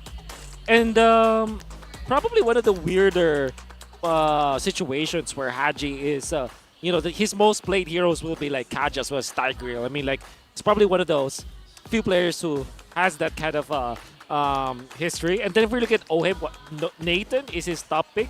I mean, it's really weird looking at the heroes of Blacklist International. Yeah. Head-to-head, right on our screens. Kill participations, so a bit of a similar, but now looking at these two teams having the same, well, a bit of a graph. Like the tower secured mostly revolves around the macro play against MNNE Evos and Blacklist International. Yeah, turtle control ratio of MNNE Evos, of course, higher here. Kaizen, really, he's just been tremendous for the retributions. And Sensui has been that from Season 12. In seasons past, he's really shined as one of the top retribution junglers in the league. But Kaizen quickly climbing up those ranks, and he's had some iconic performances in the jungle so far this season. Yeah. Definitely really good intro, I guess, for Kaizen. I mean, this is not literally his rookie season, but I guess when it comes to how many games he has played and how he's a priority as a starting five, definitely you can say that this is one of those seasons where he has debuted in the scene. And really good performance from him. Let's look at the Infinix keys to victory. First for MNNE Evos, prepare to be target banned, Spider Mouse, and it's definitely a trend now for teams. We'll be tackling about that later, but that generally means that Spider Mouse needs to come up with a different hero, like Florin, for example. And for Blacklist International, mitigate fighting healers. If there's one team that knows the Ube/utility/healing type of composition, definitely should be Blacklist International. So they should know how to answer that, and let's prepare for that. And lastly, play around your gold laners power spike. Doming has been phenomenal the entire season. A sleeper for sure, and teams and viewers should now pay attention more to Doming. It's always Oheb. Oheb has always been at the top when it comes to like discussions over the great gold laners that we have here in the Philippines, but Doming, man, making a case for himself. Yeah, I know we call Doming Nation. At this point, I just want to call him Mr. Nation at this point. Oh, really? Nation, Yeah, of course, yeah. He has been dealing a lot of great performances, but right now, into our last match, you can actually be rewarded with our MPL Philippines live stream viewer rewards is now available. Come and watch MPL Philippines matches in TikTok to join the goodie bag lottery and of course, be one of the lucky winners. Just go to TikTok. Go to the MPL Philippines TikTok page at MPL PH _official. Just go there. Do it now. If you're not doing it, what are you doing? Do it now. Yeah, we're talking to you. MPL PH _official. Then click the official live stream and click the top left corner to join the goodie bag lottery. Make sure you get those goodie bags before the base breaks. Do it now. Please? Thank you. Yeah, we could actually see Redmar again doing that IMAX move. So it depends on how you want to see it and how you want to be reminded on our rewards, especially now in the star match of the night. It's 1,000 diamonds from 500 diamonds from the previous two matches. So be sure to comment down #BLCK or #MNNE. How is this draft is going to go? It's the first game. Let's see how this goes. Balancing out the blue side and red side. Whoa, not looking good for Blacks International, but for the blue side, it's with MNNE Evos. Focus on well, Fedrin, the priority now for MNNE Evos. Arlot might be inbound, and Blacklist Minotaur is open. My ticket. I see the fondest. And that's Nolan. Nathan, I mean. Yeah. Picking things really quickly. Wow. Blacklist International know their priorities, and made a lot of sense that Blacklist would take away that Arlot. Yep. Minotaur is open. Ooh. So for Spider Mouse. I didn't cure the pain. That's Valentina, US special. Minotaur is open, like we said. I think you don't give it to... Oh, wait. Okay, I think it's okay to give it to Blacklist. The MNNE Evos might want to secure their Spider Miles 0 as soon as possible. Fredrin and Minotaur, very slow but very sturdy in the front lines. Yeah. So it could be like Rafa Mino, one of those. Sweet adventure or the Florin, right? here. Of course. Interesting. Yeah. Interesting choice here for for MNNE Evos. I might not be a lighted man, And that's, but I do know my trade. This probably is one of those first few times where Blacklist drafts so quickly. Bonchan usually takes his time, man, and they're drafting this, and it looks like they're really prepared. Yeah. Magic is to my see life. the next man, Harith. So it kind of like checks like what could be the possible roamer. You've mentioned the Minotaur who hasn't been banned as yet. Yeah. So with the Harith, just in case, again, Blacklist International is on the red side. Probably they need to be secure with their cards as well. But the highest DPM after week 4 is with MNNE Evos, followed by APBR and ONIC Philippines. Damage per minute. Highest after week 4, and then you add to that, of course, the stats we showed earlier about the healing. So it really goes to show MNNE Evos is in the position they are in. They're just looking for that consistency to deliver. And now Blacklist International, they're taking away the heroes of Doming. Carry is probably going to get picked up later on, huh? Yeah. Carry the Florian. I mean, with the Claw being banned out, that's definitely one of the priorities now for MNNE Evos. I'm looking at the other heroes that Doming has played. Carry is his most played. 50% win rate so far. 3-0 with the Nathan, actually. And there's one Layla game. It's quite forgettable for MNNE Evos. Oh, yeah. There was.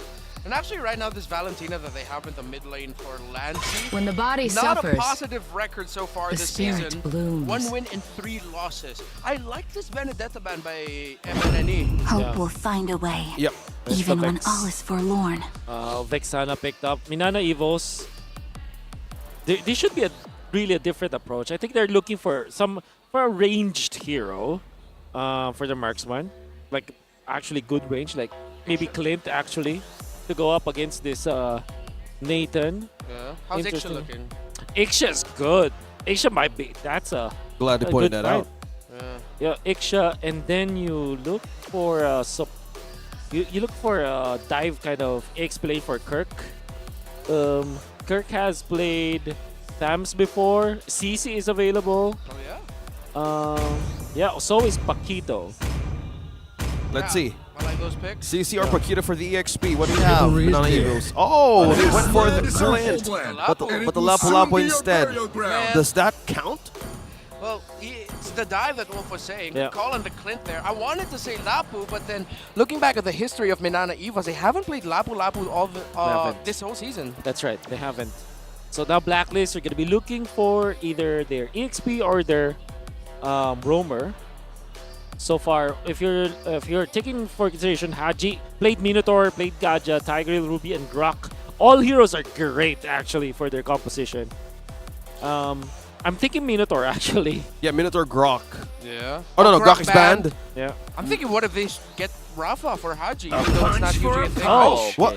Okay. Oh, wow. Ah, okay. So, Yeah. Arlet. So Okay, it's a Filipino hero battle in the XP lane. Oh yeah, that's true. Lapu Lapu and Paquito. So it's wait, no, I was about to make like a North versus South Luzon joke, but then they're both from just the South, yeah, the exactly. Southern Islands. Yeah, big shout outs to our viewers from the Southern Islands in the Philippines. Yeah. And looking at the audience prediction, whoa, very close. Blacklist gets higher points by the percent. What do you think about this, chat? Comment down below with the hashtag BLCK and hashtag MNNE. Looking at the lineup rating, we're leaning towards MNNE Evos for this one. 5.26. Yeah, but then again, both of them have great lineups, I would say. I'm just kind of iffy about this Nolan pickup coming out from Nathan. I mean, coming from Blacklist International, very conditional. But that means that they have superior late game though. Late game coming out from Blacklist International, super duper good. And this Clint, if it snowballs, it's gonna be difficult to contain. Yeah. You know what I want to see from this out of MNNE Evos? That Lapu Lapu hopefully builds more damage items. Because a lot of the pressure that can get dished out by MNNE Evos will come from that EXP laner. Let's see how this match goes. It's Blacklist International and MNNE Evos for the first game of this star match. Again, don't forget, we have TikTok bag, goodie lottery, and the TikTok MPL Philippines official account. Don't forget, when the base is about to end, power tap right away. You know what's going through my mind right now? Go ahead. Kirk. Oh, that's an early peel. Yep. That damage hurt so much from the Paquito. I forgot. Oh, Flicker? Will he flicker? Oh. Where's Flicker? There's Yep. Agent Zero with kill number 1. And the crowd goes wild. That's It's still going. the typical play you can see from Mr. Edward. He gets the first blood. there was at a certain point in his career that he leads the league when it comes to first blood kills. And the EXP is such a great factor against MNNE and EVOS. The pressure on the EXP laner right now focus onto the gold lane. Domeng, meanwhile, down bottom, Sensui on the Barrett. So seeing pokes from Kaizen. Okay, he's trying to get away. Death and this welcome already committed there by the Barrett. Edward is going to be here to help Kaizen, already taking a lot of damage. Embraces Wrath. Sensui falls down. Here comes Haji. Is he going to be able to deal some damage? Here comes the Vengeance as well. But look at that, attacking Frederick, trying to survive through the wall. Yue trying to come in. Kirk, Spider Miles, Kaizen back out. Wow, there's the presence of Spider, Miles, and Kirk as well, united as one, took down Sensui no matter how it could be tankier at that moment. But MNNE EVOS really know how to seize the moment to take down one against Blacklist International. Really liking the tempo that MNNE EVOS is playing. Especially because they have lost Kirk at the start, but then they park Kaizen into that spot where they can force the ultimate and then eventually get a kill.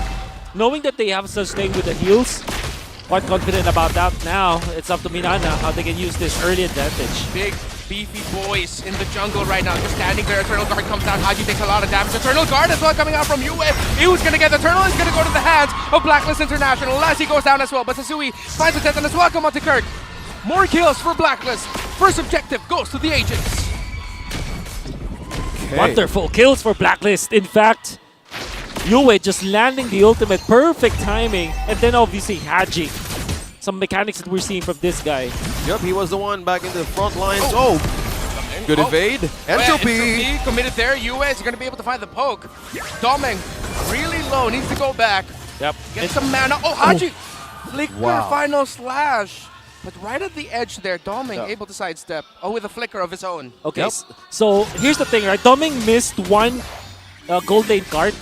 And because of that, whatever Haji did with the flicker, he stopped the recall from Domeng, which bought enough time for that. And then another cart missed down bottom as Blacklist wins across the map.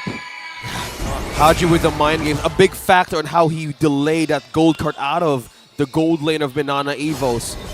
Now I'm thinking right on to their objectives and how to delay MNNE EVOS, slowly building a lead of 1.3k. And this is just quickly the A in the KDA machine.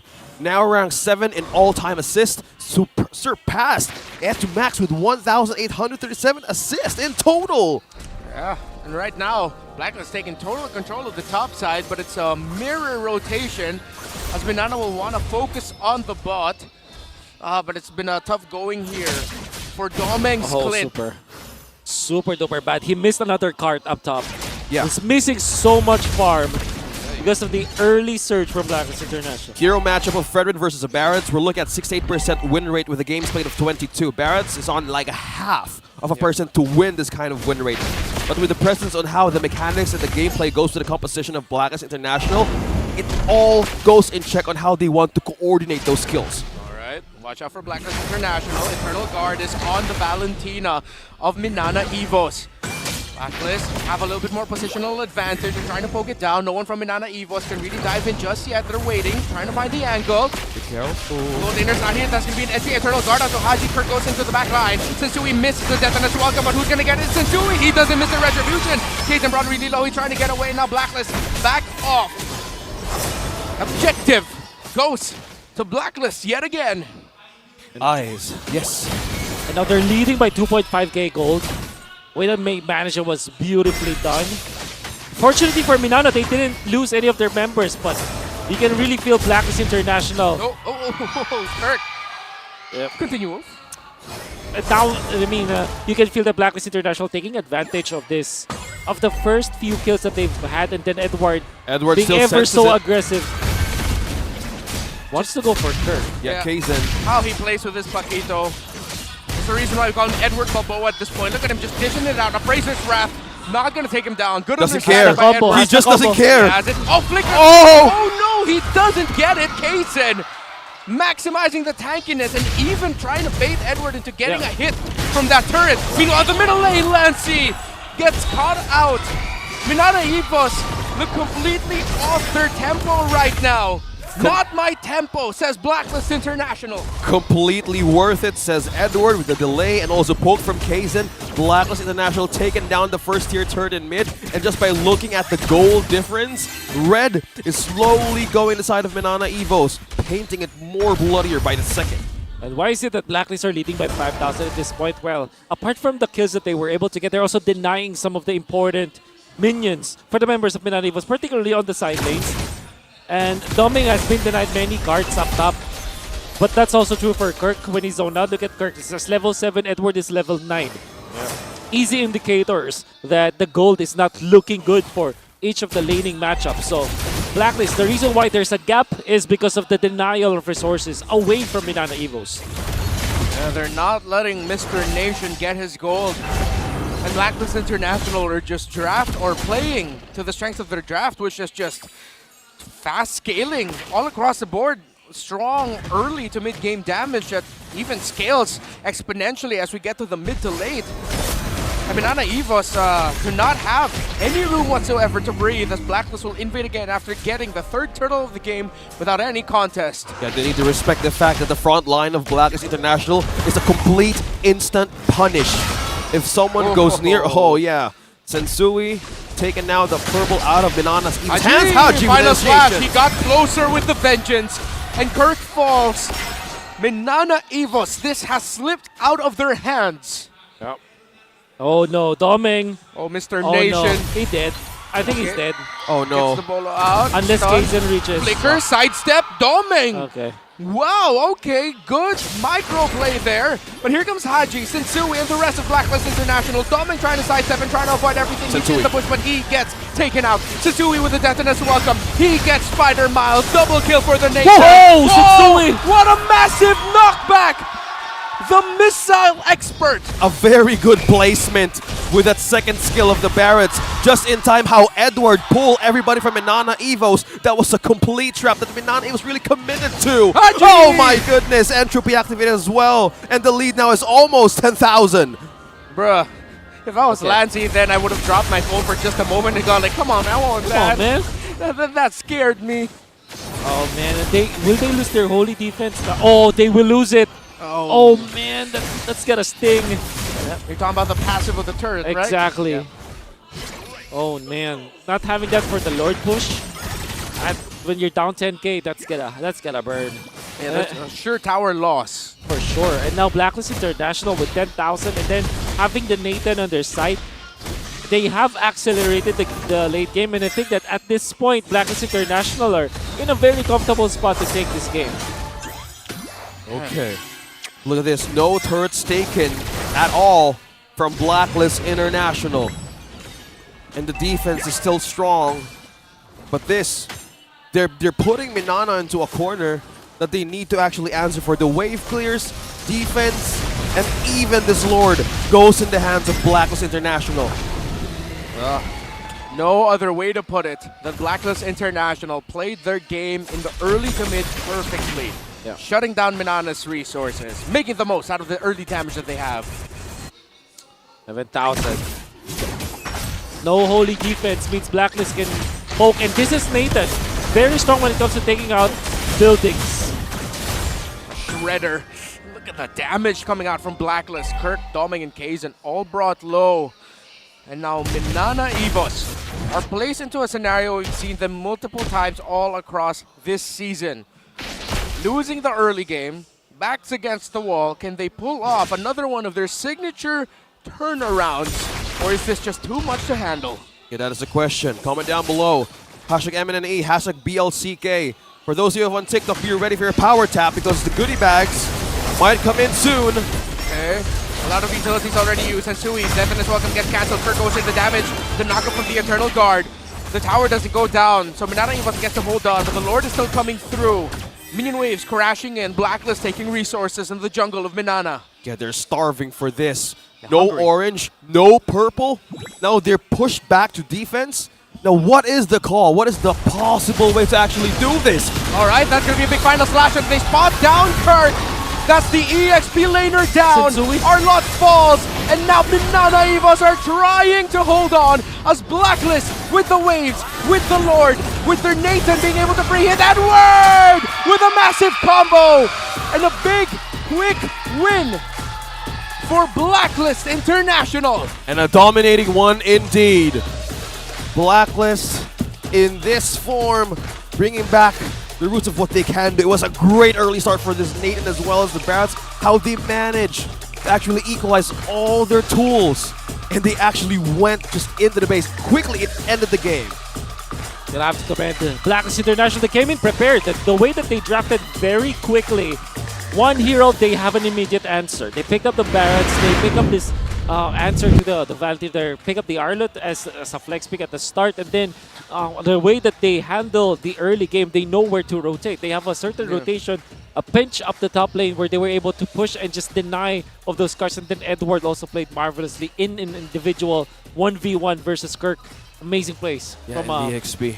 from an awakened Blacklist International. Yeah, this really looked like, okay, of course we're giving our flowers to the players of Blacklist International, well deservedly so, but we gotta say, the preparation, how they rotated this, you have to give the respect to the coaching staff, Coach Bonchan, Dexstar, Master of the Basics, what they pieced together here, their preparation for this matchup against MNNE EVOS, top of the class. Yeah, with all that being said, Blacklist International now has a better synergy from all of their losses they went through from last week. And our MVP for game number 1 is Edward. Oh, undoubtedly. With the outplays that you've seen in the bottom lane, and we know that his flicker was available. He waited for his moment and then forced out some rotations and extra overreactions coming out from MNNE EVOS. Yeah, he is indeed the MVP. 4-0-5, gets the first blood this game, snowballed out of control, and took over that bottom side of the map, applying so much influence actually in this entire game. So far, Blacklist International have been looking for this moment, and how about that? Level 2, diving under the turret, easy peasy. And another one, Kirk tried to go for display, wonderful knockback coming out from Sensui, followed up by the aggression coming out, and popping the ultimate at the right moment to secure that turtle. And this is the pinch that we're talking about. 7 minutes in, it's already Haji going to the backlines and catching them off. And then another one. Dominic tried his best. He dodged so much. Yeah. Could have died easily. But then, look at Blacklist International and another knockback coming out from Sensui. How about that? The difference in gameplay for this particular play. And look at that. Haji threading the needle, finding Kirk, committing with that, being taken out, and then Sensui with the ultimate to catch Doming. Up until this point, I mean, Yue was the one to get the last hit, but it was started by that knockback again coming out from Sensui. Marvelous plays on this Barretts. Let's look at the other important stats here. Blacklist International, they have overtaken the enemy jungle. Once they got the early stages, they took over all of the purple buffs. 9-2 in a 10-minute match means that Blacklist International already started invading around the 6-minute mark against MNNE EVOS, which was after the second turtle that you saw Blacklist International took over so easily. Apart from that, very early items that you saw from OHEB, that's 4 complete items with 1 steel leg plate so that he can at least last in that laning stage. And we know that Khalid is being picked up against the Nathan just because you are able to outrange the Nathan, and in the first 4 levels you actually have the advantage. But it seems like OHEB fixed that so easily by picking the leg plates up and then calling his teammates up there to the top lane. Haji as well as Yue allowed for Mr. OHEB to farm so much. 896 GPM early activation and then a solo kill as well from Mr. OHEB. Kaizen taking the most damage and Haji giving the most assists. But when it comes to dealing the most damage as a Paquito, that is Edward back at his typical gameplay. He's a very dominant EXP laner. I can see the entirety of Blacklist International just dominate the stat sheet. GPM is going to be on their side so easily. OHEB leading the charge, 896.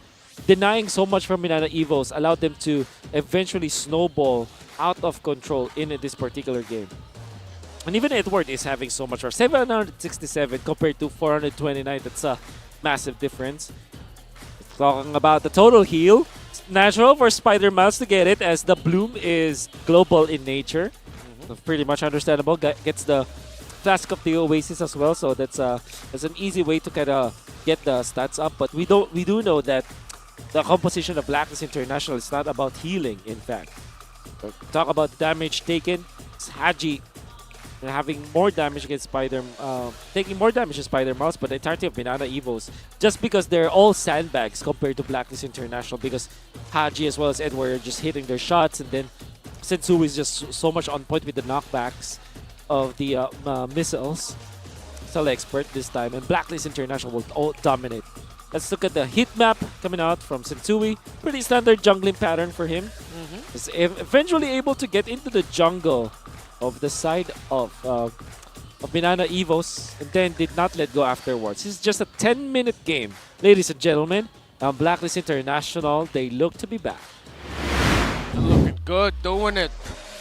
This is a more aggressive version of Blacklist. Ruthless, cold-blooded is how I would put it. Speaking of aggressive, Haji played that Arlet, man. Wow. Like, an aggressive Haji in this hero actually feels that he needs to... Like, he filled so much of the surprises. Even, you've mentioned about the gold cart. Like, everything just completely rotated out. And this time, Blacklist International, seeing how they bounce back from all of the losses, a systematic way to even end that game. Yeah, all throughout, Banana Evos just look uncomfortable in the lanes, in the rotations. They look outpaced. I don't know if the pressure got to them. Part of me thinks that, again, the super early Florin pickup could have been something else. Yeah. Me too, like Minotaur, for example. Yeah. So there's a lot of options for the roam, but right now let's throw it over to Mara and Hans, together with a guest, with the audience. It's Renajay. May special guest tayo today visiting to support Blacklist International, Renajay. Kamusta ka na? Okay lang po. Na-miss ka namin. Thank you. Ayan. Ang tagal natin siyang hindi nakita eh. Ano ba? Kamusta na? You've been so long. It's been so long since nandito ka. Pero ano bang mga pinagkakaabalahan mo while you're not playing? Ngayon po siguro yung family time syempre, tas time sa sarili. Tsaka yung focus sa business pati sa sa pagko-content. Oh, ang dami mong ginagawa. You seem very, very, very busy right now. So kahit wala ka na ngayon sa liga, paano mo nasusuportahan yung Blacklist? Minsan po pumupunta ako sa bootcamp nila, tas banding-banding lang din. So, yun, same pa rin naman po dati kasi syempre, magkakateam pa rin po kami. So kung ano pa rin yung mga na-practice ko dati, tinatry ko din tumulong talaga sa kanila. Tsaka yun. And yung presence niya, lumakas yung Blacklist today. In fact, they won their first game today. So, in terms of yung mga naging recent patch nila in terms of losses, paano ka nakatulong doon? Like, how were you able to motivate yung iyong mga kakampi kahit na wala ka pa rin sa lineup?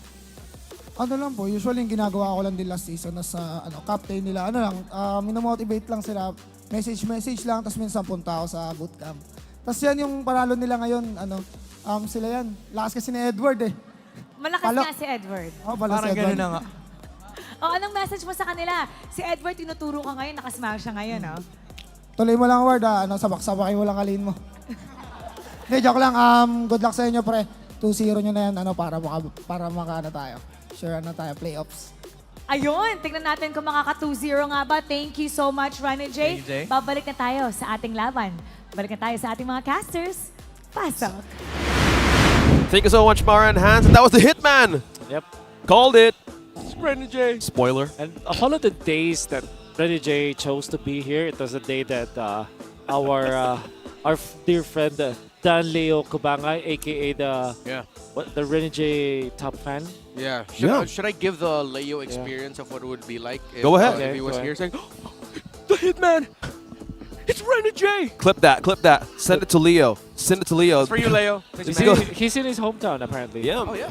Welcome home, buddy. From April 6 to April 30, dive into the Infernal Wormlord draw and then, and get a shot at winning the exclusive Moscow Infernal Wormlord All-Star skin along with the first ever ID tag.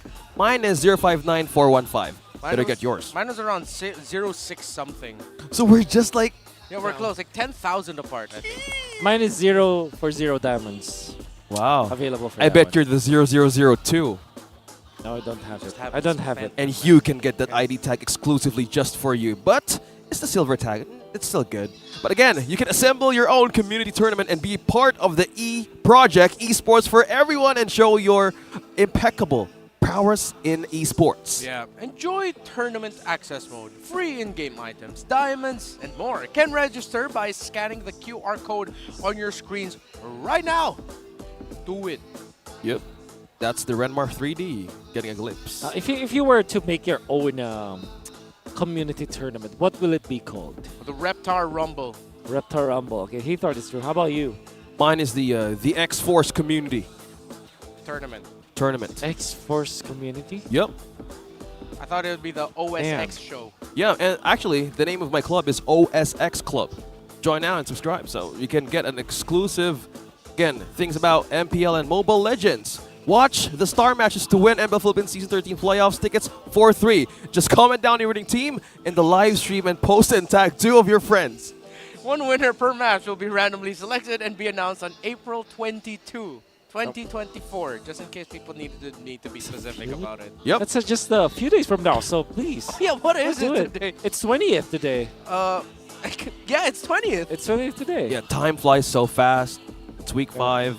Yeah. And yeah, you can actually win star matches and 2 weeks to go.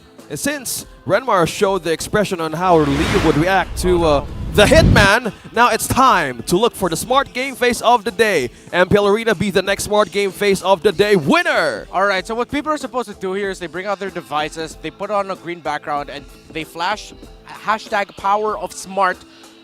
And yeah, they get to win a redeemable in-game code. So usually this would be the type of the part of the show where I would copy the winning selection. So I will not. Why? Can't make me. Okay. But Let's see. He's gonna give you meat pies. Oh, yeah. Yeah. You're hearing it, guys. You're actually hearing it. This is what one of our sisters was doing there, the winner. Yeah. You can actually be part of the Game Face of the Day if you join us in the Shooting Gallery Studios. Be sure, in the last 2 weeks, you're here with us. Now we're heading off to the second draft of this game. Will this push for a game number 3, or what will be the adjustment of MNNE Evos this time around? Wow! Okay. First 3 picks right away. That was fast blood. 40 to 40%, blue to red. Whew, okay, Nathan and Rafaela. That's an M3 combo. Yeah. When the dialing it back. A Blacklist International going in for the Fredrin and the Arlet. Like, so much AoE crowd control on their side. And they're also low cooldowns as well, so you have to be really careful about MNNE. This is probably why they pick up the Akai, so that they have a way to kind of cleanse their crowd controls and then reset the fights afterwards. So now what they have to do now is just to deny Edward of dive heroes. Yeah. You know what's funny about this? Cover up the names right now. The falling stars. The blue side draft looks like an ONIC PH draft. The red side draft looks like a Blacklist International draft. That's true. True, they're Rafael as well as Nathan. So I think MNNE Evos are can have some troubles finding their damage in the early stages because this is a Nathan. So I think that they might just go for something like something along the lines of a CC on the EXP so that you have constant damage output. And then maybe your mid laner is such a heavy hitter in the in that department. Maybe somewhere along the lines of Lilia. Not gonna be surprised if it's Aurora or Farsa, as we've seen before. punch for a punch. It's the Paquito. Love the possibility. Even just by the highest damage shared, Yue is on top. Yep. Okay, what? Actually, a Nana could be good for MNNE Evos. And it rhymes. Nana for MNNE? Nana from MNNE, yeah. Because, yeah, how do you even manage to burst down and hold that ultimates that can come from the Arlet and as well as the Luo Yi? Yeah. We haven't seen Nana for a while, and it hasn't been banned, so it could be a possibility actually show the second game. The safest choice is perhaps Lilia for MNNE Evos. That's the safest route. Nana is... you can give credit to the Nana because it's Arlet and Fredrin kind of hates that hero. Yeah. And then... I don't know if they're crazy enough to pick up the Farsa. Yeah, but that's just literally dialing it back to M3. Like Rafaela, Akai, Farsa. Okay, the Even when all is forlorn. Yeah. Another safe. Oh, that was a quick selection. Okay, it's a Roger Gold Lane. Roger Gold Lane. And I think it's the Transformer skin, finally. We get to see the skin back.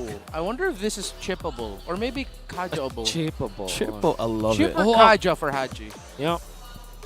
Or maybe a Yuzhong for Edward. Oh, yes, Edward. yes, I agree. For the Edward, so... Get that Petri. This land is our Lapu. home, Okay. and it will soon be Okay. your burial ground. So we're still looking at the Arlet Rome.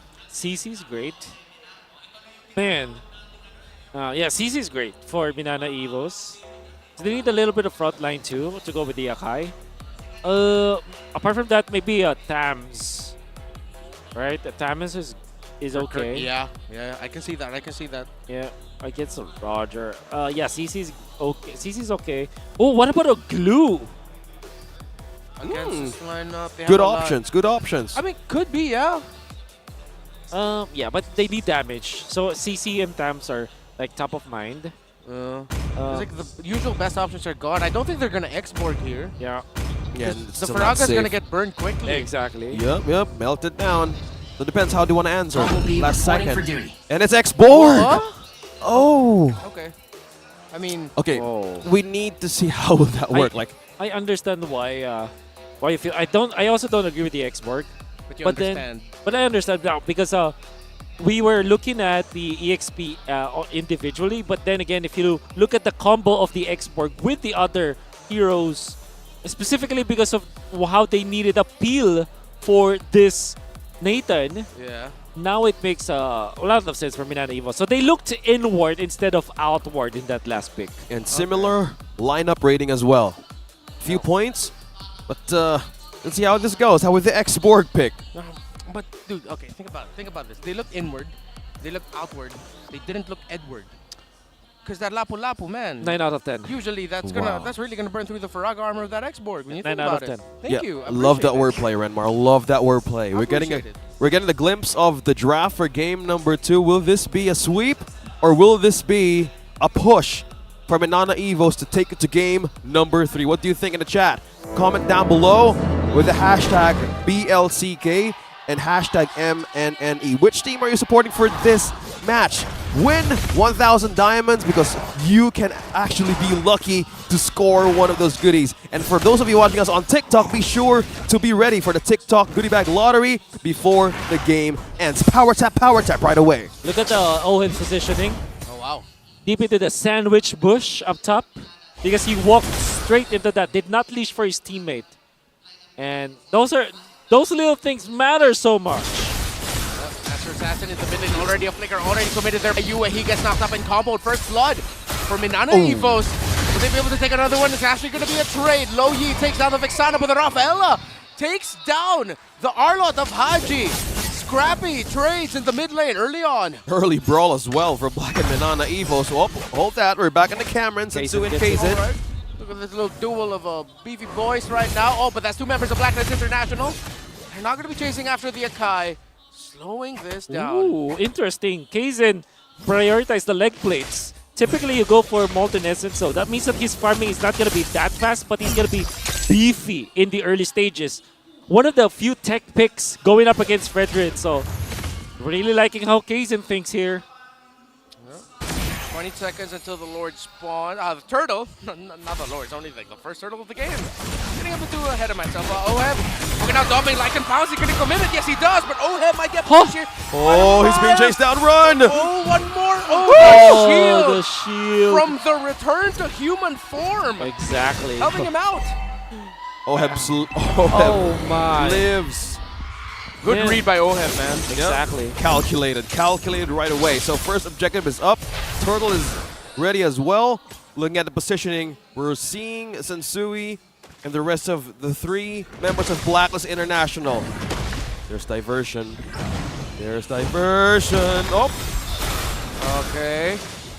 Blacklist International have the advantage here. That's going to be an entry there by Edward, already committing the break with Spider Slashes. And that's going to send back the members of Banana Evos. And they will not be able to contest. Retribution wasn't used by Sensui, so that they can invade the purple buff here. Kurt Hayes and Spider-Man Lancy all sent back. And a Blacklist invading this early on. Not a good sign for MNNE. What a good zone out from Blacklist International with a follow-up of the purple steal right onto Banana Evo. Slowly this lead the invade capability of Blacklist International right now. They need to be worried about this kind of step just in case this keeps on going and going. Yep. That delivery coming out from Yue. Sending Edward to the backlines and then Edward not wasting any time. Jumping in front of Banana Evos, prompting the force out on the ultimate. The heavy spin committed very early by Blacklist in turn by Banana Evos. And that meant that Kaizen received so much damage from Lui. Yue on point with the Lui. Oh! Okay, no. So even. And Oheb will get that gold. So now, or is either the adjustment. Spider Miles sticking through Doming right now. I think MNNE Evos is the right play for them to speed up the farming of their Nathan. Okay, again, Nathan needs to have those kills in. He needs to have a momentum to start with this kind of lineup with MNNE Evos. Looking how they want to balance this out. Again, this is an expensive way to deal with this, especially if you're being slowed down with the pressure of Blacklist Internet, just as this. Sensui and Kaizen going with the pokes, and as well as, okay, diversion coming in. They're sandwiching in, they're sandwiching in. Haji reveals himself. Really bad right now from MNNE Evos and Sui, blocking off the members of MNNE. Do they know? Free farm here for Blacklist International to get They felt that gold from the shield. Exactly, and they also denied the cart from Doming. Once again, another one. Gonna be struggling this time. 1.8k gold lead for Blacklist International. Right before the second turtle fight. Haji with the final slash out of nowhere, and Lancey falls. Surprise from the KDA machine. Yep, he completely hunted the possible takedown of MNNE Evos. With the presence of Louis alone, they could be all over the place to guard actually possible openings. But again, Sensui on this turtle, another objective really taken by Blacklist International. And the fight goes. Edward already diving into the purple buff. Final slash already committed. Kaizen isn't going to be able to get his own buff. I'm not sure who got it there, but that's going to be a massive output of damage onto Kaizen. The Akai of MNNE Evos falls, but Arlott falls as well for Blacklist International. But with the Vexana falling, Blacklist will be able to get that lead. Doming in the middle. Entropy finds Oheb. A little bit tanky is that Roger. No damage just yet for this Nathan. Yeah. You see the gold difference. Ouch. 1,000 between the gold laners because of how many minions they have denied away from Doming. And then the rest is just pretty good. For the side of Blacklist International, Kirk having to pop the ultimate at this point, that's okay, but MNNE Evos are losing control at the early stages. Blacklist are just tearing through MNNE. And this really is the reason why we doubted this X board. It's not... Nobody's getting pressure from Blacklist International because there's no dive at all from MNNE. Yeah, speaking of pressure as well, all turrets still complete. Meanwhile, focus on the gold lane. Look at that. Doming barely any damage right now. Look at that. Surprise. Entropy to the back. Kaizen had a feeling. Already forced to use to commit the heavy spin, but he's pushing back Sensui and Yue. He cannot find the pin down onto anyone though. Tower still standing up top there for MNNE Evos. So their Natick can still farm somewhat, but the farm is getting lost in the jungle of MNNE. Well, this is another orange. Another orange to be taken away from MNNE Evos. Meanwhile, Spider Mouse and Doming can't do anything about it. Another orange for Sensui hitting level 10. And that is the Infinix hand cam. And now, Blacklist International seizing the opportunity to push and take the first tier turret up top with a following gold lead of 4K. Whew, this is the real reason why the Arlott plus the Arlott Louis is just a strong combo, because you can send the Arlott and no matter what happens, he's gonna have an impact, right? And then you combo it up with something like a Fredrin that can also go to the backlines, no problem. You have the Lapu-Lapu very sturdy. At this point, you know, Louis Arlott combo is criminal. Yikes. Okay. At that point, you don't need a lot of play-by-play. I feel like the ooze spoke a lot for us. Yeah, the expression speaks more than anything. Oh! Haji's going to be going in now with the members of MNNE Evos, safely under the turret, but now they're getting pressured. Kirk Lancey and Spider Miles holding on. They're playing the minion waves, and Blacklist not too eager to get the members of MNNE. Would have been too risky for them, but now Kaizen needs to get out of mid. He's on concealed. Oh, this Panda. They spotted. Xiong Mao needs to get away. Kaizen, heavy spin. Can he? Will they chase him down? Haji goes in. Spider Miles with a holy healing. Helps out Kaizen Sakai. Yeah, again, they've taken down the third turtle. All the objectives, even purples and oranges, stolen. And this is just the dominance of Blacklist International early game. Diversion at play. Doming, Entropy already spots out the members of Blacklist International. No surprises coming unless Haji with a final slash. Lassie gets caught, but he's able to get away. Eternal Guard counter by MNNE. Sensui take a lot of damage. Sensui falls, and the Arlot falls as well. A turnaround play by MNNE under the second tower in the mid lane. And that play is brought to you by the Infinix hand cam. Amazing takedown. Good presence as well for Doming. Entropy forward. No, not just yet. MNNE, a slight win there, Wolf. Yep, slight win for MNNE as they have punched Blacklist. Have overextended into the backlines. And it went to the right hero as well. Doming was able to take out Haji, so that's really good for MNNE. They need more. And they're doing a great job. And honestly, for Blacklist International, despite them having this massive amount of lead, they cannot afford to do those kind of stuff. That's what I'm talking about, man. Look at the poke coming in from Edward. Frog armor, man. Completely being melted down. Yeah, he's gonna get shattered by that Lapu Lapu. I felt that because before I was really thinking, Lapu Lapu, I can handle him with my export. Nope, I didn't. I learned the hard way. Yep. And experience is the best teacher. And if you're up against a Lapu Lapu, you better beware of where to position. Look at that. We're getting a glimpse on how the diversion range is capable of invading MNNE Evo's positioning across the map. Yep, that's the low Yi old folks. Now let's see. See Halbert for Edward. Oh. Get to the back lines, one shot the Nathan, that's okay. You also know that the Nathan is in the bottom lane. He's going to be able to push for sure, but that's at the expense of the Lord. Yeah, cannot get close.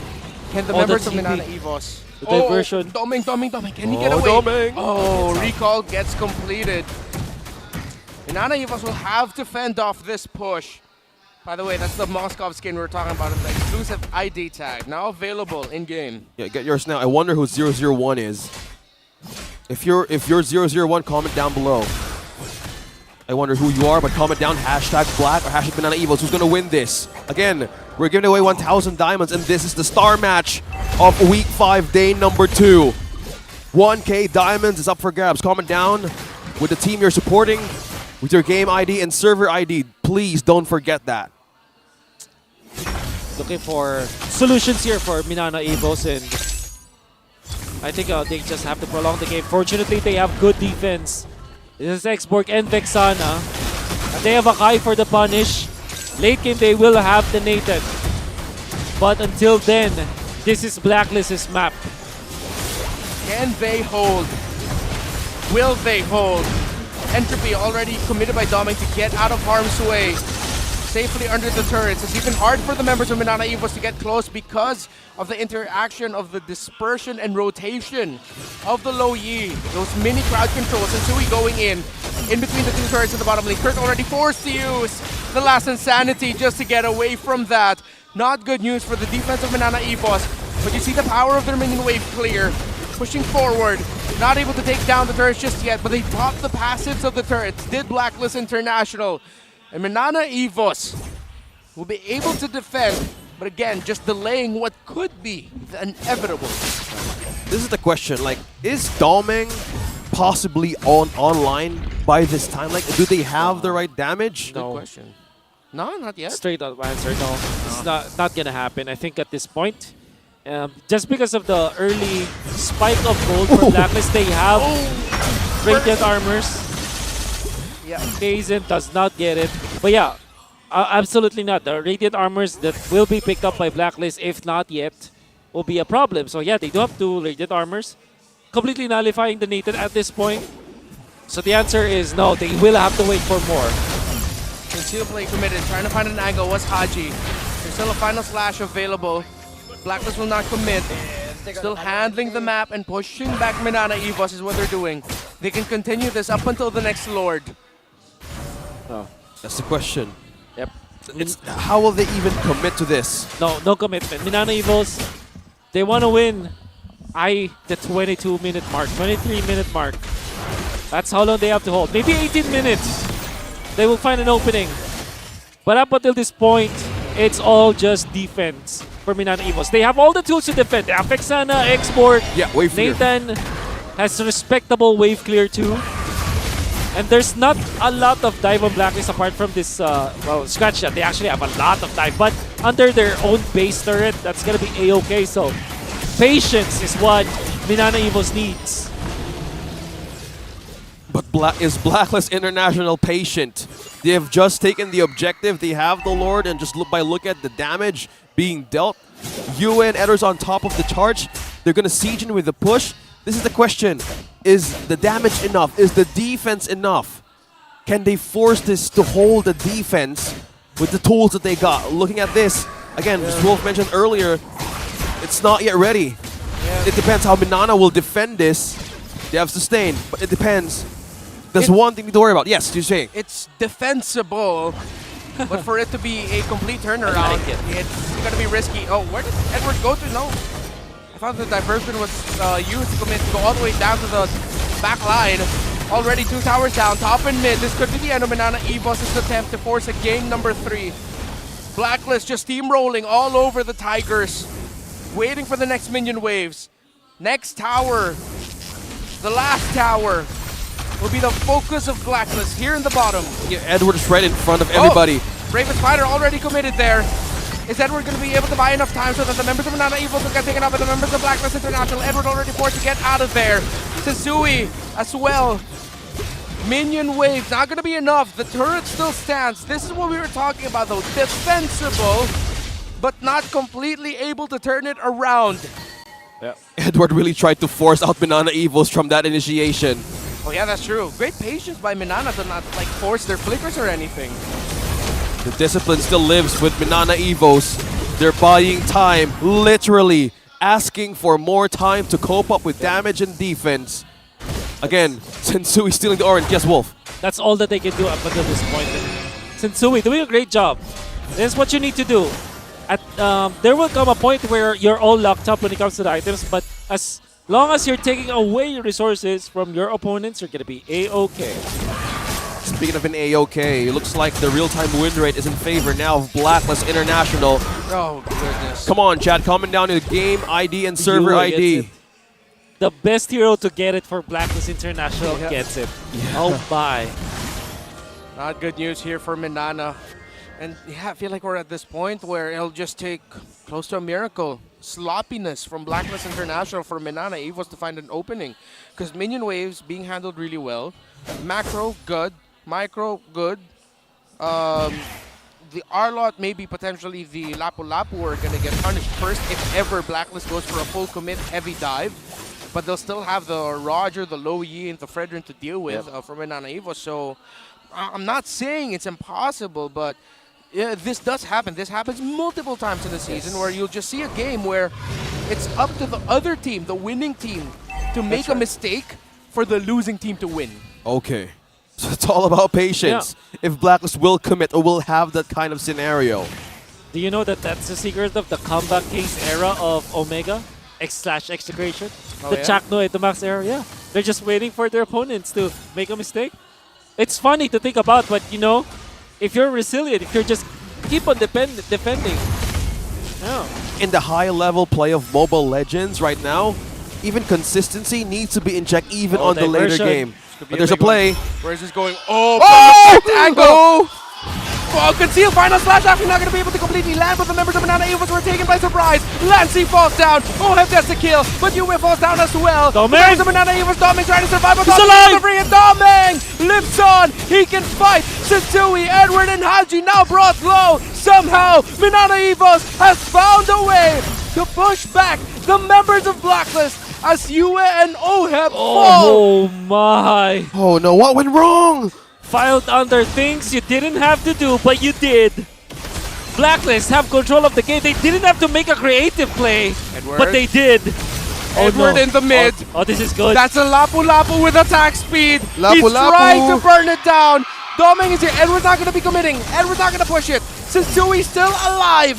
He has immortality. But MNNE Evos are holding fast onto this Lord.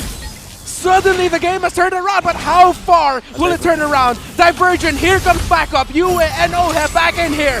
Who's gonna get this massive win in a crucial team fight? And it is going to KZ, who gets the Lord. Kirk with a last insanity out, And just when you thought they were out, MNNE EVOS has turned it around. High word! Blacklist! A couple of mistakes, actually, from that play, and then they went in. But you have to take note, Kaizen is now tanked up. He's gonna be able to hold the front lines, and then Doming, for whatever reason, managed to maximize this Nathan. Well, he does have the Blood Wing, so he's not as easy of a target. Kaizen, look at how tanky he is. Doming played it perfectly, targeting the right heroes coming from Blacklist and keeping himself grounded into the backlines, into the safety of both Spider Miles as well as Kaizen. And that zone, from his own heavy spin, not even 3 members came near that Lord. Dude. Man. What? Unbelievable, MNNE EVOS. A game. 2 teams who have put on absolute worldies of games all throughout this season. In the first half of MPL Philippines Season 13, they went to a 3-game series, and that was a tremendous series at that. Will it happen again with MNNE EVOS finding more room in the map to push out? And just when we thought it would be a blackout, MNNE EVOS says, we still got this, we're still in this. And they waited for the right moment. They waited patiently. MNNE EVOS, again, we were discussing about the mistakes that Blacklist International can make and then how they maximize the opportunity now with Nathan slowly becoming online. The ball is now in their hands and waves are pushing in. Blacklist International will milk this Lord, and slowly MNNE EVOS is taking turrets one by one. And Doming, if he gets this purple, that's gonna be Christmas now, and I think they got it easily, yep. Okay, so I think this is still Blacklist leading, especially because of the minion wave control that they naturally have by taking out the inhibitors mid and top. But then MNNE, this is their timing. We're talking about 23 minutes or 18 minutes. They found it at the 18-minute mark, so that's already a treat for MNNE. Final slash finds Kirk in a difficult position. It's the EXP laner of MNNE EVOS, Eternal Guard, to knock up and stop the members of Blacklist from going forward. And MNNE EVOS, even though they have much more breathing room to work with in the map, they themselves need to be careful. They can't forget the minion waves. Don't forget the minion wave that's naturally pushing up top, and it's 9 seconds before the Lord, so they really have to flow the minion waves properly. So, another Lord Dance incoming. Okay, another objective to be taken either by Blacklist International or MNNE EVOS. This will actually tell on who will actually end this game. There's a way to control the waves and a way to even respond with the diversion that Yue has right now on his Luo Yi. Depends on how MNNE EVOS sees potential in windows of mistakes. Will Blacklist International commit to that again? And it all boils down to this word, commitment. Who will actually go first? Who will actually make the first step? Genius one for Doming. Is he now online? Is this the perfect time? 100%. I think it's online. Now, who will get the team fight win? Who will get the Lord Doming? Entropy forward, Haji getting melted down.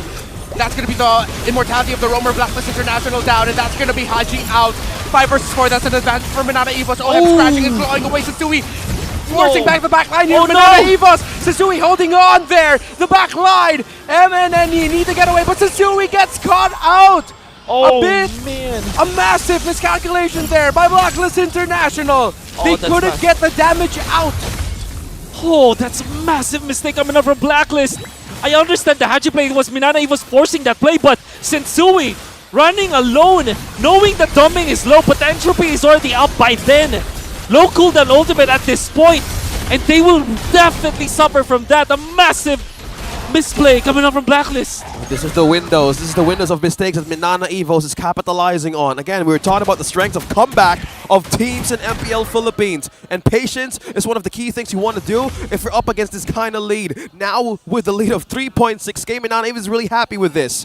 With the buy time that Sensui didn't sacrifice himself, I think will this Will this be enough to defend the He's base of in! Blacklist? The heavy spin onto the Filipino sniper. Immortality gets popped. Edward going in. Who will win this team fight as the Roger is trying to survive? The Roger falls, but the Nathan falls as well. No more gold laners for both. Edward, you win. Haji, Kirk, last insanity. Immortality. Haji holding on. Kenny, Sitsui is back. Appraiser's Wrath, we're waiting, he has it, dishes it out. Minana Evo trying to end it now, but they don't have their gold laner. Another ultimate from the Lapu Lapu. Sitsui takes down the Lord. They're scrapping, they're fighting. Who will win this out? It's a slobber knocker in the mid. Spider Miles with a holy baptism. Edward, Sitsui, Haji. Can they hold on? Oh, the damage! Better Appraiser's Wrath. Can Minana Evo's actually headed here? Or do they have to back? Edward going in again. Lapu, damage, interruption by Lancy. Lancy, immortality. Oh, Edward with a sidestep. Here comes the punish now. They're looking for a way to end this. Spider Mouse is low. Now they're trying to Sensui, looking for a way to pop an immortality, but Kirk is here, trying to buy time for Minana Evos. Appraiser will not connect to Kaizen. He's burning up, looking for a way to hold this Kirk. He has the Frog armor as well. But wait, he's still holding. He's waiting. By Sensui. A big damage. Curse of Blast coming out. Heavy spin. Here comes the last insanity. Sensui's out for the count. Wow! And both gold laners are have already respawned. And now Doming is gonna be back there. What a long team fight, but Blacklist International was a scrappy one. Minana Evils. The only reason why Minana Evils weren't able to end was because Doming was taken out early. But then Blacklist, a very scrappy fight. Fortunately for them, they have the strength of their base during that defense. But apart from that, it was Minana Evos taking charge. My oh my, Lancy. How about that? And Kirk as well, the export gameplay from this guy. They don't have immortalities though. It's gonna be a problem. Well, that was a long clash. That was a long heal. Coming. Can they end this now? Already Entropy has been dropped out. You see the damage coming out of that Nathan. So fast. Tower gone. Somehow Minana Evos, the first to lose 2 base turrets, have completely made the Blacklist baseball. Kaizen with a heavy spin. No He's waves. looking for Haji. Sending back the roamer of Blacklist International. Eternal Guard dished out. Kirk with the zone out onto Oeb and Edward. And Haji will be able to get away, but Kirk might get caught out here. Dauntless strike into the benches. Edward going forward. Edward forced to go back. And Blacklist defense. Minana Evos backs out, but the Lord is gone. Wow! A defense! A great defense coming in from Blacklist International. I gotta commend Kaizen. Isolating Diversion. Haji. Surprise! Blacklist International! Oh! They have gone for broke, but now things are about to get broken as Domeng has a double kill. Domeng Immortality, Domeng Winter Truncheon, Sensui, Haji trying to get the Nathan. Haji gets away with a conceal. But will he? No. As Spider-Mouse is stopping him, Sensui left to defend. Oh no, Haji's trying to save. Haji's trying to run away from Spider Miles, but again, 3-man down on TikTok timers. He's holding him hostage. 4-man onto Minana Doming Evos. has Entropy. This might be over. Will they be This taken? the time. This is it. This is it. As Midnight would say, it's game number 3 for Minana Evos. Going back to where the identity began. The inheritance of the comeback is real mindset. Minana Evos. Finally on day number 2, we're going in for a tiebreaker game. We said that they just have to wait for their 18-minute or their 23-minute timing, and they did. We said that they have to wait for Blacklist to make the mistake, and they did. Minana Evos knew exactly what to do in the latter portions of the game, knowing and trusting this composition that they've had, and win and force a game 3. Spicy. It's hot. Woo! That's how they went in with the intro. That's the face that they mean business. Yeah, both these teams mean the business. Minana Evos again, clawing and crawling their way back into this. Woo! Somehow they find a way. Multiple times throughout the season they've done it, and they've done it again. Now a game number 3.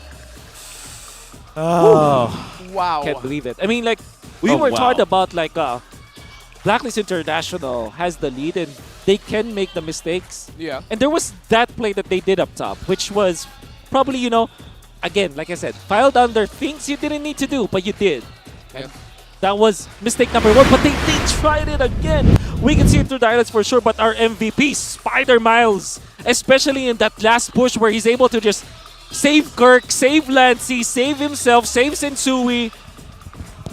And we are going to see the highlights for sure. 0 deaths in that very long game. Deciding to go for the focusing mark as well. So much potential. 100% kill participation for Spider Miles. And this guy has been performing. This guy is making so much of an impact for his team. This is the part of the reason why we can see that MNNE Evos are thriving in this kind of gameplay. Blacklist International, though, doing a lot of good things in the early stages of the game, especially this invade that they will have. In fact, the first 16 minutes of the game, you would credit it to Blacklist International, but in comes the mistake. And we're talking about they tried to go for Lancey, but Lancey was saved. Doming, look at his positioning. Beautifully done. And eventually, he will get out of here, saving his mate. And then Spider Miles having to commit the flicker just to bodyguard his teammate. Another diversion play, this time fresh off. And Kaizen is already very tanky. Kirk is there. Doming also positioned himself so well. Haji was punished afterwards, and then Kaizen just secures that Lord. They get out immediately. And this is the long fight as Kaizen finds Oheb. Doming was there, but Doming was found. No immortality at this point. He tried to deal the damage, but eventually was taken out. But that is at the expense of Oheb. And this is a good play coming out from Kaizen. Actually, a very early Winter Truncheon play coming out from Sensui back then. Did not wait for the ultimate of Kirk, and he was eventually taken out. And there is the diversion play. Spider Miles and Doming was there. Not even needing to use the flicker, but then that was Spider Miles activating the Holy Baptism. He found out that there were members of Blacklist International, and he timed his ultimate so well. Preemptive use of the Holy Baptism allowed the MNNE Evos to punish Blacklist International once again. Or looking at the other stats here, doesn't matter, in fact. At this point, it doesn't matter. What matters is how MNNE Evos were able to just outplay Blacklist International and punish the over-aggression coming out from Blacklist International. But then again, for Blacklist, we know that this was their game already. They were winning. They didn't have to be creative about it. All they needed to do was to win that Lord Dance. You don't need to commit the ultimate of the Luyi. And then just take over, because Doming and the gang, they didn't have good play, good position around the 16-minute mark. MNNE Evos just waited for Blacklist International to commit the overextension, and they did. This is the reason why we know that Blacklist International, why we know that MNNE Evos is thriving. They know how to close out games. And now we are starting to see how good they are with this kind of composition where they're all about the sustain. They're all about just keeping themselves alive. And here we go. The other members of MNNE Evos, Captain Kirk, oh my. We doubted the X-Borg, but man, he played it so well in the latter portions of the game. I have to admit, it was very scary the first few minutes of the game. First 16 minutes, not that impactful, but at the last minutes of the game where everything had to rely on the clutch, Kirk dealt so much damage, and Kirk was so instrumental in MNNE Evos' victory. Now, if you're looking at Mr. Doming, with 802 GPM, his positioning was on point. You really have to look at this game and take note that many members of MNNE Evos made MVP-esque kind of plays. Doming definitely outplaying Oheb in this game. 801 compared to 677 GPM. It didn't look good at the start though. Blacklist International are doing all the correct moves to nullify Doming. And Doming was indeed nullified. But how did he recover? All they had to wait for the last few moments of the game. That's exactly what MNNE Evos just did. Wait for Blacklist to commit the mistakes, and eventually they did. Let's look at the total heal. 115,000 total heal coming out from Spider Miles himself. Really just making it so that the entirety of MNNE Evos is topped off, and you can really never forget the play that he did with the Holy Baptism, knowing that eventually Blacklist will pop the Luyi ultimate to make a play and make something happen, but it didn't work. And now MNNE Evos are winning. How much? And And now you can see that Minana Evos have thrived and forced game number 3. I think that it has been a long time since we've seen a game number 3. Think about it. Last week was full of sweeps. Yo. Yeah. Yesterday was full of sweeps. Yes. Yeah. And now we're going to game 3. Thank you, Minana Evos. Thank you, Blacklist International. Let's enjoy Saturday night together. I remember the first weekend of MPL Philippines Season 13. It's the same scenario. And to think how Blacklist International Synergy is already completely formed, really good in game number 1. Somehow in game number 2, we also need to give credit on how MNNE Evos managed to even open that mistake from Blacklist International, seizing all of those moments of opportunity, even for a comeback. And they waited so patiently. And Nathan, as of now, even on late games, is a complete threat. Yeah. Saturday night MPL, baby. Yes, sir. And we're seeing like a good battle between two teams that have improved a lot. Oh, yes. For Blacklist International, their improvements were on a week-to-week basis because they have been struggling. And for Minana Evos, it was a season-long improvement for them. And to think that both teams have, flourished with this quote-unquote ube strategy or the sustained meta. Well, speaking of metas now, since you're supporting us and watching us in TikTok, MPL Philippines live stream viewer rewards are now available. Come and watch the matches of MPL Philippines in TikTok to join the goodie bag lottery and be one of the lucky winners. All right, how many times do I have to say this? How many times do we have to say this all throughout the season? But I am so happy to repeat it over and over again. Go to TikTok. Go to the MPL Philippines TikTok channel at MPL PH_official. Click the official live stream. Click the top left corner to join the goodie bag lottery. Yep. Sorry, I'm getting the what's that word? Not momentum. The hype. The hype. Yeah, the hype's The getting adrenaline. That's hype, there's adrenaline in my soul. Yeah, you can feel it. Even how he actually gave that game so much life, even the last moments. That's Renmar just hyping up for the next match. Thanks for helping me out, buddy. Yeah, man. You're great. Looking back on how you guys were commenting down, even on YouTube, we see your comments, we see your hashtags. Comment down your team you're supporting. Again, we're happy to see a game 3 finally in Saturday. So who knows who's gonna get the next match again? How the playoffs contention for these? So let's check them out. Like we know, like Echo, RSG Philippines, even APBR, ONIC is on the playoffs. And how will this go for these two teams by looking after the draft recap? I think the change will be much focused on the data, I would say. I believe that Vexana is also in contention. I think, honestly, Blacklist International, there's nothing wrong with their draft, to be fair. They almost have won this. It's just the way that they played it. I think I still stand with my word. I think Blacklist International should have won game number 2, but they were too creative. They sometimes, if you're overly creative about how you approach things can go bad. And it is exactly what happened with Blacklist International. Yeah, we were seeing moments like, again, Edward was slowly trying to seal the game with a push right onto the base. We saw a split. And I think in the minds of the players, they wanted to make that possible risk to actually end the game. Yeah, speaking of that risk, of course, that last big diversion play, it was a good try by Blacklist International. Nice attempt. But my goodness, Minana Evos reading into that. Yes, and Spider-Mars was in the right place at the right time. Yeah. So they popped the ultimate, and they wanted to go for the play. Spider-Mars, what he did was to pop the Holy Baptism just at the right moment so that when they appeared there, they were stunned up. Dominic didn't even have to commit the flicker. That's how good the Baptism is. You know that the Nathan is, it's tricky because actually Nathan deals AoE damage. Yep. When he pops the entropy, and also the push, the first skill 1 skill 2 combo AoE as well, and then you pop the ultimate, you deal normal damage easily. That's how Oheb was bursted out easily that last crash. Yeah, the Nathan in the end game, or the late game rather, is very deadly. But looking at our top 5 mid lane heroes, we have Vexana, Novard, Valentina, Firemis, and Lilia. It hasn't been picked yet. So far for this day. I have a feeling that might show up in game number 3. Something about it. I don't know. But then again, we are in a portion of the season where after the first 2 weeks, if you look at the draft priorities, it really changed. Yeah. And Valentina rose up.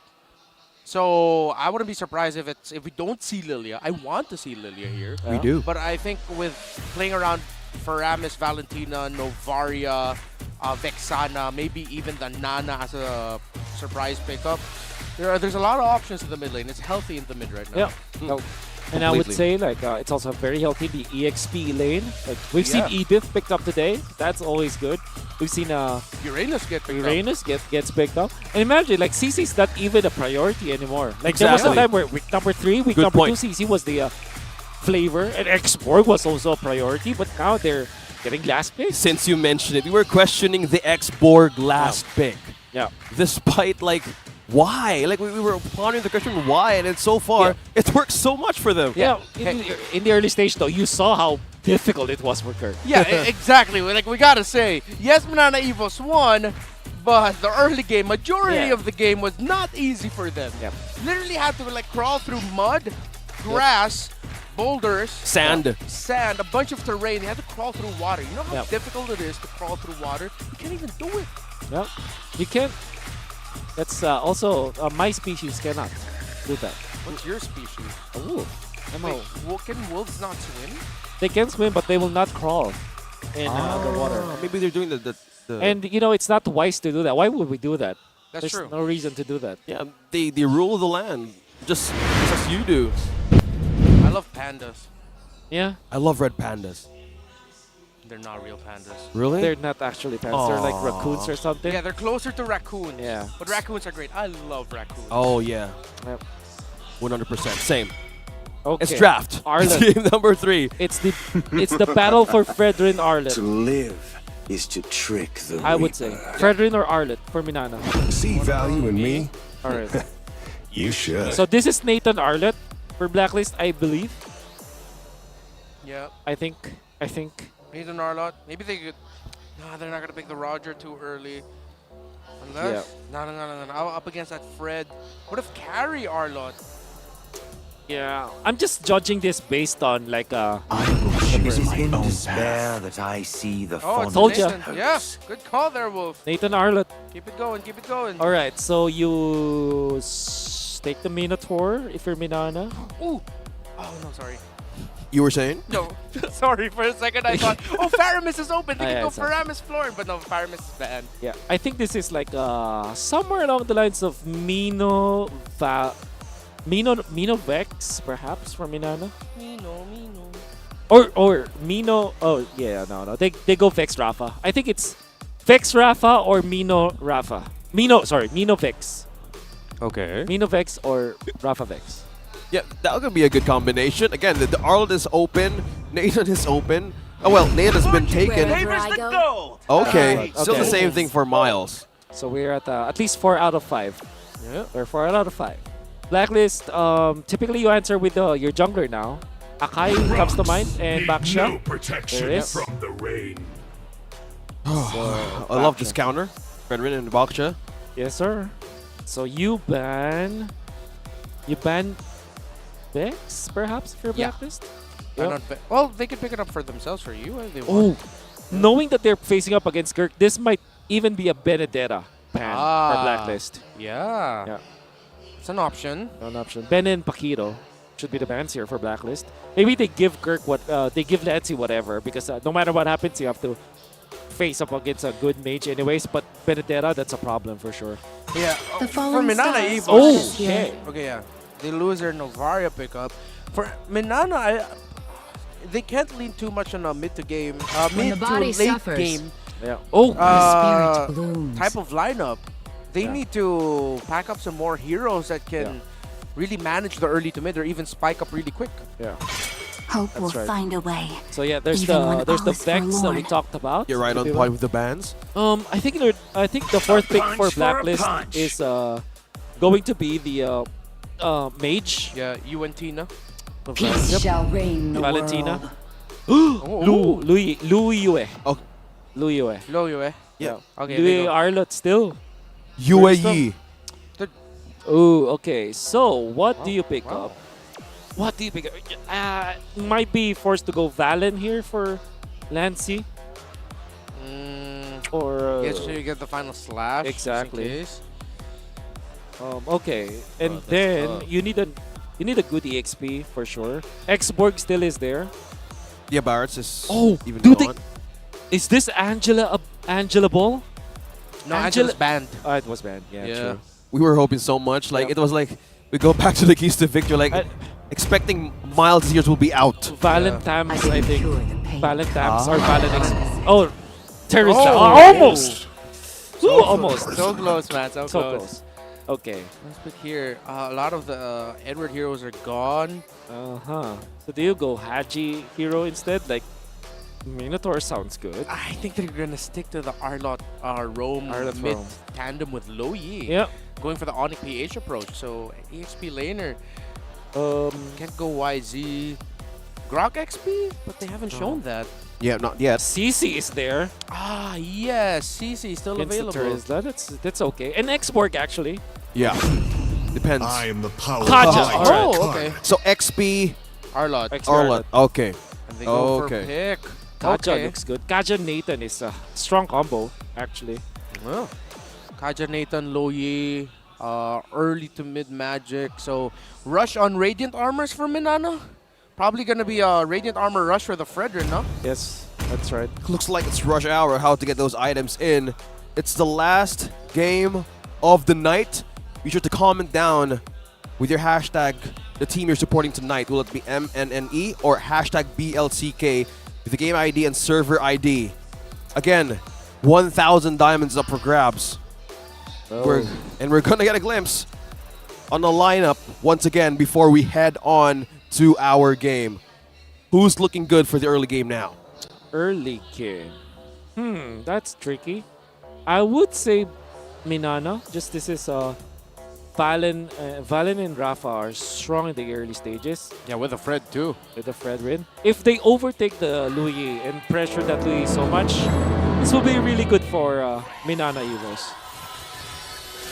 It's been a tremendous night here in MPL Philippines so far. OSX, do the thing. Hype us up for the start of Game 3. It's the tiebreaker match of the day. Blacklist International and Minana Evos force this game number 3. The answer or the question, will they take this game for themselves or Blacklist International will bounce back? Who's gonna take this one? You can see a little bit of lane freeze out there, but Yue still manages to secure almost all of it. And obviously Terizla versus Arlot, it's kind of a wash actually. Nothing's gonna happen in that lane. Just imagine backline initiation from the penalty zone. Zen. Yep. Secures that lethal wanderer. Important. Very clutch that he was able to just swoop in and retry it away. Having the right way to just get all the possible resources. And Sui hitting on level 4. And so far, that's what Abaksha does early game. And you have more ways to actually seal most of the areas of the jungle camps of the enemy. But then again, I think Sensui will get one jungle creep ahead, which practically converts into 2 because you take it away from your opponent. As he was able to take the lizard. Yeah. And then get the Crammer back. I think when we face him in a turtle fight, Sensui will have a little bit of EXP advantage. Yeah. Quick little shout out to Caster Vey from Indonesia. Actually pointed out that a Kaja pickup, predicted the Kaja pickup because it's a combination signature of Rebellion Esports. Oh. The Kaja Lo Yi, the Rome mid tandem that they like to go with very much. Oh. Really strong in the late game though. That confirms the kill because they have naturally scaling hero like Nathan. So. And then obviously you send Haji as well as Edward. That's a lot of damage too. Yeah. Alright, so the Baksha ultimate actually stolen there by Lancy. Haji doesn't have level 4 just yet. Final splash already committed. Spider-Man gets taken out first blood, but a big penalty zone committed there by Kirk. Dealing the damage onto Edward. That's going to be the Baksha getting that objective. Blacklist gets it, and Blacklist with a massive win. 2 kills plus the turtle. It's a good start for the agents. Yep, that force and peel out by Haji onto Kazin and even from Spider Miles gave so much space to Blackish to push through with that objective. And it goes on, Blazing Duet, Domeng onto Oheb. Might be in trouble. Art of Fever connects. He still lives. Oh, Domeng might have actually BMI'd back way a bit too early. Yep. Or he thought that he got a basic attack off. Unfortunate. And then Dexter also expired because Dexter would have attacked once more, but he also expired. Man, and Doming knew that Haji didn't have the ultimate anyways, and look at what he's doing. He's denying the lane freeze, which then equally denies the gold grab, so that's still good for Doming. Those are the microeconomics that we also have to think about. Microeconomics? That's right. Wow, I remember. Heard it here first. Turning into a university course here. I remember my electives back then. Wow. Never mind. You Okay. have electives. In the 1980s, yeah? No, Okay, man. I'm Like, it was my grandfather. Not me. Going back into this game. Blacklist International. Oh, that's the retribution out. Okay, so Sui chasing after the members of MNNE EVOS as 3v1. Look at this box here just go forward. No care in the world. This is Sui. He says, I'm going to zone you out so that we can push Haji, you, and Hoeb. It was all part of the plan for Blacklist International to just get a little bit more energy shielding from the turret. That's the right. gold. Down bottom, they're trying to go for Edward, but this is Cutting lanes. All right. Big cut here for Ed. Final slash. Lancy and Kurt 2v1 against an Arlot. Flickers away. Cyclone Eye won't be able to escape the taunt, the damage, the combos, and the burst. Securing the kill for MNNE EVOS. But Blacklist International has eyes on the objective. Man. Doming fast hands. BMI out. Avoiding the DJ. Doming Claude, dude. I mean, we've seen this in Season 12 and 11. One of the more successful runs for MNNE EVOS with Doming is when he plays the Claude, so amazing plays. A signature pick as well. Doming. And that with the things happening all across the map from the EXP and the gold lane. Sensui just go busy. I have the objective for themselves, and they had the way to pressure both of the lanes, and as well as the hold to put everything back. That's a flicker out from Kirk. And that's how pressure being built slowly by Blacklist International. Oh, see here, even though it's game number 3, both teams not hesitant to make cross-map plays as we check out the items now. Are there anything good? I mean, dominance eyes. Yep, dominance, early dominance eyes, I would say, for most of the members, without knowing that the damage output of Blacklist though will be heavily sided towards Magic later on. Oh, Divine Judgment! Lancy actually committing that, and that's a pick off onto Oheb. Haji trying to get a DJ of his own. Will he actually be able to? Yes, he does. That's going to be a massive combo. Paired up with the Arlot. And the Blacklist have fought back. Double kill there for Edwards. Arlot. Spider Mountain and Lancy falling out. Blacklist will be able to push up top. Yue with the response of the diversion, getting Blacklist International across the top side of this map. Revenge right on point. Season opportunity, but that kind of pickoff that Lancy did up against Oheb, man, that's deadly. I think MNNE EVOS are still happy. Not very happy, but still happy of that because that's a kill up to Oheb anyways. That's giving so much for Doming. At this point, they're really funneling all of the resources onto this hero.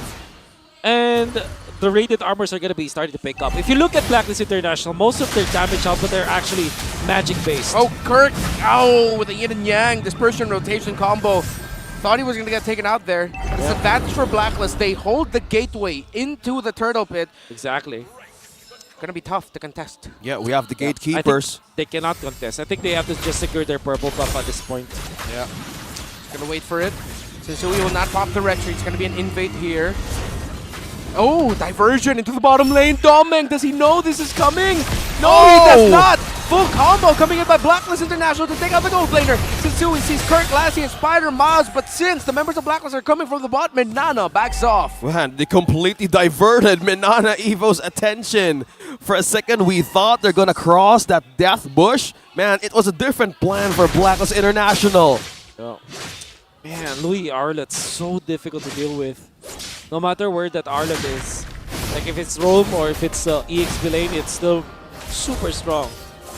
Like that gave Oheb the much needed breathing space. Gets a push up down the bottom lane. But technically they're top. Also, buys a lot of time for Blacklist International too. Okay. In the mid. They're all hovering around. Slight pull back there onto Kaizen. Trying to find an opening. Haji does not have the flicker or the divine judgment. So they're both just managing minion waves in the mid. Well, speaking of management, the waves, Blacklist will really seize the opportunity to put pressure against MNNE Evos. I think this is the kind of like the nature that you can put against a lineup with a Rafaela, is to put more pokes and pressure coming from the Luo Yi. In that way, you can put the healings over and over again and just overload resources out of MNNE Evos. So, but at some points we see glimpses that they were really so disciplined on how or when to press that ultimate, because if that thing actually crumbles apart in the upcoming team fights that Blacklist International can do, it's a mess that they don't want to commit. Across the map now, minion wave management. 13 seconds up until that Lord spawns. Radiant armor built up by Kirk. Kaizen will get his purple buff. Like we said, Blacklist International's damage output are mainly based on magic. Like, if only Edward deals physical damage, actually, so... Oh yeah, you're right. Radiant armors are gonna be super important, and you only need one Kiras, because Edward's damage output as the Arlot is... it's not burst or slash nuke based, so it's gonna take some time, so... This is actually an issue for Blacklist International later on. You're gonna feel that they will not have enough damage, but we'll see. Yeah. So The magic type. Could be a ticking time bomb that could blow up in the face of Blacklist International. Diversion. Oh, Kirk out there in the penalty zone! And MNNE Evos are going to be fighting back under this Lord. Who will get it? Everyone's low, but somehow Sensui gets the retry. But MNNE Evos are still healthy to fight, but they're all low. It's down to execution. Hanji with the Divine Judgment of Delancey. Double kill for Yue. Doming with a blazing duet. He gets Yue down. Will he be able to BMI out? But he bumps into Sensui. Edward into the back line. Vengeance. Edward getting Kirk. Final slash. Takes out Kirk. Lancey, last man standing for MNNE. Amazing formation disengage that Blacklist International did against MNNE Evos. Despite the 3-man terrify that Lancey did, they still managed to pull through. And the distance that OHEB did. Oh! Vengeance final slash. We thought it would be a kill, but it's a little bit of a teaser for what might come. MNNE Evos again. Backs against the wall. Items are up. Ill-advised fight for MNNE Evos. They started with Lancey missing the mark with the diversion that he copied from Yue, sending Kirk. You understand why they made that play, but unfortunately the diversion wasn't good enough.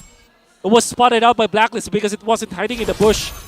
And then eventually Blacklist International, with having Yue with the damage out of rotation and dispersion combo, that's gonna be nasty. MNNE Evos, the moment they didn't eliminate Yue ASAP, that was the moment also that they have lost all of their teamfight integrity.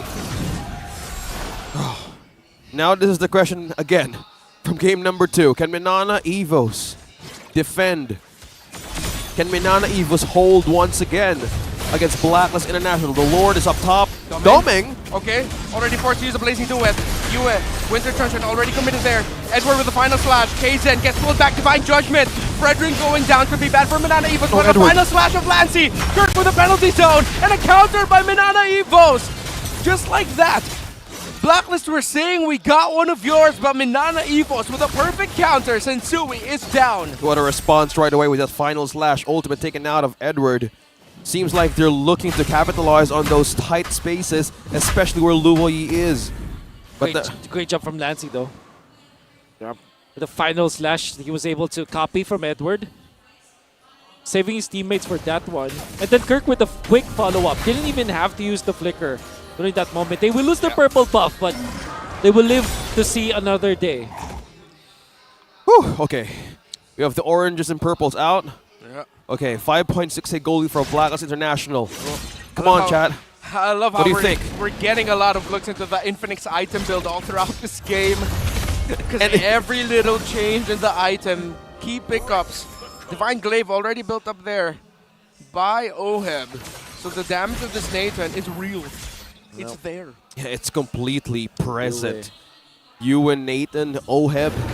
Again, it's 12 minutes in. Don't forget to comment down the team you are supporting. Hashtag MNNE or hashtag BLCK. They know Doming is there. Oh, someone got spotted. Doesn't have BMI, that's going to be a Divine Judgment.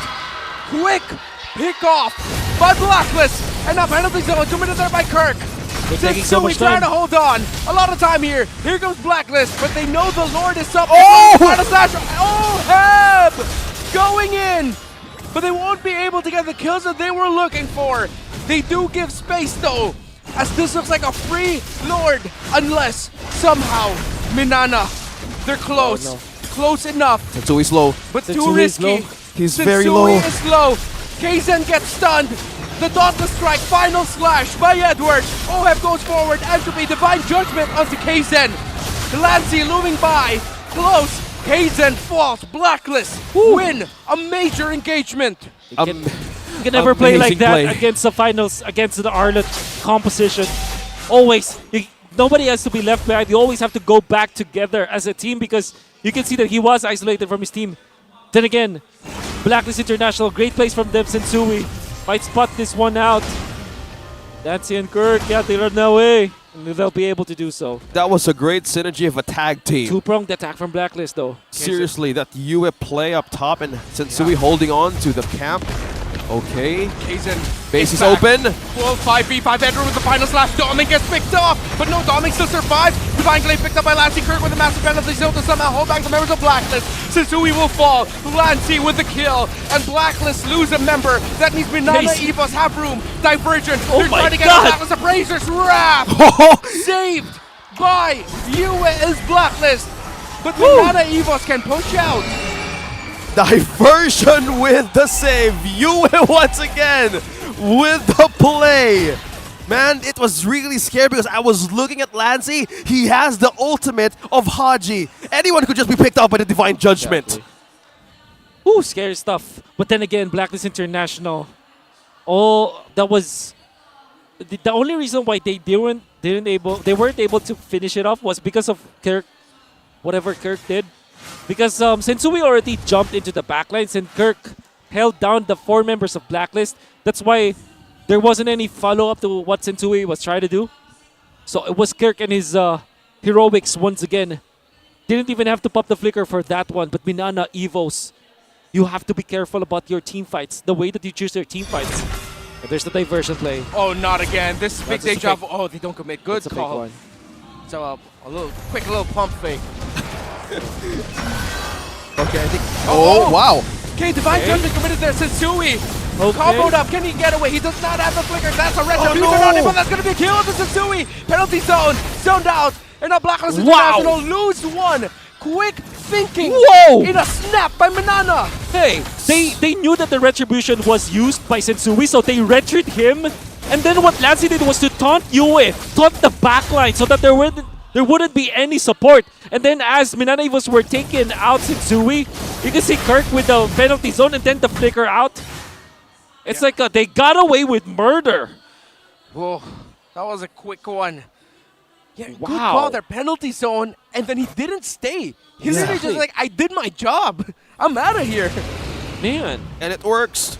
MNNE Evos completely layering up what they could possibly force out against Blacklist International. Meanwhile, somebody just picks one. With his own Divine Judgment. no, Lancey has it back again. Doming with the nice. Immortality popped up. That's not a good place to be in. Doming, he gets taken out. A little bit too greedy is the goal later of MNNE Evos and Blacklist International. They're going to be chasing down MNNE. And now they're going forward. Oh, if not here though. Kaizen, Kirk, Spider-Mouse, and Lancey healthy. Lancey caught in a bad place. He's stuck. He tried to pull a play, but now he can't get away. Valentina falls. Diversion into mid. Literally diverting the attention of MNNE Evos or Blacklist International to go for their chase. It's now the base open for MNNE Evos. Can they defend? 5-man invade right onto the base of MNNE Evos. Slowly their waves in. Yeah. No but, minions. But they do have access to the Lord, and they also took away the purple buff. Good plays from Blacklist. MNNE Evos tried to go for the play for Doming, but Doming didn't have the BMI anymore after that flicker. Understandable, but OHEB clutch immortality during that moment too. Got away just in time. Okay. Doming tried to go for broke. Got broken himself. 69% for Blacklist International in the real-time win rate. Support your team right now in the comment section, chat. Hashtag BLCK, hashtag MNNE Evos with your game ID and server ID. Don't you dare forget that because again, 1,000 diamonds up for grabs. Go again. Can MNNE Evos defend? Will it end here? Retribution used by Kaizen. Retribution used by Sensui. Kaizen getting the brunt of the damage there, getting the shot. Final slash onto him. That's Fredrin. Immortality gets popped. Lassie trying to deal damage. Dominic trying to deal damage. Blacklist is international. Penalty zone! By Kirk, but the follow-up isn't quite there. They can't. They don't have the damage. UA Immortality gets popped. Lassie pops. A big rotation. Dispersion. And OHAP goes forward. Blacklist International will win the series. Reverse sweep denied. Bouncing back from all of the losses that they went through last week. A greater synergy of a team that we saw right now from Blacklist International. How about that? Arlott and Louis still undefeated, I believe. Yeah. Still a very strong combo and a much needed recovery for Blacklist International. Minana made it so difficult for them, and I still have to credit Minana Evos, but there were some lapses in judgment. Blacklist International, they are back. Looking really good. Are these two teams? How crazy would it be if they somehow both make it into the playoffs and we'll see them in the gauntlet, potentially. Maybe even further into it. All we know right now is, and all I can say is, holy sheesh! What a series! What a series. Put on by these two. Take a bow, young Tigers. You've impressed us again. And again, Minana Evos giving us a good game, but for this time, they need to actually reset because we're heading in closer to the end of the season. Now, we're seeing Blacklist International on the stage. Let's throw it over to Mara, Kino, and Hans for their winning interview. Everybody give it up for Blacklist International. Sensui, congratulations. Huge win para sa inyo, especially dun sa slump na naranasan nyo last week. Now, ano nga ba yung mga napag-usapan nyo? And what changed bago kayo sumabak sa larong to? Siguro po ni-replay po namin yung mga recent matches namin, tapos iniba po namin yung playstyle namin na dati na parang puro objective lang, ngayon po napag-decidean po namin na makikipagsabayan kami sa pagiging aggressive na kalaban. Nakipagsabayan. Para mag-aggressive. Narinig ako dito, sumisigaw, tama. That's exactly what they did. This time, Haji, game number 2. You can hear the support from all of the agents. It was an amazing match kasi pukpukan talaga, like team fight kung team fight yung nangyari sa game 2. It was indeed a tough loss, pero nabawi nyo naman nung game 3. How was the transition like? Galing sa game 2, papunta ng game 3. As a team po, tingin po namin na kaya po namin sila. So, inulit lang po namin yung ginawa namin nung game to na naging aggressive kami ganun. Alright, so it's been the same answer, aggressiveness. Yan ang tumatak sa utak nila heading into the final match. Ito naman, Oheb, alam mo, ang tagal na kitang hindi nakausap. Si Oheb na lang.